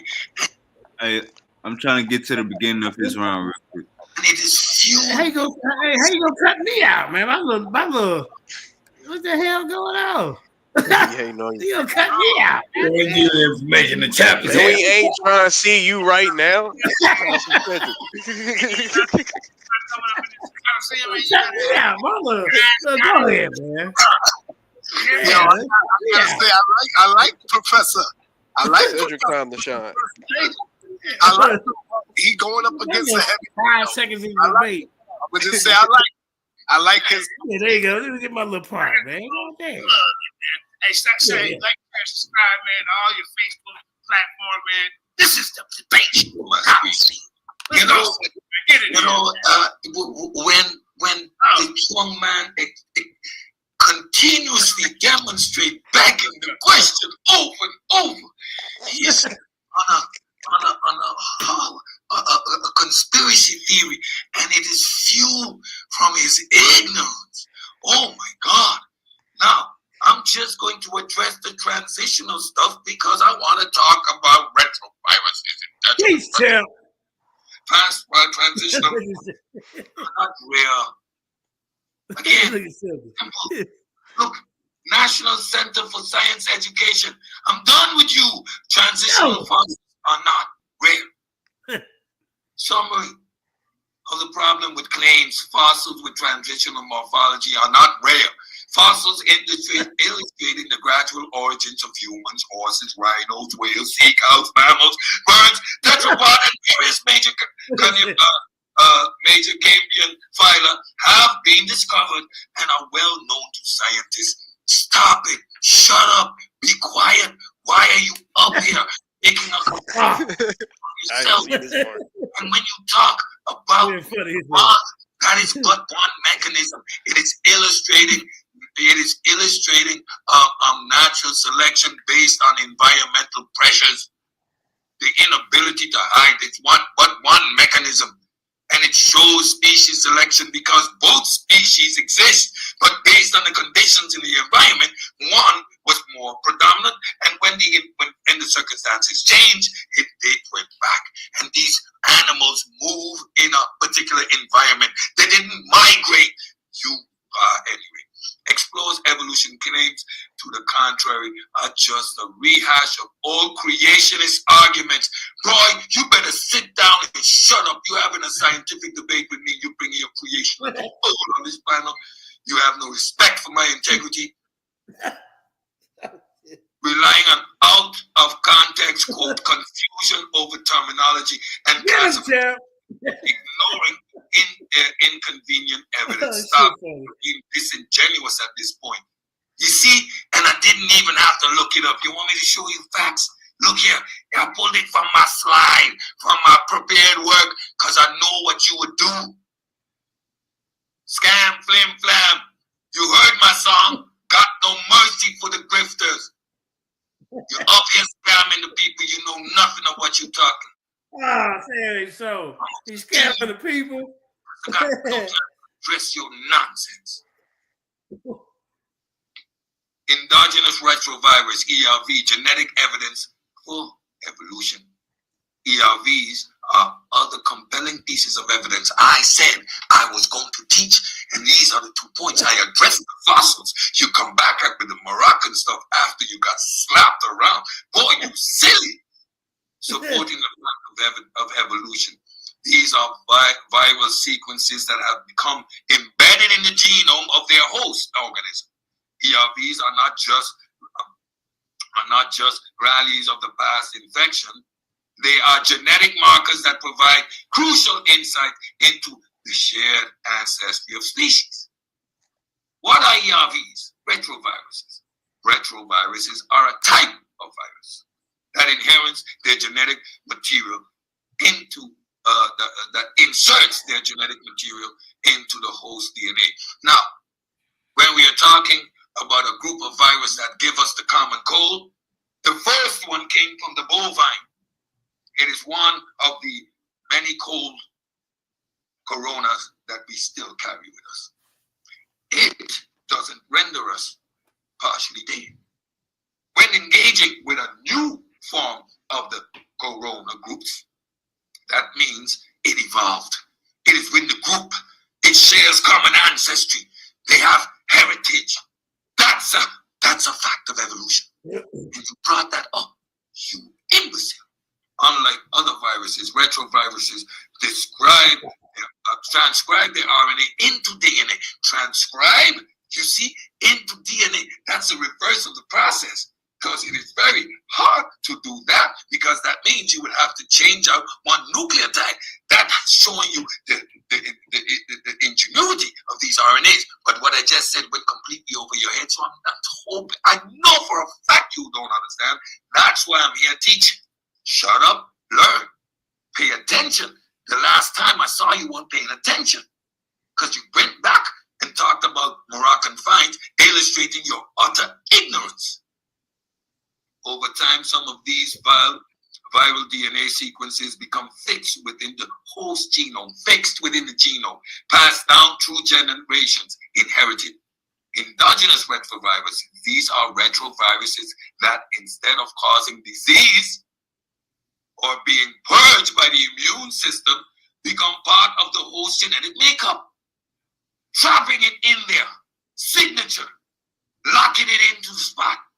Over millions of years, these sequences can accumulate and become indistinguishable from the host's own genetic material. Essentially, they become fossils within the DNA of an organism. That's gonna fry your little brain.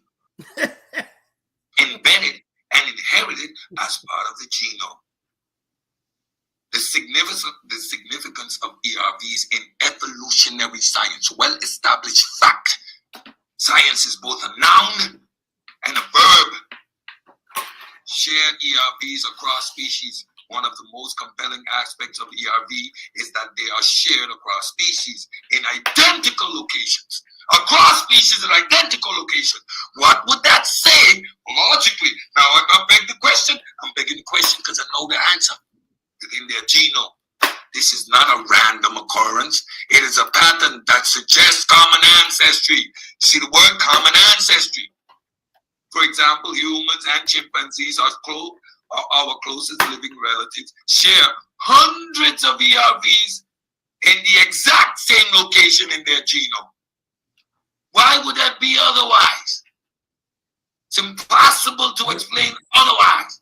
This is the strongest evidence, and your little brain couldn't understand how significant viruses are. If that's what you come with, viruses, that's what the best got viruses, with your eyes googly out, talking all that nonsense, embarrassing yourself and the people on this platform. Come here to hear good information, you come with that nonsense, you spew. The likelihood of this happening by chance is incredibly low. Instead, it suggests that humans and chimpanzees inherited these viral sequences from a common ancestor. So now that common ancestor is where we diverge from. It doesn't say we come from chimpanzees either, because I don't want to hear you say that I've come through this screen and grab you by the throat. The uniqueness of ERVs. ERVs are inherited in the millennium in a Mendelian fashion. You know that Mendelian cross, the simplest way, XY, because it is on our what? That means that what is that supposed to tell you? Hey, you're not sharing, Cedric. I stepped away. You're not sharing, brother. I'm not sharing. Yeah, you screen. Yes, he is sharing the screen. Trying to sabotage it. Information. Okay, go ahead. Oh. Yeah. All right, sorry about that. Yeah. So passed down from parent to offspring. So if it's in the Mendelian fashion, that means it's on your sex chromosome, because that's where we do that cross-links formula where you can have from 25 to 100% likelihood. Passed down from parent to offspring. Once integrated into the species genome, they stay with that lineage, providing a clear, long-lasting genetic signature. Unlike many other types of genetic mutations, ERV leave behind a permanent record in the genome, making them a powerful tool for tracing evolutionary relationships. Dating evolutionary events, the age of ERVs can also be used to estimate the timing of evolutionary events. So you see, we have another tool alongside carbon-14 dating for organic matter and the uranium series for inorganic matter, older fossils. We have another time clock here, the evolutionary event, measuring the ERVs, knowing where they are, gives us a time. Its presence in multiple species can date when they share that ancestor. For example, the presence of specific ERVs in the genome of mammals, but not reptiles or birds, suggests that this integration occurred after the divergence of mammals from other vertebrates, helping to refine, make it smoother, more beautiful. Evolutionary timeline. ERVs in action, a classic example of ERVs in action is the HERV-W family of retroviruses found in both human and chimpanzees genome. These sequences, while originally viral, now play a role in the placental development of mammals. A specific ERV, HERV-V, is involved in the formation of the placenta in humans. Illustrates how once harmful viral sequences have become co-opted into beneficial biological functions throughout evolutionary time. This is also the case with bacteria, our mitochondria. Why ERVs support evolution? ERVs are genetic evidence of the evolutionary process in action. The fact that these viral sequences are shared between species point to a common ancestor, and their patterns of inheritance and modification reflect the principle of natural selection and genetic drift. The presence of ERVs also contradicts the argument that species are independently created. If species were created separately, why we would not expect to find identical viral sequences in the genome of different species. The shared ERVs between humans, chimpanzees, and other primates are best explained by descent with modification. The core of evolution. Conclusion. Endogenous retroviruses provide a clear and compelling line of genetic evidence for the theory of evolution.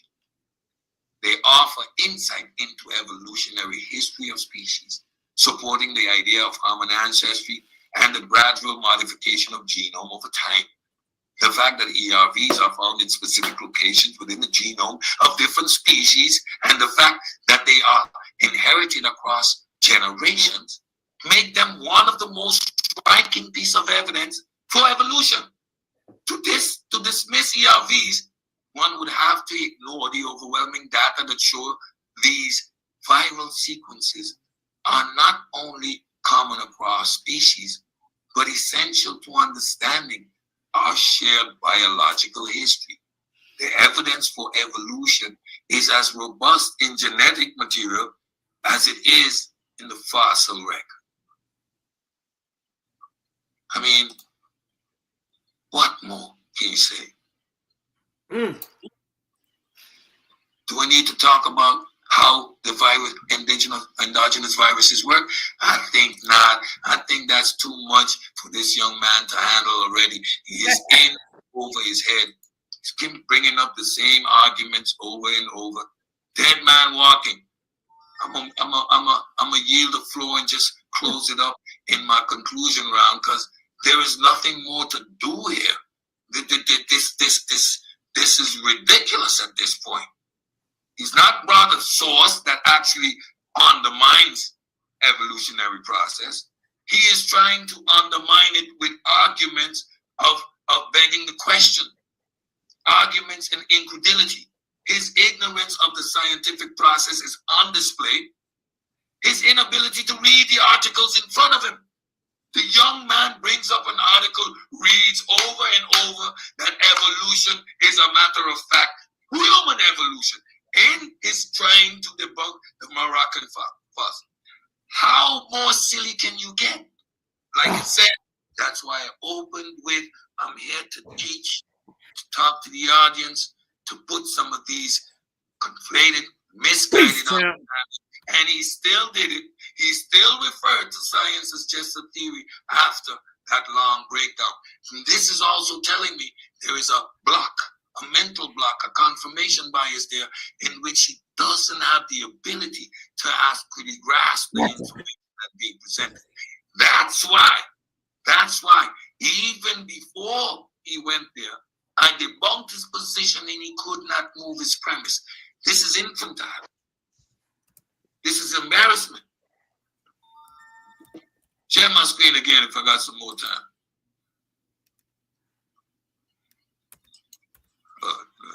Yeah. So let's look at our sources. Let me just show you the sources that we use. Darwin, Origins of Species, Fossil Record and Transitional Forms. Remember, Darwin didn't see a fossil. He made a prediction. The prediction. He predicted transitional fossil. Smoove in 2008. You're in a fish. 3.5 billion years. History of human evolution, of human body. Yeah, 2007. Columbia University Press. Evolution, what the fossils say and why it matters. Yeah, heard fine. Time. Y'all want to say something? Oh yeah. What? I definitely want to say something. Let me hold on. We got to critique his round. Well, let me get my critique on the round. Go ahead. Yeah, I listened to the whole thing, and it's boy. Oh man, it's worse than I thought. Okay, so you got nerve to come on here and say I'm on here regurgitating and repeating everything the whole time. And straight up, if y'all don't know about RVs by now, or URVs, if y'all don't know anything about that after hearing said repeated every single round for the whole round, okay, literally that's all he's been screaming this whole debate is RV genes, viruses and whatnot. And then he goes there and says that they're family, they have an ancestry, they have long history, they're mapped up across the gene pool and all that type of stuff. They go way back, they look way back into time. Yeah, really, wow, I thought they was mutating though, but they're still holding all this information. Then not to mention these genes, what you saying that they're mother, parent, they're parent parental, and then they got ancestrals. Yeah, and all that little mix right there is probably what you're seeing right now. I guess you would, I'll dumb it down some more for you. It would probably be more so like cousins and cousins type of thing. You know what I'm saying? Bottlenecking, but not. You feel me? Like that's basically what that is. But still, you have yet to bring all this buku amount of evolution evidence that you claim you got this big wealth of evidence that proves all your evolution, and all you done is harped about the URV viruses this whole debate. You haven't changed that like none at all. And then you went to the bones and you didn't do nothing about it. All you did was gave definitions, more definitions out of you. You ain't came with no type of evidence, not one piece of evidence. That like nothing. Like I would be embarrassed if I was you. The way you're out here parading and charading, coming trying to play that little game, and you ain't show nothing, and you're supposed to have the most evidence on your side. You represent evolution, right? Well, flood us with the evidence. Yeah, man, that's all I got, dog. Yeah, I was just surprised that he kept going to the UNRV again. I'm like, he really been saying that. Like I counted probably 8, 9, 10 times he said that, and that was just in 3 rounds. That's just me personally. Like I said, if y'all don't know anything about UNRV or RV or whatever he was yapping about, play it back this debate. Talks and repeats it through the whole thing. Yeah, so y'all be sure to enjoy that. And then a bunch of definitions that don't prove no evidence, that don't show nothing. Running definitions and still not proving no evidence. But yeah, we can get on to the 3rd round. Get him, contender. Unless Cedric got something to say. Yeah. Look at him. Got him shook. All right, 3rd round coming up. Let's get it. Yeah, you can't fool me. Let him know.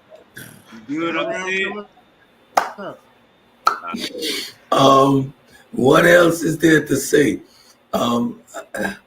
If he doesn't understand what was demonstrated, it is only indicative of his inability to even have this conversation. You hear how he's emotionally distraught and hurt and doesn't understand. Mind you, He started his debate by attacking viruses from the wrong angle, yet he established everything about evolution. Mind you, this is his evidence we're using here. He explained zoonotic jump, which is indicative of mutations, which is indicative of evolution in real time, observed evolution. He did that. Subsequently, he talked about evolution again when he referred to the Jebel Herd fossil find. I used that to explain how that contributes to our body of evidence with regards to evolution and doesn't undermine evolution. At no point did he at any time undermine or prove evolution to not be established fact. Referring to fossils, referring to human evolution being pushed back, he automatically boomerang daggered himself. I used his position to illustrate his ignorance of the subject matter. Evolution, fact or fiction. I established all the facts of evolution. I dispelled with his ludicrous notion of what a theory is in science. Again, his own source where he indicated that the government is in full support of the scientific theory which explains the diversity of life. Again, he died at his own source. You gave us definitions again. Definitions are not evidence. Please, quiet. It's not on you. It ain't even on you. It's on me now. I explained how evolution is a matter of fact. Definitions. Yeah, thanks. You got a lot of definitions. Great. By breaking down what ERVs you're gonna hate my round. Located and why they prove you're gonna hate my round. Is a fact. Wrap it up, champ. Go ahead, Ray. Yeah, let him wrap it up. Let me know when I got the green light. And what you're gonna see in the back and forth is that he can't answer one question. Okay, go ahead, Keon. Oh no, that was Buddy. Okay. Go ahead, Willie. Oh, everybody good? Okay, let's get back to it. All right, hold up. Let's get this third round out the way. Where it at? You sure? Okay. Add to stage. All right, thank you, Queen. Yep. All right, let's get it. So we good now, right? All right, let's roll. So let's get back onto these Lucy bones and fossils. Y'all see how I've attacked the Odyssey. I've attacked their black peppered moth. I'm attacking their lack of fossil evidence, which is apparently doesn't mean nothing to my opponent. Okay, and I'm attacking these Lucy bones, and I'm attacking scientists putting up bad science. Okay, coming with wrong information. Period. All right. There's real scientists and then there's fake scientists. I'm exposing y'all. I'm showing y'all the difference. So let's get back on it. So the site lay about 2.5 kilometers. That's 1.6 miles from the site where Lucy subsequently was found in a rock of stratum 60 meters, 200 feet deeper than that in which Lucy fragments were found. Okay, so let me just bring that back. So they're finding this fossil. This is, like I said, it's crazy. And this is one of his evolution terminologies and definitions that's so accurate. Okay, but so they found this fossil together in one piece. This is a one-piece fossil find, y'all. But it was scattered across 1.6 miles, 200 feet down. Okay. And 40%, and this is supposed to be the strong evidence of evolution and of the species.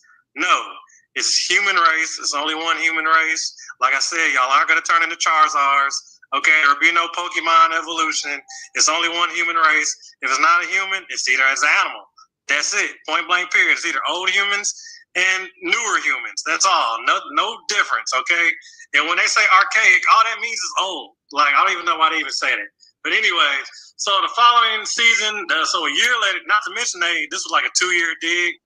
as they was finding the stuff and whatnot like that. So the second field season, following year, they found a hominid jaw. Then morning of November 24th, 1974, at Awash River, they abandoned the plane to update his field notes and joined a graduate student study searching locality for the bone fossils. So, like I said, basically 200 feet down, 2 miles spread across. That's your little find right there. Okay, that's poorly dated, not accurately dated at all. Okay, and it's scattered, and they call it one piece. They said they found this in one piece. Okay, but it's scattered across 2 miles. Say stop it. No, keep going. And it's 200 feet down. But the scientists that are risking their scholarship, that are risking the fundamentals, the true heart and the G code of science, so quick to put up an article and so fast to get their name in the paper, which is what the real scientists are talking about. But the fake scientists like Cedric, my opponent, on the other hand, they will promote bad science. So I'm trying to show y'all the difference between bad science and good science. Stay with me. So let's go ahead and roll on over to the fragment of laying on the slope. Yeah, near to lay a fragment from the back of a small skull. Fragments all over the place. Fragments all over the place. They just had to find it. Basically, you know what I'm saying? Like I said, 2 miles worth of bone fragments scattered. That should be pretty self-explanatory. And they claim it's one animal. Or they claim it's one human. Or they claim it's one species. Really, when you got all these fossils scattered. But then again, that's the scientists that Cedric will stand behind. He'll support scientists like this all day long. That's fine, though. He can have bad information and bad science. Be my guest. I'm going to ride with the real scientists. So, going to the next one, Dinka. So let's go to some new science now. That was old science. That's old science. Let's get on to new science. So, Berber, more bones in Morocco found. That's the 300,000. So let's go ahead and read this source out. So, 300,000-year-old skull found in Morocco. Because the fossil record is so patchy. But my opponent will sit here in y'all's face and tell you that the fossil record is not scarce.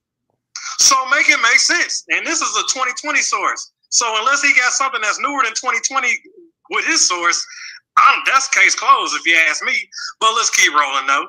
So 2020 science source, okay? Not sure all your little old evolution sources. This is 2020 telling the old evolution people that they're wrong. Okay, I hate to break it to you, I hate to break your heart, but they have wrong information.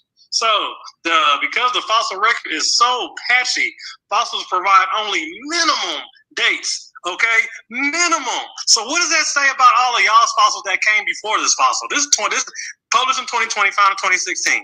What does this say about all y'all stuff before that? I just got through breaking down that one fossil, which was the Lucy fossil, right? Y'all still with me? All right, let's keep going. So the minimal dates, human DNA suggests even earlier origins for modernity, comparing genetic differences between DNA and modern people and ancient Africans. It's estimated that our ancestors lived 260,000 to 350,000 years ago. They're basically, this is science 2020 telling you, stop thinking about all that. It's a Neanderthal this, it's a Denisovan, this is the son of that, or it's a Homo sapien sapien this. Okay, it's your ancestor. Point blank. Period. It's a human. It's only one human race. That's it. This is 2020. They're trying to clarify and letting y'all know. Stop believing this fairy tale stuff. Like I said, you're not turning into Charizards no time soon. There'll be no Pokemon games here. Okay, so the DNA, the comparative genetic differences in DNA in modern people and ancient Africans is estimated our ancestors lived 260,000, 350,000 years ago. All living humans descend from these people. Y'all heard that, right? This is 2020 science saying that all humans descend from these people, these bones in Morocco, where Berbers are indigenous at. Also, aka where Moors originate from. That's just a little FYI information for y'all, you know what I'm saying? Like I said, but let's keep going though. So all this, like I said, 2020 science, right? We all love science. This is a science source. So, you know what I'm saying? I love a good science source. Let's just see what the science source got to say. So all living humans descended from those people, suggesting that we inherited fundamental commonalities of our species, our humanity from them. Now, my opponent wants to sit here and say, you got a primitive brain. Oh, you're not smart. Oh, all those bones and fossils and people that was walking the earth before us, they wasn't smart. Really, going off of his source. But my source from 2020 says different. But he wants to stand on his bad information, his wrongful, inaccurate information that's old and out of date, that's not accurate tested or any of that. Okay, but this is 2020 science right here. So I like to keep it current. You know what I mean? So, so it inherited the fundamental commonalities of our species, our humanity from now. So basically what they're saying is, yes, these people taught you, regardless of whatever little name you want to try to pull out or bring out from all them old bad information definitions that you try to use, okay, with your 100,000 year wrong, off, scarce data, fossil record, lies, and fallacies you trying to push, you know what I'm saying? Like, no, it don't work here. I'm sorry. So all their descendants, let's check out who all the descendants are. And this is science telling y'all this, okay? I'm about to throw some tribes in there for y'all. So y'all love African history and tribe and all that good stuff. Let's go ahead and talk about some African tribes. All their descendants of these bones, okay?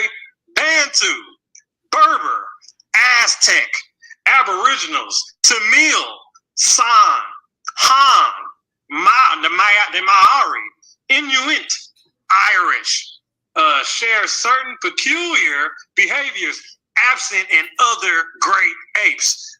Let me read that again. Share certain peculiar behaviors absent in other great apes, as in we ain't got none of that grape ape stuff in us. Ain't none of that grape ape stuff flying over here. You still want to run around here talking about you got a grape ape ancestor and a grape ape cousin? No, we ain't got none of that. I don't know your information's bad. Ain't none of that grape ape stuff in us. We're straight up descendants of the humans. So I don't know where you want, ain't no ape connection. Sorry, I hate to tell y'all that. Hate to break everybody's heart, but there ain't no ape connection in this 2020 scientific study. All right. They took the DNA of the Bantu, they took the DNA of the Berbers, they took the DNA of the Aztecs, the DNA of the Aboriginals, the Tamil, the San, the Han. This is science here, folks. Testing out your tribes, okay, and connecting it all. All right. I didn't use history to do this. I use science. It's pure science to do that. Not to mention the guy that does this scientific study right here. He's also the senior scientist, paleontologist currently. Okay, you know what I'm saying? He's kind of a big deal in the scientific community for paleontology. Just a little FYI. So you know what I'm saying? Like I said, 2020 science. So great apes, yeah. So absent in other great apes, yeah, it's absent. You got it right, it's absent. All human cultures form long-term pair bonds between men and women that care for children. We sing and dance, we make art, we preen our hair, adorn our bodies with ornaments, tattoos, and makeup. Regular, living, surviving, thriving information. You're a human, you either live, survive. If you're a really good human, you might even be thriving.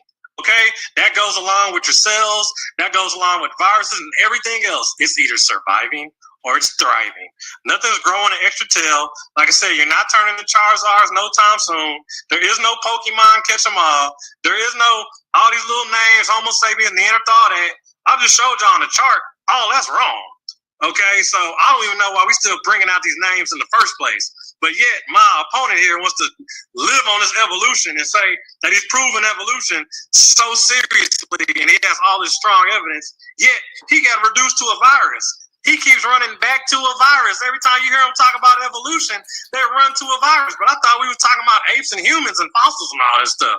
Well, the virus is the best they got, even though a virus is going to do what's in the lifespan of a virus to do anyways. Okay, that shouldn't be nothing new. Viruses are only going to do what they're allowed to do. But let's keep it moving now. Let's go. Let's keep it moving on to the next one. Yeah, we're on taxonomy now. Now, what my opponent fails to tell you is when they're doing evolution, all they're doing is in evolution is they're trying to build a database. That's all they're strictly doing because they have no database to go off of. And then the sad part about it is currently half of their database that they did back in the day is wrong because their numbers are off. Why? Because 2016, the new information and the accurate dating threw everything off. I don't know how many times I got to say that to y'all, but everything they got is wrong. So there's no way they can stand on evolution. It's even more retarded to stand on it now than it ever was. But let's keep going though. So taxonomy is a broad sense of science classification, but more strictly classifications of living and extinct organisms. So, like I said, they're trying to classify. Biological classification, the term derived from the Greek Texas arrangement. An arrangement, okay? And Noma's law taxonomy is therefore the methodology and principles of systematic botany, okay, and zoology, and sets up an arrangement of the kinds of plants and animals in hierarchies, okay, of superior and subordinate groups among biologists. The lineal system of binomial nomenclature created by Swedish naturalist Carolus Linnaeus in 1750. It's internationally accepted.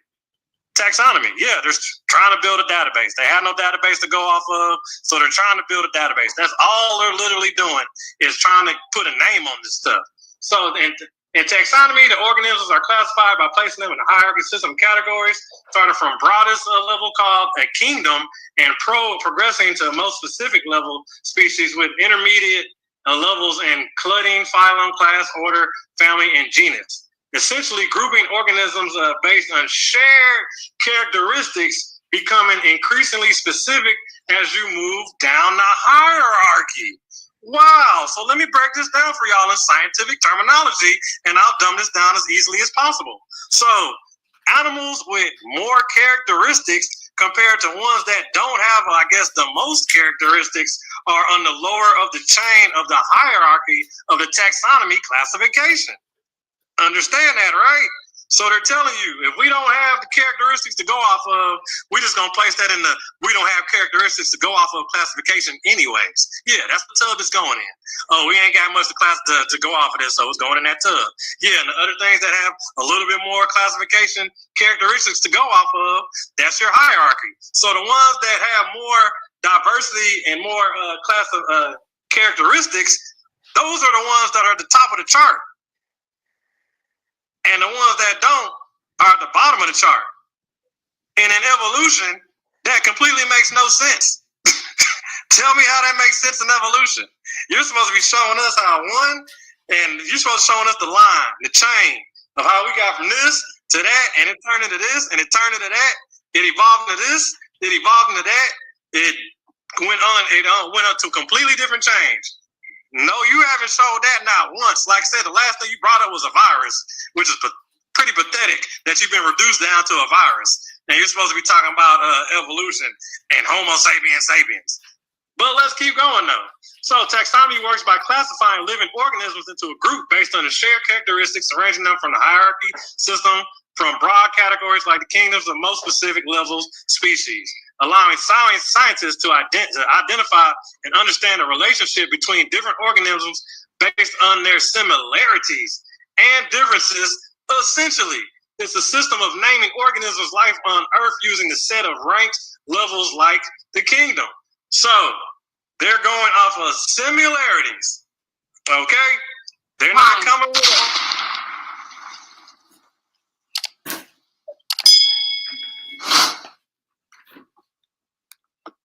Anybody want to say something? Anybody want to say something?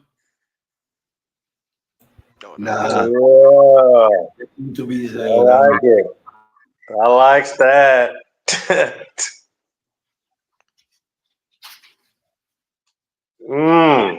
sir. Go ahead, Uncle Sid. There's nothing much to say. I mean, you hear it getting in real time, pure conjecture, arguments from ignorance. There's nothing there. He can't refute anything I say. He's just regurgitating his same old position over and over. I mean, this was a hands down, beat down, 3-0 easy.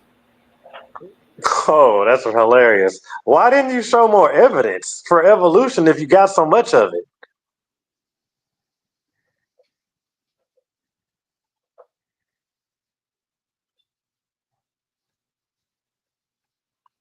That's the thing that really gets me with evolution people.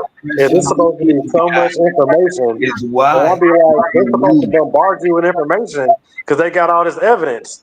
But when it comes time to show it, you see what we hear. All we hear about is a virus. The question you need to ask is, why did you lose the debate?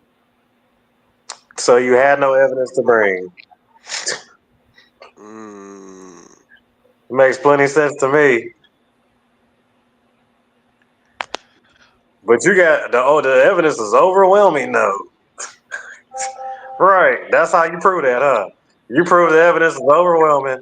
You prove you got all the accuracy. You prove everything you saying is totally 100% right with what you were saying in all your verses and all your rounds. Really? Okay, bet.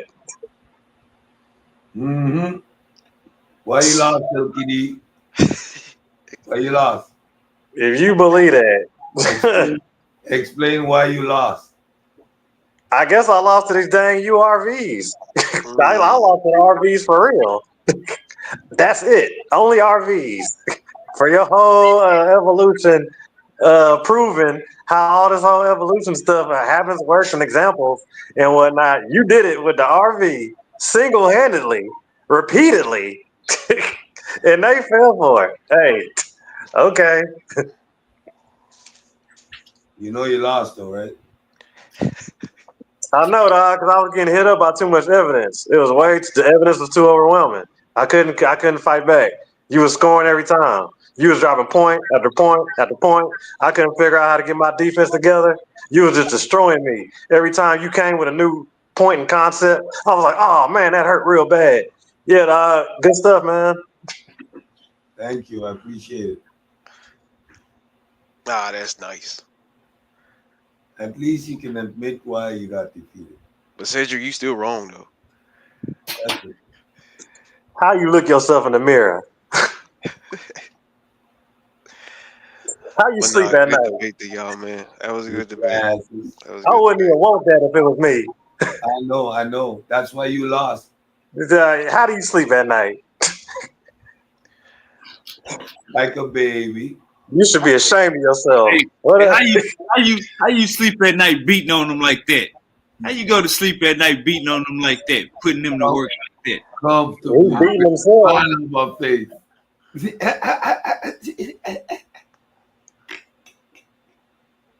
I take pleasure in abusing the ignorant. Hey, Silky, they starting to call you Silky Smoove. Hey, I just want to make sure everybody heard that overwhelming evidence that Cedric was dropping. He must have put up 100,000 points, I think, you know what I'm saying, with all that repeat RV talk through every single round. All right, I just want to, you know what I'm saying, good job on that. Way to stick to the script. You know what I'm saying? Well, way to play the robot, brother. You know what I'm saying? Way to bring it back. Yeah, you can do all that. Matter of fact, is that you lost. The number one egg. Oh man. Hey, no respect. Hold up, baby. And you lost bad. You bring dishonor to the sport.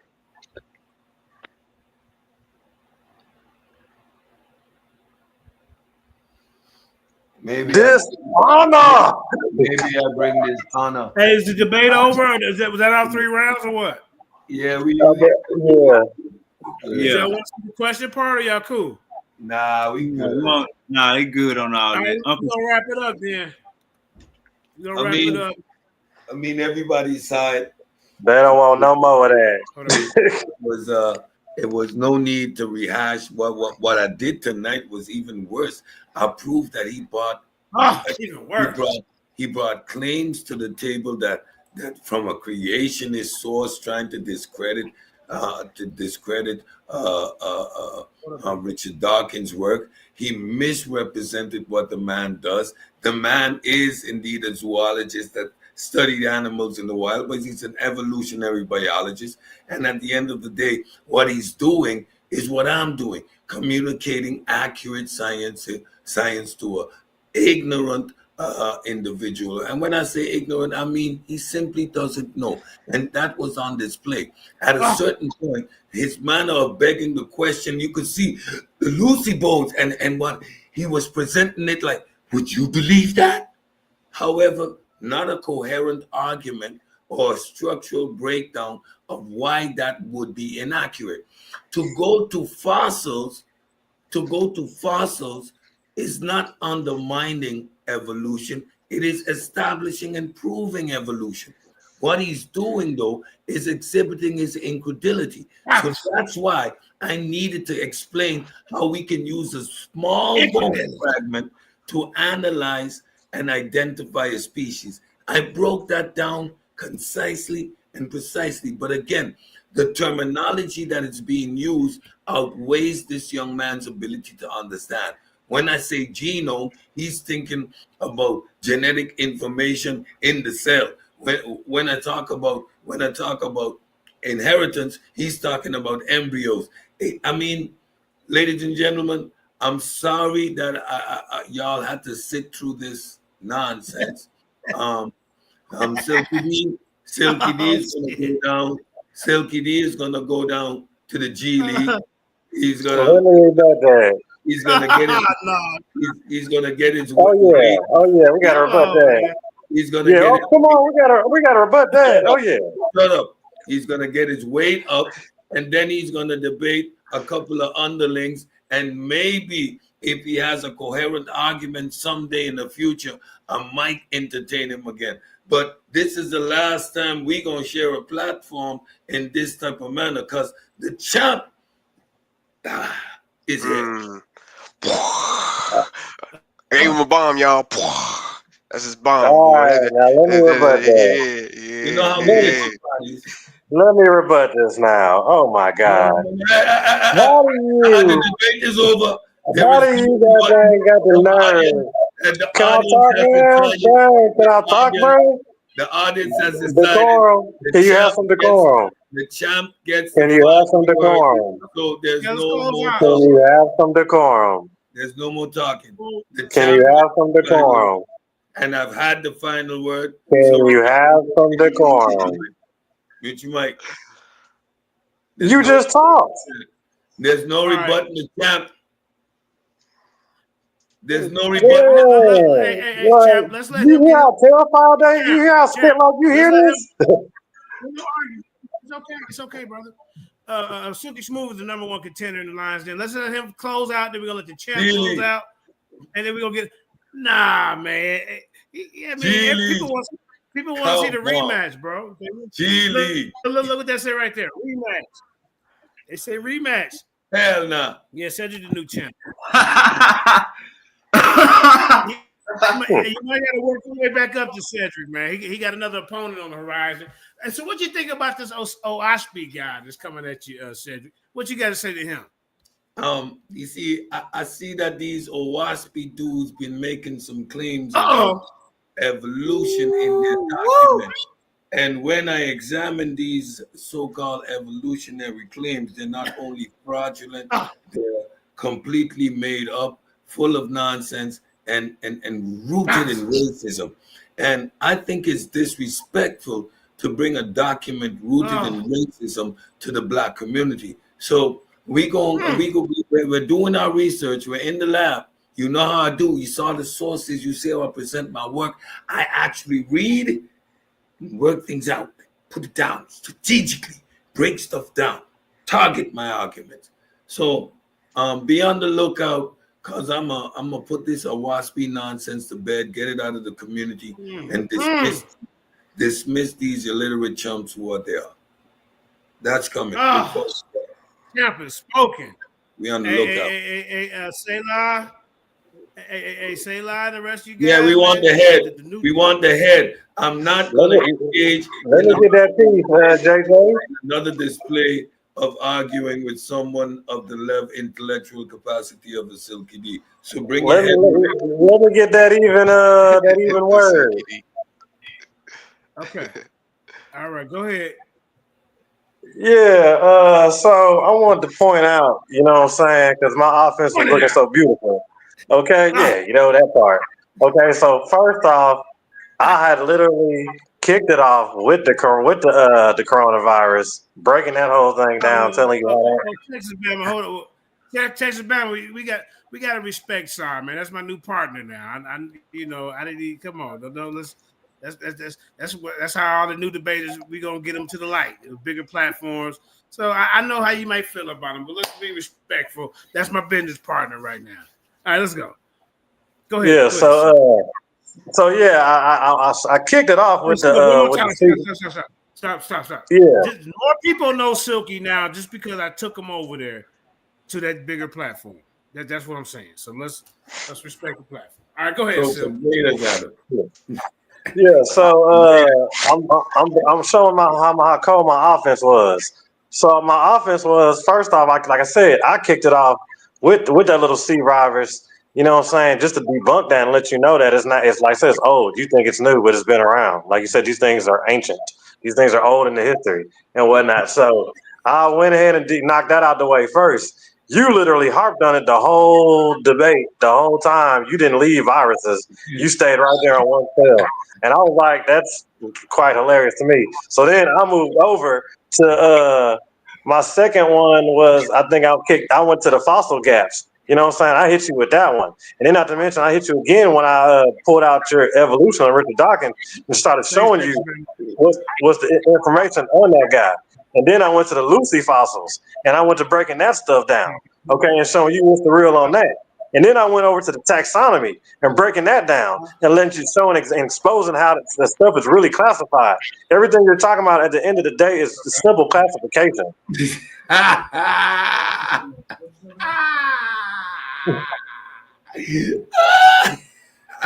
Get that fool off the screen. The champ is here. Get him out of here. So now again, let's close this thing out properly. Salty. Let's close this thing out properly because the champ is here.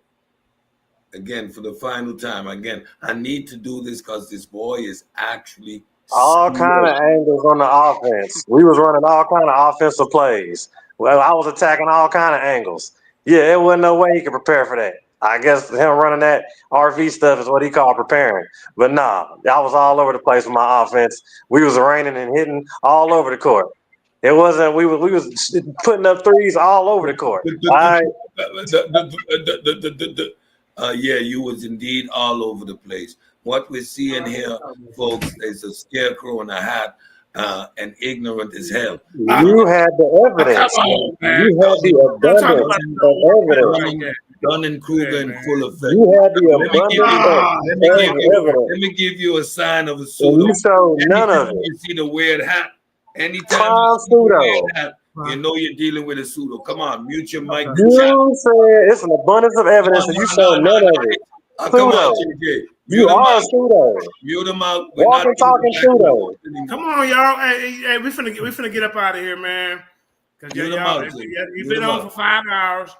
I let him speak. But I'm closing this show out. I'm the champ. I get the final word. Hey, the champ. Hey, play your little video. The champ is here thing. Put it up to the camera. Hold on. Oh man, That's the champ. Goddammit, yeah, man. Y'all better respect the champ. Yeah, no, play it, champ. I'm playing with y'all. I'm playing with y'all. Look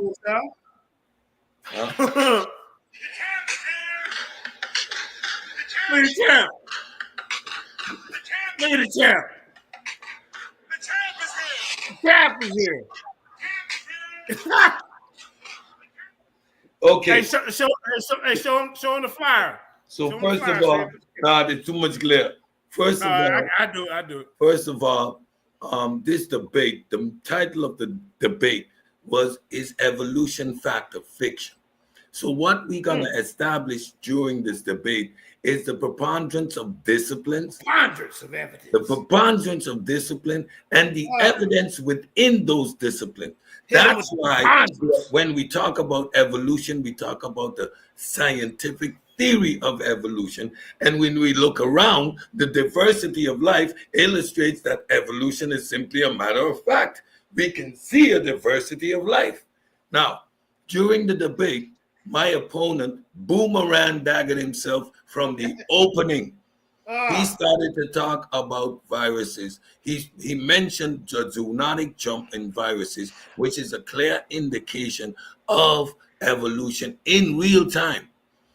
I also illustrated there are 14 other disciplines about evolution that I can expound upon. However, I'm going to focus on 2 in particular. And why I focused on 2 in particular, because my opponent mentioned the Jebel Hud find and his and his complete lack of understanding of how that find only added information, added more evidence to our understanding of human evolution. It did not change any dates. It did not make any dates correct. It only introduced more evidence, creating or painting or adding more details to the picture. Now, he failed to understand these basic components, which required me in this debate, because I'm engaging with my opponent, to simply teach. So now it was necessary to teach him how we can actually identify even a small piece of fossil, to dispel the notion that with a 40% find of initial fossil, Lucy, which is not the only find, we have subsequent finds of the same species, given a more detailed description. But of course, he doesn't know this. He doesn't actually read the material. He looks over it and doesn't have a full comprehension. What was on display was his ignorance, his inability to have this discussion. His incredulity was on display. And I said in my opening statement that I would illustrate his complete ignorance of the subject matter. He boomeranged himself when using a document from the Planck Institute, which says we have more evidence in the evolutionary development of our species, Homo sapiens sapien. He takes that piece of information, which says this is a transitional fossil. A transitional fossil. I mean, if I share my screen with its own source, it says it right there. It's a transitional fossil, right? It says it right in it. A phase in transition. From his own source, ladies and gentlemen, again illustrated, he doesn't even understand the material he's reading. This is a primitive form of Homo sapiens sapien in our early development that eventually led to atomically modern human beings. So again, he simply was outclassed, outmatched, and yes, the pseudo killers. This was not a debate. It was simply an opportunity to teach and to set the level of discourse for this platform. If you want it, come and get it. But if you come to get it, you got to come prepared. And again, the ignorance that I'm hearing about evidence means you guys have no idea what an actual debate looks like. Go and do your homework. Hey, champ, man, and number one contender, man. I appreciate y'all. Number one contender, you got somebody that's coming at you right now in the audience. I'm talking about no other than Apollo Bay. So we need to set something up. Man, he follows a circus clown. They follow a circus act. Their prophet is a circus clown. I'm not about to waste my time beating on him. Hey, man. Hey, they follow a circus clown. I'm just saying, being number one contender, you ain't no running now. You know, yes, they probably. I mean, yeah, we can say. I bet. All right, yeah, run that. Yeah, we're gonna set up something, man. Because Apollo Bay is lurking around. Let me see. Oh, he gonna get a big break beat off him again. Apollo already beat him. She shouldn't be number one contender. Hey, man, oh, that's how you feel. Beat him twice. He shouldn't be. Really? Number one contender. I'm gonna tell you why. Because man, I pulled teeth in that. Try to pull teeth in the back chat to get somebody to get in the ring, get up here in the debate, and everybody want to argue in the goddamn back chat. So that part, yeah, that know better. You get the blessings. That's how it went. They not, yeah, we can do the sacrificial lamb. Now everybody want to debate. You've been demoted. You've been demoted to the G League. No, come on, man. Look here, Mr. Repeat, 2 point. You are 2 point. That's it. 2 points. And you had nothing. Right. Okay. You had the evolution. You're supposed to have the most points. You didn't even have the basic comprehension of. You're supposed to have an abundance of evidence, as you claim, but y'all never show nothing. All right, hold up, baby. So we're gonna go on and get up out of here. Let me show y'all something real quick for Cedric's flyer because he was kind of. Hold up, Champ is here. Hold up. Hold up. The champ is here. You know we catching bodies. Ding, ding, ding. Ding, ding, ding. They come around, but they never come. Hold on. Wait, let me call you right back so I can play this thing. Okay? I'll call you right back. Hold up. All right, love you. All right, hold up. All right, because it can't hear the sound. Here it is right here.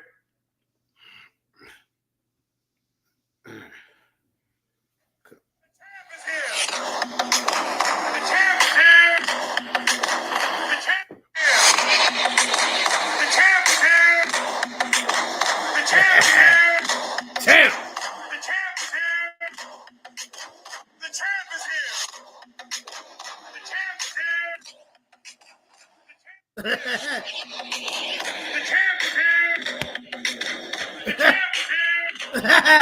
Look at the champ.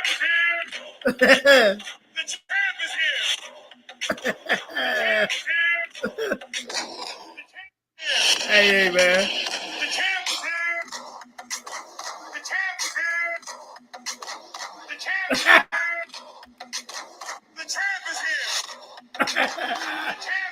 Oh shit! The champ is here.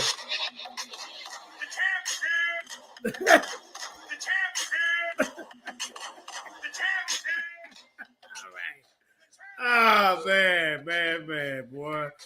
I sure enjoy y'all too, man. I ain't gonna lie, man. Y'all making fun. Hey man, it's gonna be plenty more great debates to come. But let me tell y'all something about one of my arch nemesis that peaked back up in the horizon.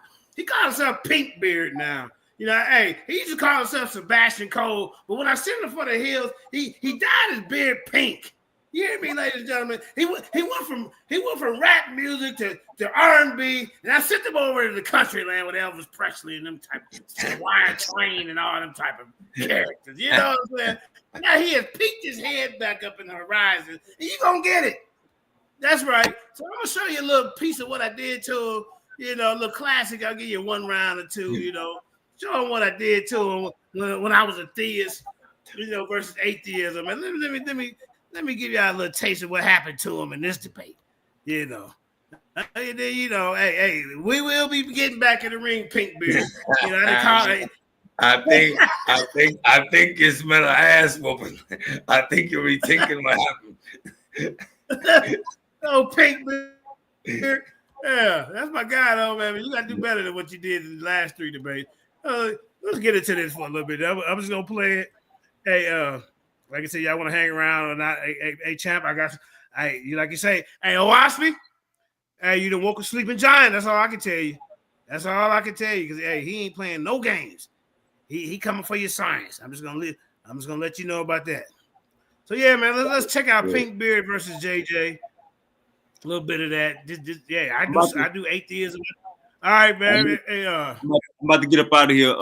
Hey man, appreciate the show. Yeah. Unc, keep doing your thing, man. That was a great debate. This Friday, we got our Africans, Hamites, you know what I'm saying? Subscribe to my channel. We going in, man. Okay. I'm gonna be in the group. You know. Yeah. I have one of the I'm gonna jump off and I'm gonna be in the chat. Okay, peace and blessings. All right, appreciate you. Great show, champ. Face one more time, everybody on the platform. Good. And then my dear brother, boy, I'm sitting up here forgetting that boy name. Hey, your face is right here, so go ahead and you know what, Kyle? You know what? I was about to call you Kareem, and I got stuck on the K. And I sure didn't want to call you Kareem. Man, forgive me, brother. You know I love you, man. Kyle is in the building, y'all. My goodness. Brother, go right ahead and introduce yourself to the people who don't know you. Well, we know a whole lot of people do, but go right ahead for those who don't, brother. Introduce yourself to the people.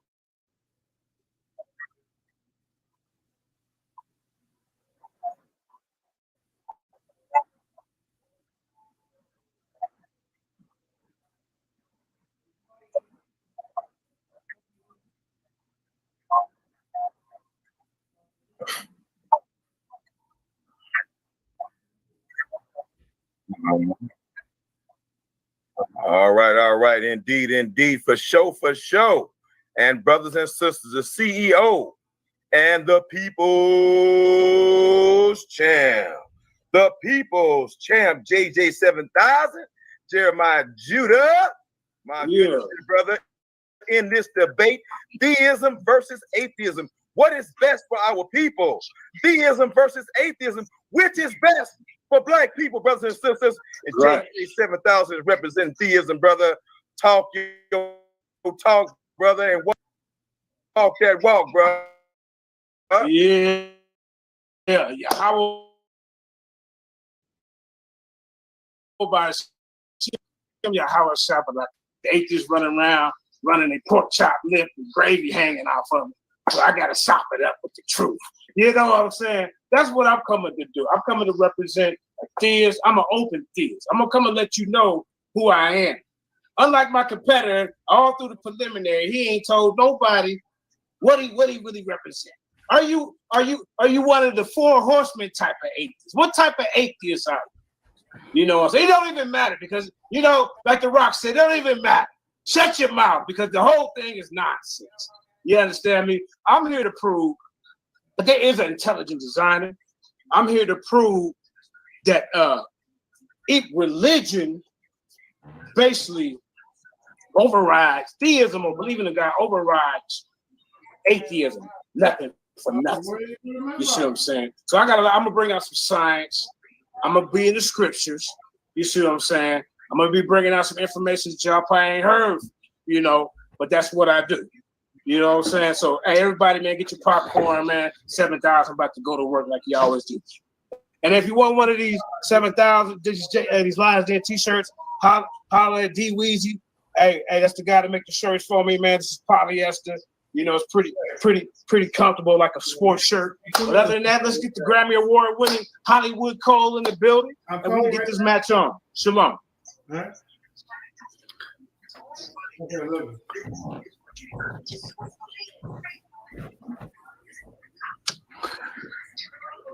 My name is Sebastian Cole. Before I get started, I would like, I need the link to the YouTube. The one that went straight to the LIONSDEN page is not working for my people. So. Okay. Also, I looked at the title of this debate. Mr. Kareem, you accidentally put. Yeah, no, I changed it. It's right on 2 groups, but it's wrong on the other one. But I changed it. Okay, cool. And I apologize, Sebastian. Are you finished with that request, brother? I do. Yeah, let us people in. I just need to get the link. So wherever the link. Okay, I'm gonna send it to the your messenger. Okay. Okay. It's the YouTube channel that they can also watch here on Facebook. On the Facebook. Okay. Channel. Did you post it on your Facebook, Jeremiah? Yeah. You know what, the flyer that's on Facebook, and I tagged you to it. It's got the link right there with the flyer. Man. Okay. All right, hold on. Let me see. I just need to. I don't want people to miss out on what's going on. Yeah, Man. I don't want them to miss that. Is this it right here? Okay, let me see if I can. Wow, okay. And Brother Cole, I wanted you to know that I was giving your introduction before you broke in. I was doing your introduction before you broke in, but my mic was muted. So I guess it happened at the right time. Okay, man, I'm having a hard time. Can watch it, man. All right. While he's doing that, is there anybody who wants? You can go ahead and mute your mic and then unmute your mic when you're ready, Sebastian. Is there anybody who wants to promote their platform in the upcoming debates? Kyle, what's going on over there at Garfield? You know what I'm saying? And when is Garfield going to give Pastor Bennett the Dagger Squad Debate Championship trophy, bro? When is Garfield going to break down and honor our dear brother Pastor Bennett like that, bro? When that's going to happen? Well, I mean, I'm not sure if y'all know, but Pastor Bennett. Kyle, I know you. Unmute your mic, Kyle. Don't get quiet now. My bad. I was on mute. But yeah, but I was gonna say that we've been done that, man. Pastor Bennett is the Dagger Squad Christian champion, man. He's you know what I'm saying, he does his thing, man. He goes to platform to platform. He takes off heads and brings them back to us, and we just, you know what I'm saying, like he's a bounty hunter for us, bro. So ain't no doubt about that. Now look here, he ain't just no Christian champion. He is the champion of Dagger Squad. So stop playing. I know y'all don't want to acknowledge that, brother, but at the same time, the same way I told Sarnetta, if you listen to this platform, you know I called you, Sarnetta, and I had a Pastor Bennett has banished and demolished everybody over there at HOK. Pastor Bennett deserves the HOK debate champion 2021. Nobody that I know other than me can stand up to Pastor Bennett. He is a beast, brother. And I'm just sitting. I'm back. Wait a minute, hold on. Wait a minute. I'm sitting right here, and I just destroyed dude. I know you're a Christian. Yeah, you know he debated Pastor Bennett. Goddamn. Oh, I didn't know you debated the pastor for real. But that's neither here nor there. Let me get my info. Hold on, Cole. We finna go. Okay, make it quick, JJ. Just tell us that you did. I'm gonna have to listen to that because I missed it. And we got to introduce our boy. I'm just gonna add Sebastian to the list over there with Pastor Bennett. Let's let him get his introduction. Let's get all right. Let me give him his invite. Brother Cole. Brother, thank you, brother. And I apologize for that interlude right there, dear brother, because you are the man of the hour. Brothers and sisters. This is our dear brother Sebastian Cole representing the side of atheism, dear brothers and sisters. Dear brother Cole, go right ahead, dear brother, and state your case, my brother. My name is Sebastian Cole. I'm here to debate that atheism is better for people. I'm forward to this. I finally got my man to come in here. He can't run from this because he's a runner. He's a track star. And I'm gonna get him. I got him on this one. This should be a good time. I'm ready to go whenever you're ready. Jay, you on the first round, right? Unmute your mic, JJ. He's talking. Unmute your mic. Yeah, I'm going first, and then I guess the second round. You want to alternate, or you want me to go first every time? You can go first every time, bro. No, we go. Okay, I go first. All right. Well, no more delays, brothers and sisters. We about to get this on. So everybody can mute their mic, including me, after I finish this introduction. Brothers and sisters, this is the theism versus atheism debate. Brother JJ 7000 versus Sebastian Cole.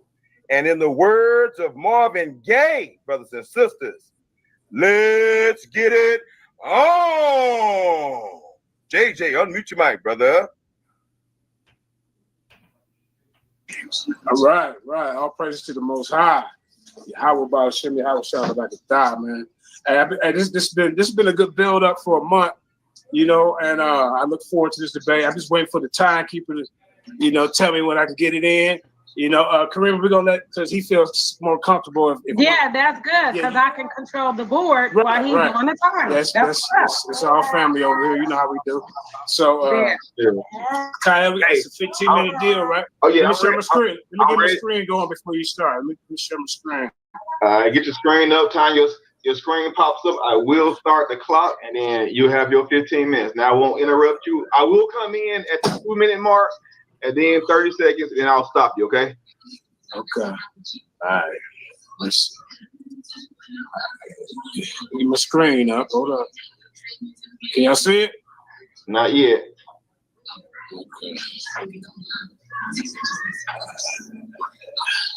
Okay. Man, you got a fan already? Look at Mungo. He tripping. All right, JJ, it's on you. Hold on. Let me make it big for everybody. Hold on. All right. Saying JJ in the technical stages now, boy. All right, brothers and sisters, we're gonna have three 15-minute rounds, up to three 15-minute rounds. It could be less.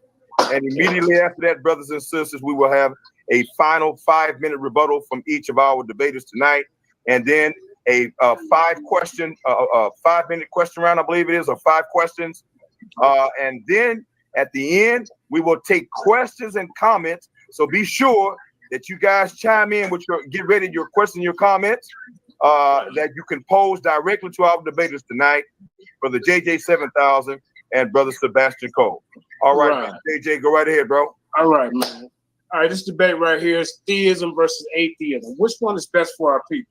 Meaning our people, you know, ones that look like you and I, but it also could be for ones who have, you know, connected with us. You know, I'm not going to leave nobody out, but mainly the concern is this is our community. I know we have others that's not exactly like us. So it's atheism versus theism.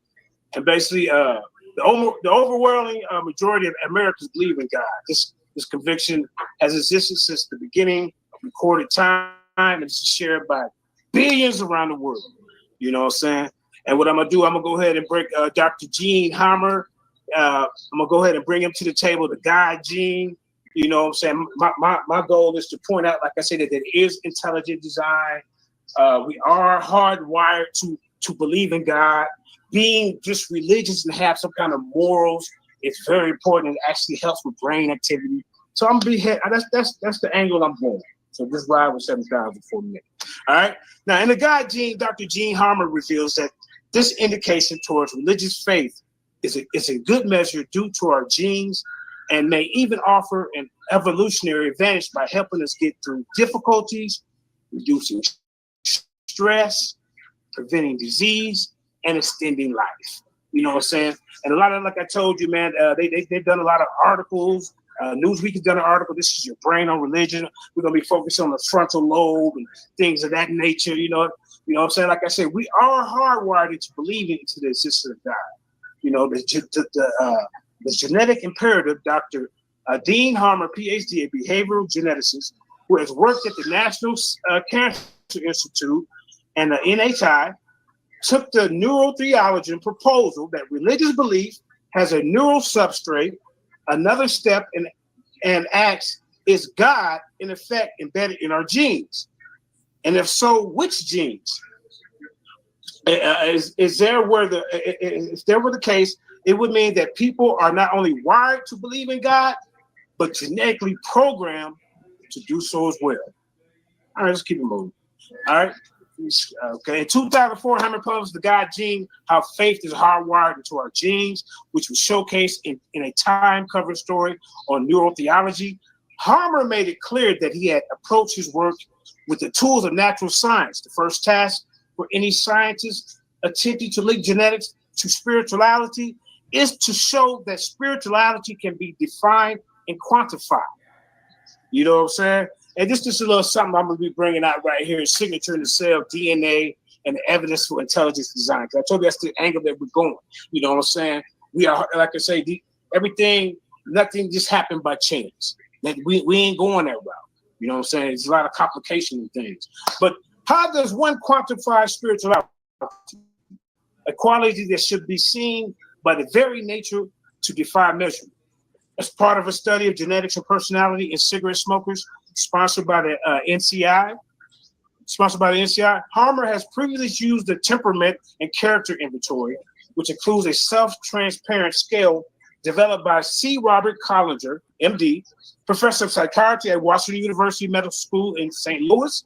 Harmer felt that Collinger's self-transparent scale made it possible to quantify people's capability to reach out beyond themselves, to see everything in the world as part of one great totality. And as you can see below, there's the references and sources right there. You know what I'm saying? That's what I'm bringing to the table. Let's keep it moving. Time goes by fast. Dr. Andrew Newberg is a neuroscientist who studies the relationship between brain function and various mental states. He's a pioneer in the neurological study of religious and spiritual experiences. Like I say, man, this is embedded in us. You see what I'm saying? Our ancestors always believed in a creator. And this guy want to try to come to the debate. Somehow, this atheism is best for us. But wait till I show you some of the stuff I got for him. But his research includes taking brain scans of people in prayer, meditation, rituals, and trance states in an attempt to better understand the nature of religious and spiritual practices and attitudes. He has written several books, including The Rabbi Brain, Mystics, Modern in Science and Jewish Thinking, and Neurotheology. How science can enlighten us about spirituality. All right, let's keep it moving, man. Let's go. All right, and I said something about transcendence, so I'm gonna give you a little definition about it. Transcendence is at its core about transcending or rising above the self and relating to what is greater than self, Sebastian, it is not big eyes and little U's. It's the most high is the big I. You the little U. In simpler terms, it is the realization that you are one small part of a greater whole. You one small part of the whole. Like the Egyptians and the Kemetic, the greater, the one, the all. You see what I'm saying? That which is greater than self can be a range of things, human beings in general, nature, the universe, divine power, etc. It doesn't matter what the greater thing is, only that there is something greater than self, and atheists don't believe that. Okay, now we're finna get into this DNA, bro. Design and DNA. Genetics is astonishing evidence of a designer who create marvelously complex, efficient information systems for encoding life. The complexity of DNA is problematic for molecules to man evolution. Let's 7,000 say that again. The complexity of DNA is problematic for molecules to man evolution, since the necessity changes are so implausible. The only reasonable explanation for all information in DNA is that a designer put the information in an original DNA sequence. I'm just gonna keep it 7,000 with you. Scientists have found proof in DNA of God in the DNA code. All right, scientists have found proof of God in the code of DNA. But what did they find in the DNA code that made them believe in the existence of God? Yah. Say it, everybody. Yah. Evidence of Yah has been found. I'm gonna say God just to keep it simple. You know, for the ones who don't say it. You know, God, because everybody who believe in the creator don't believe in Yah, but they believe in the creator God. Whether you believe in Ula Marie, whether you believe in Kwame Koto, whether you give a reference to somebody, Naomi. Our people have always given reference to something greater than themselves, not no big eyes like he trying to present to us. Oh, we don't need to include God. Cut that out. All right. Evidence of God has been found by scientists in the complexity of DNA, the God code or the God genome. As you may know, that a computer program is a series of binary numbers, i.e. ones and zeros. The sequence of ones and zeros instructs the computer what to do. In the same way, all the functions that are taking place inside the cell of the body are controlled by an incredibly complex and extremely long code written in the DNA, which is placed inside the nucleus of all cells of our body.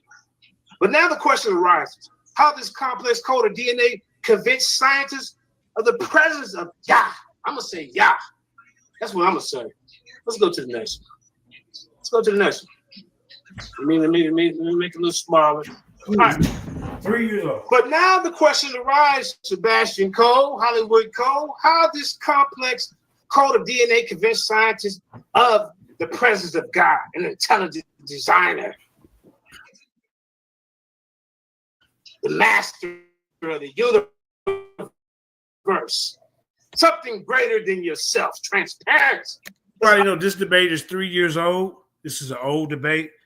I have debates 3, 4, 5 years old. This is like me and Sebastian's second debate. I want to apologize to my queen. I didn't know that I had that old picture up of Lanzia when I was with her 3 years ago. So I'm just letting you know this debate is 3 years old. Simple example, homie. Suppose you are walking on the beach and suddenly you see the message written on the beach saying, the message say, Michael is my best friend. Sebastian is my best friend. Then what is the possibility that this message was just written by chance or random waves?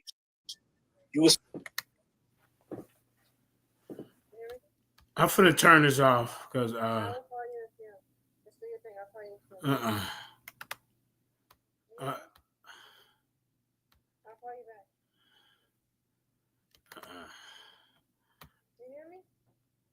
how does it feel looking back at myself? I don't know, man. You know, at that point in time, I still believe there's a creative force. I still think there's some. I don't do the Bible. I don't do Yahweh, but I'm not an atheist. But I'm gonna go ahead. We've been on for 5 hours, so I'm not even gonna show this. Yeah. I'm finna get up off here.